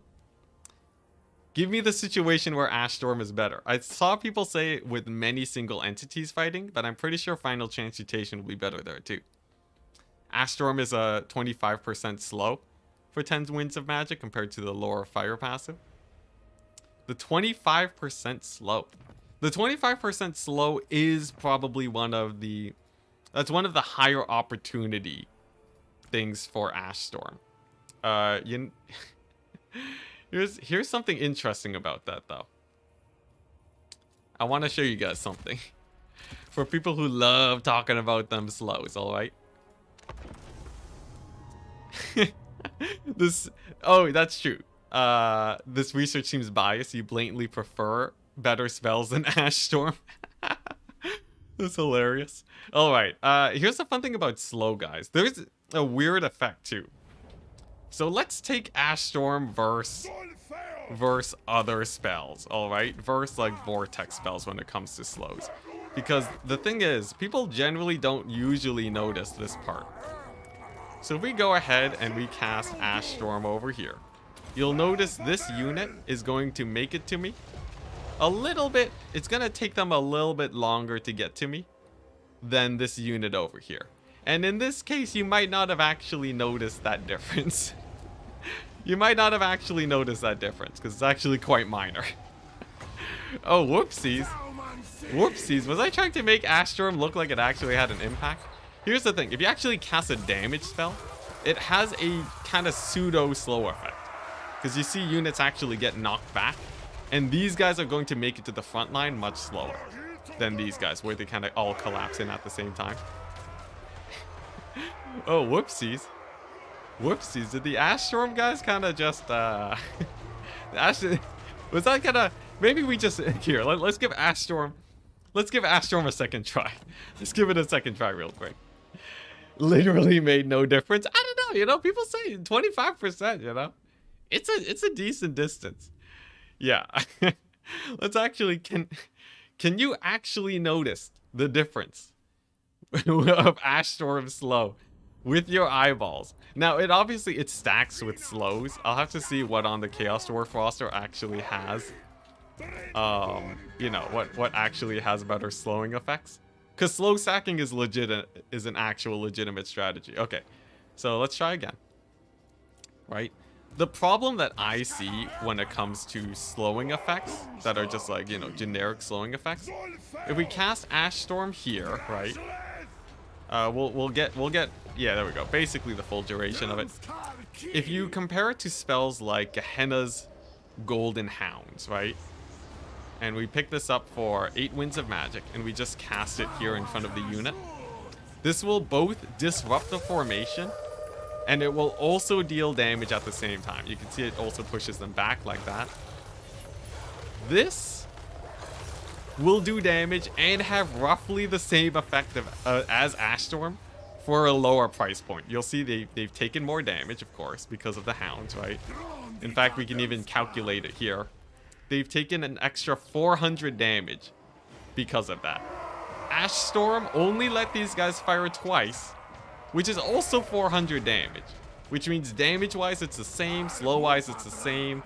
They basically get there at the same time. It's not having a massive impact, right? So we could say the slow from Ash Storm, unless you're stacking it, also pretty... You know what? Also, yeah, slow stacking has a minimum speed, so it does cap out. But it still has amplifying effects, unlike fire damage stacking. So you can see there, right? The damage that Ash Storm did is not super duper impactful. You need at least 2 units of Fire Glaives to have a higher damage output than damage spells. The slow doesn't really have a huge impact. It is there, but let's remember, spells also have a pretty huge disruption effect. Especially like, you know, bigger spells like this. You feel like both got Ash Stormed? Alright. Let's see our battle. Replays. Let's make sure our data is correct here. Did they both get Ash Stormed? Because if they did, then they changed buff spells again to affect a wider area. It used to affect from the edge, but I thought they changed it so that it has to hit the middle because everyone was complaining about it in the multiplayer community. But hey, I'm willing to put it up that they changed it again. Let's see here. We are looking at Mass Storm gets dropped there. Nope. No, yeah, it literally did it. Would you look at that? You can't even tell, chat. You thought these guys were getting slowed. Wow. Wow. Oh, I'm getting riled up again. I'm getting riled up again. Yeah, all right. It turns out 25% is pretty indistinguishable. Obviously, with cavalry, it'll have a larger effect, but that is mildly telling. That is mildly telling. Okay. So, yeah, what I think... The thing is, right? Against direct damage spells... So here's the consensus, right? You get 2 volleys while they're in Ash Storm, and each volley will get you 110 to 220 damage. If you want to make, in terms of pure damage, if you want to make up your value, you either need 4 Hobgoblin Archers shooting twice, so that's 8 volleys of Hobgoblin Archer volleys, or 2 volleys of Infernal Guard Fireglaive damage to make up the lost damage that you would have got. Now, we do have blunderbusses. Let's go ahead and see that. Because I will say blunderbusses do a stupid amount of damage. So blunderbusses. How much damage do they do per volley? But like, if we're talking long range units, you will need roughly 4 volleys from goblins or 2 volleys from fireglaves to get the same damage you would get from a fireball or a spirit leech, or a Gehenna's hounds when it comes to infantry. How much damage do these guys do? What's your favorite campaign to play on Immortal Empires? Franz might be up there just because he's really hard. Okay, that's actually pretty sick. So these guys, glaives deal, let's see here, 9,000 minus 6, geez. I mean, blunderbusses deal so much damage. Oh, but they don't have fire damage though. Oh my gosh, it's useless. It's useless. They don't have fire damage. Oh my gosh, so you have to cast Flaming Sword on them too. Never mind. All right, we're not double casting spells here. Flaming Sword and thing is not gonna compete with, like, you know what? Let's just here. If we do this and get rid of this guy, all right. I have to do it because I know someone's gonna try and do some weird janky like Flaming Sword plus Ash Storm wombo combo to make these guys good. Let's see. Honestly though, I will say this ability right here, Vial of Hashut, actually not that bad. I think this is probably, it is 200 gold though, which is quite expensive. But if you can actually get it off, it's pretty hype. If we go ahead and do... The thing is it better than a goblin? That's a fight for another day. It'll get the Kindle Flame. Yeah, you'll also get the Kindle Flame passive. So you're getting plus 40% damage, plus like... let's see here. It's base missile damage, though. Okay, you know what? We're gonna sneak in a Flamestorm roast here. Mid thing. I want to see if Kindle... Oh, actually, I need to get the second Chaos Warrior. I wonder if Flamestorm... I wonder if the Kindle Flame bonus on Flamestorm with the... not Flamestorm. Flaming Sword actually stacks with the Chaos. Like, actually boosts the blunderbuss damage, or if it's kind of meh.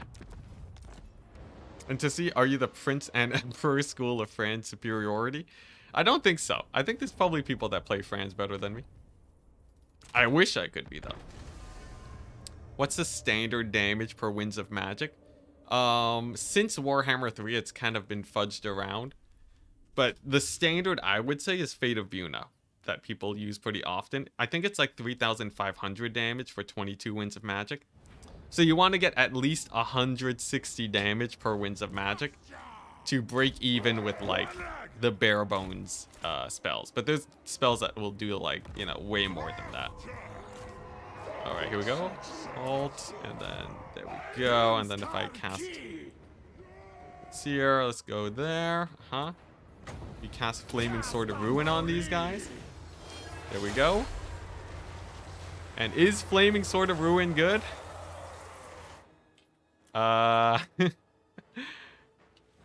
Not really. At best, it's like 600 damage for if you get multiple volleys. I'd give it a maybe if you hit multiple guys. Oh, okay. No, that didn't actually increase. So that's only like 350 damage now. And it's like, it hasn't actually... The gap hasn't increased. It's only 200 damage now.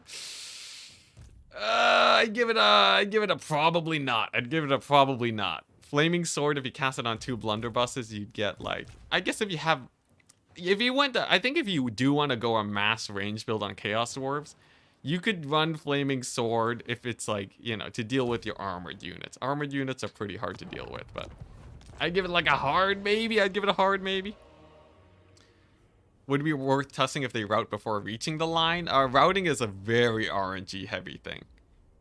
So I don't think that'd be a... I'd have to do so many tasks, it'd kind of waste too much time. I think the verdict is that Flaming Sword on blunderbusses, you'll get roughly... I don't know, you might get like a 600 damage gold buff at best from that. More testing would be required, but I'd say even if you cast it on blunderbusses, it's probably not super worth. And that's because I'm pretty sure Flaming Sword only affects base damage, not armor piercing. So, not the biggest buff in the world. I think you'd rather be like casting Burning Head instead. And also Burning Head gives the burnt effect, which is minus leadership. But yeah. Alright, so the question now is, how does this compare to, like, you know, to a direct damage spell? So one common strategy that I think is super easy to pull off is something like this. The extra damage is super valuable if it consistently reaches that threshold. 600 damage is not a lot. 600 damage is not a lot. So they did an extra like 700 damage in 3 volleys with the buff. That is like... That is very, very negligible. So here's a comparison, alright? So one of the most common things we'll be seeing in multiplayer, and this is a multiplayer test, though I think the insight will be useful for the campaign folk. If we go ahead and do this, right? And we slam him into melee, so he's already got for himself 200 damage. You usually see something like this. You slam Drazowith and some infantry, right? Then you cast the Flames of Asgore here, and then, you know, and then you get this, right? So this is, oh my god, that's a lot of damage. Holy crap. Why are we even talking about Ash Storm? Holy crap. All right, so minus 200. So if we, that's 13,000 damage for 18 Winds of Magic. Nice. Nice. For 18 Winds of Magic, that's 700 damage per Winds of Magic. So 700 damage per Winds of Magic. That means if Ash Storm costs 1 Winds of Magic, you're breaking even with how good this spell was right there. It's because the actual, it is armor piercing. Flames of Asgore is armor piercing because it has 100% armor piercing on the radius. Oh my god. There's no competition. There's no competition. Yeah, even if they dodge this spell and it does half the damage, right? We are talking, all right? Let's see here. We're talking 13,000 damage divided by 2. That's 6,500 damage. That means you need to get... So that means you need to get 29 shots. You need to get 29 shots on single entities for Ash Storm to beat Flames of Asgore for infantry. 29 shots with your... You need 15 fire glaives all firing at the same time to get your value. Oh, did I get the damage for Winds of Magic wrong? 13,000. Oh, I guess if you assume they can dodge, right? But like divided by 18 is 722. Holy crap.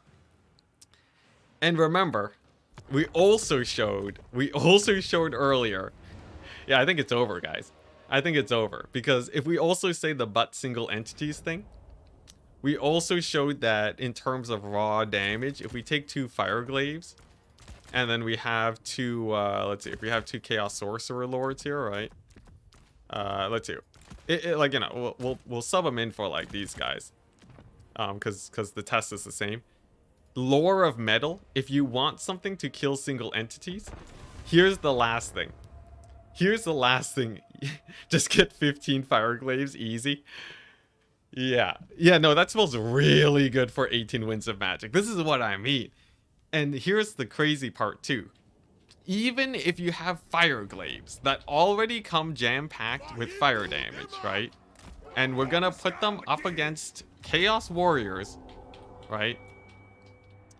If you do a test like this, let's see here. Let's pause. Let's give the attack commands.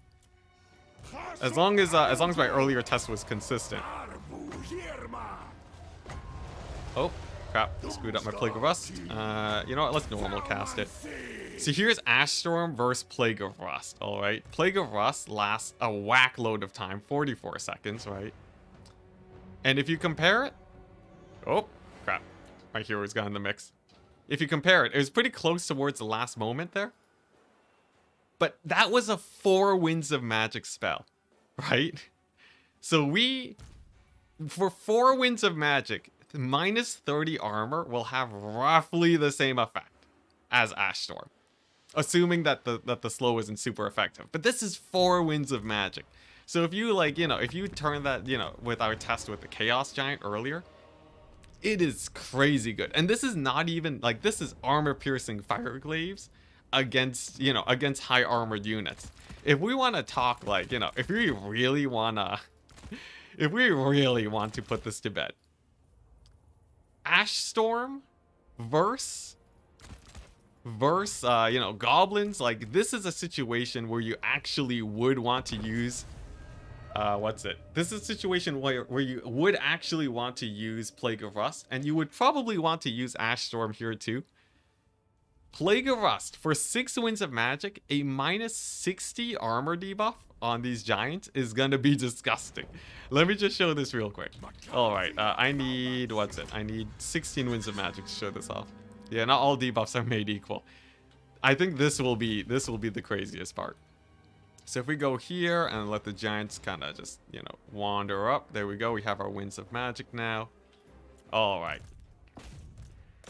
So if we go here, I think the whole but single entities argument dies here with, dang it, I screwed it up again. You know what? Normal cast. All right, normal cast Plague of Rust. If I do this, right? Oh, crap. They're shooting. Oh, my gosh. All right. I'm screwing it up. We're take 2. Take 2. My guys were shooting. I think they have a fire damage thingamabob. Yeah, so if we go over here... Yeah, not all debuffs are made equal. There's definitely some that are way better than others. Plague of Rust is by far, I think, one of the best debuff spells in the game. Alright, let's see here. We go here. And see this. This. Turn off Fire at Will on these guys, because I think they have, yeah, they have fire. They apply flammable with their missile attacks, which actually we have a good metric for, right? So if they hit a unit of infantry, your fire damage guys will do like 100 or 200 more damage. Alright, here we go. So we do this, and then we compare. So here's Ash Storm, and here is Plague of Rust Overcast.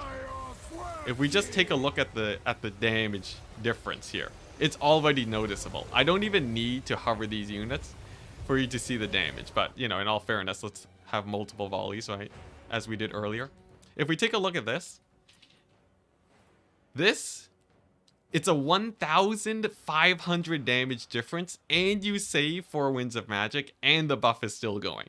So if you had a front line actually stalling them, the buff would continue to go and they would just continue to accumulate damage. If you want to snipe single entities, you want Plague of Rust. If you want to kill infantry, you want Flames of Asgore. The only time I guess like you could use Ash Storm as like a damage spell is if you're already running the lore of Hashut and you need something to deal damage to single entities, and the Curse of Hashut, which by the way I think might actually be the Curse of Hashut might actually be the worst spell, aside from the fact that it's reliable because it's only, what's it, it's times 50. Yeah, Curse of Hashut is just guaranteed 50 damage. I think it does 55 because of a bug. But Curse of Hashut, it's 55 damage for 11 Winds of Magic. I'm 550 damage. If you have 3 fire damage dealing units, Curse of Hashut will deal less damage if they can get 2 volleys each. Honestly, that's not even that bad, because here's the thing, at least Curse of Hashut is consistent. If we actually want to show, right, why this consistency matters, is because let's flip the tables now, right? The thing about Ash Storm is that it relies on you being able to get 2 volleys off with your range units. If we're talking an actual multiplayer game now, if we actually talk multiplayer, and let's actually, if you have anyone worth their salt, let's go ahead and get the gobos going, right? And then, you know, I'm the one playing as like, let's see here.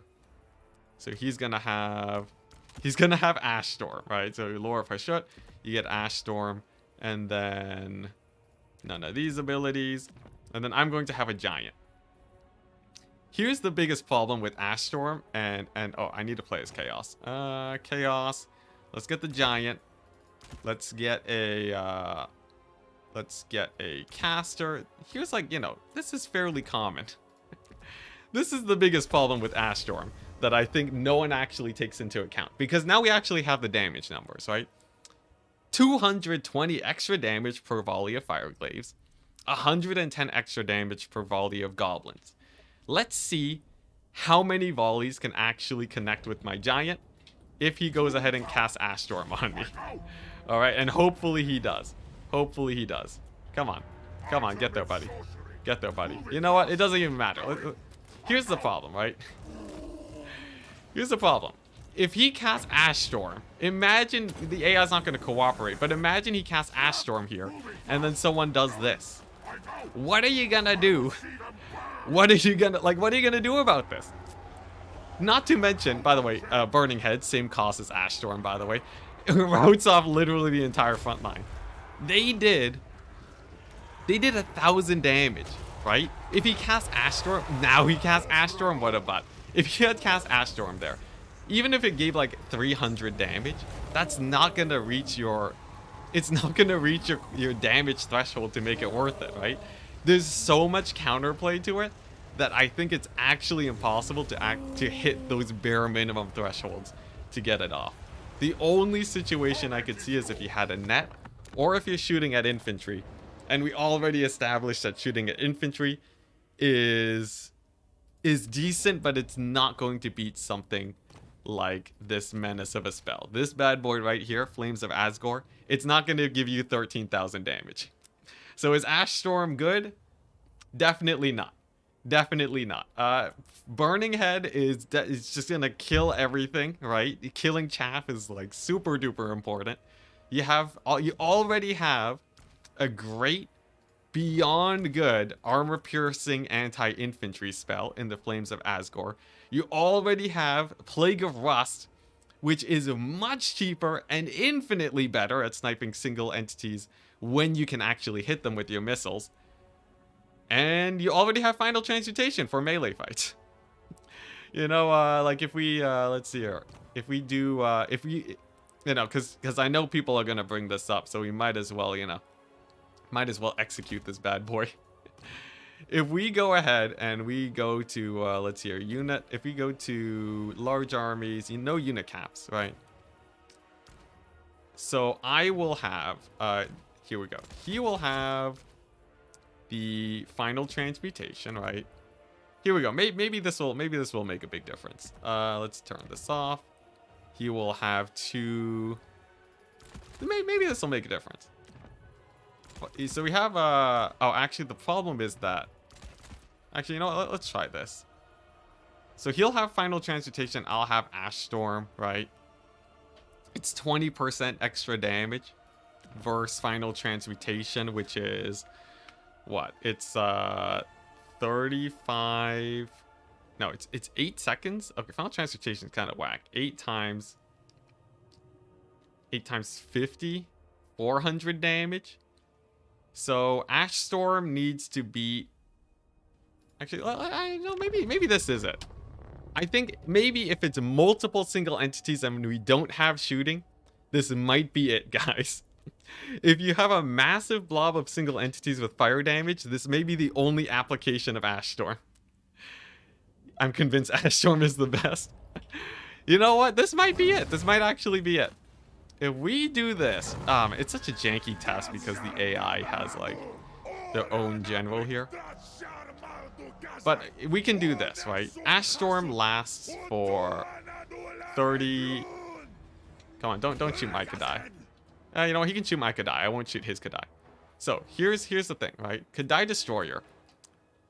Actually, I'll save it as a replay and assume. Let's see. So this guy goes here. Nice. There's the final transmutation. Yeah. So let's see, right?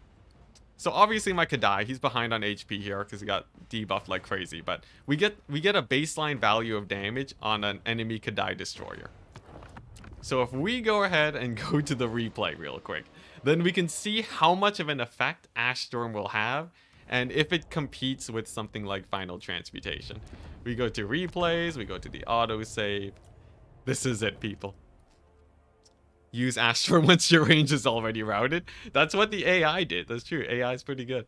Can you please request a... Oh, you want to have a test. Bull Centaur renders versus Cold One Knights? Oh, I'll probably have to do that another day. I'm kind of wrapping up the stream right now. So, on the charge, melee units will do their most damage on their charge, right? Ash Storm as a spell. Come on. There we go. Ash Storm as a spell lasts for 32 seconds. So from the moment of contact, which is here, this Kadai is going to have 32 seconds. So we're going to wait until 56 seconds and see how much damage it does. Okay, nice. We are rapidly approaching. Okay. Our bad boy, the Kadai Destroyer, has dealt a total of 10,240 minus 8,575. It has dealt a total of 1,665 damage. It doesn't matter if you're stacking other fire buffs, because the damage you would gain from Ash Storm is the same. It's a 20% damage boost, right? It means if you cast Ash Storm with the Kadai, the ultimate beat stick of the Chaos Dwarf roster, you will have dealt an extra 333 damage per Kadai you have in combat. 333 damage. Alright? 333 damage per Kadai. So if you have... if you have 3 Kadai Destroyers in combat, fighting other Kadai Destroyers, your Ash Storm will deal a total of 1,000 extra damage. I'm going to let you know. Curse of Hashut, for basically the same cost, deals 500 damage. Right? It deals 500 damage for basically the same cost. Which means you did 500 more damage than this. And all you need is 3 Kadai Destroyers in combat. That is the best. That is the best Ash Storm can do in this situation. Honestly, I bet if you did Plague of Rust on one of the Kadai Destroyers, you'd probably get more damage. I would not be surprised if you got more damage, because all armor-piercing units still have base weapon damage. And it would be cheaper. They have fire resist, fake news. Okay, okay. You know what? I'll buy it. Oh, you know what? That's a 50% damage increase. So if you have 3 Kadai destroyers, you'll deal 1,500 damage. You'll deal 1,500 damage extra. Well, how much does Final Transmutation do? Lore of Metal is let's see here. Lore of Metal. I think technically, if you have a big single entity fight, Final Transmutation is surprisingly low damage, actually, which is why no one runs it. But Final Transmutation is 8 times 50. That's 400 damage. If you hit 3 Kadai destroyers, okay. So the only situation where Ash Storm is better, I think, is if you have single entities fighting each other for the full duration of the Ash Storm. If they fight for the full duration of the Ash Storm, and you can overcast it, I guess, it will deal more damage than these direct damage spells. And you need multiple single entities to get this to work. If you have just one Kadai Destroyer, it will deal 500 damage, which is equivalent to the Curse of Hashut. But aside from that, no other spells can really get the same value other than, like, I don't know. Yeah, I guess technically other abilities don't get the same value as Ash Storm there. So, if you're a big fan of running multiple Kadai Destroyers in your armies, and you want to make slightly more value than Final Transmutation, one of the weaker spells in Warhammer 3, take Ash Storm. Ash Storm, people. Whip it out, alright? Bring it to those battles, because that fire damage, it's gonna do something. It's gonna be about 1,500 damage. Yeah, actually, Dark Subjugation's probably better. Dark Subjugation's probably significantly better. Holy crap, I should try Dark Subjugation. Can I just, one last thing, I gotta see. I wonder if Dark Subjugation is just, like, way, way better. Because melee defense stuff is hard to calculate, but it might actually be, like, crazy good. Let's see, one last test for the road. So I have Dark Subjugation. This guy is going to have Ash Storm.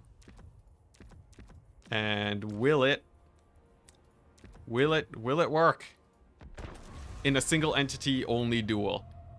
Because if Dark Subjugation can get more than 1,500 damage difference here, it's over. It's absolutely over. Unfortunately, this test has a lot of RNG, but if it's like a 3,000 damage difference, then it's done. It's done, man. He might even get a shot off on my Kadai and get the debuff on him.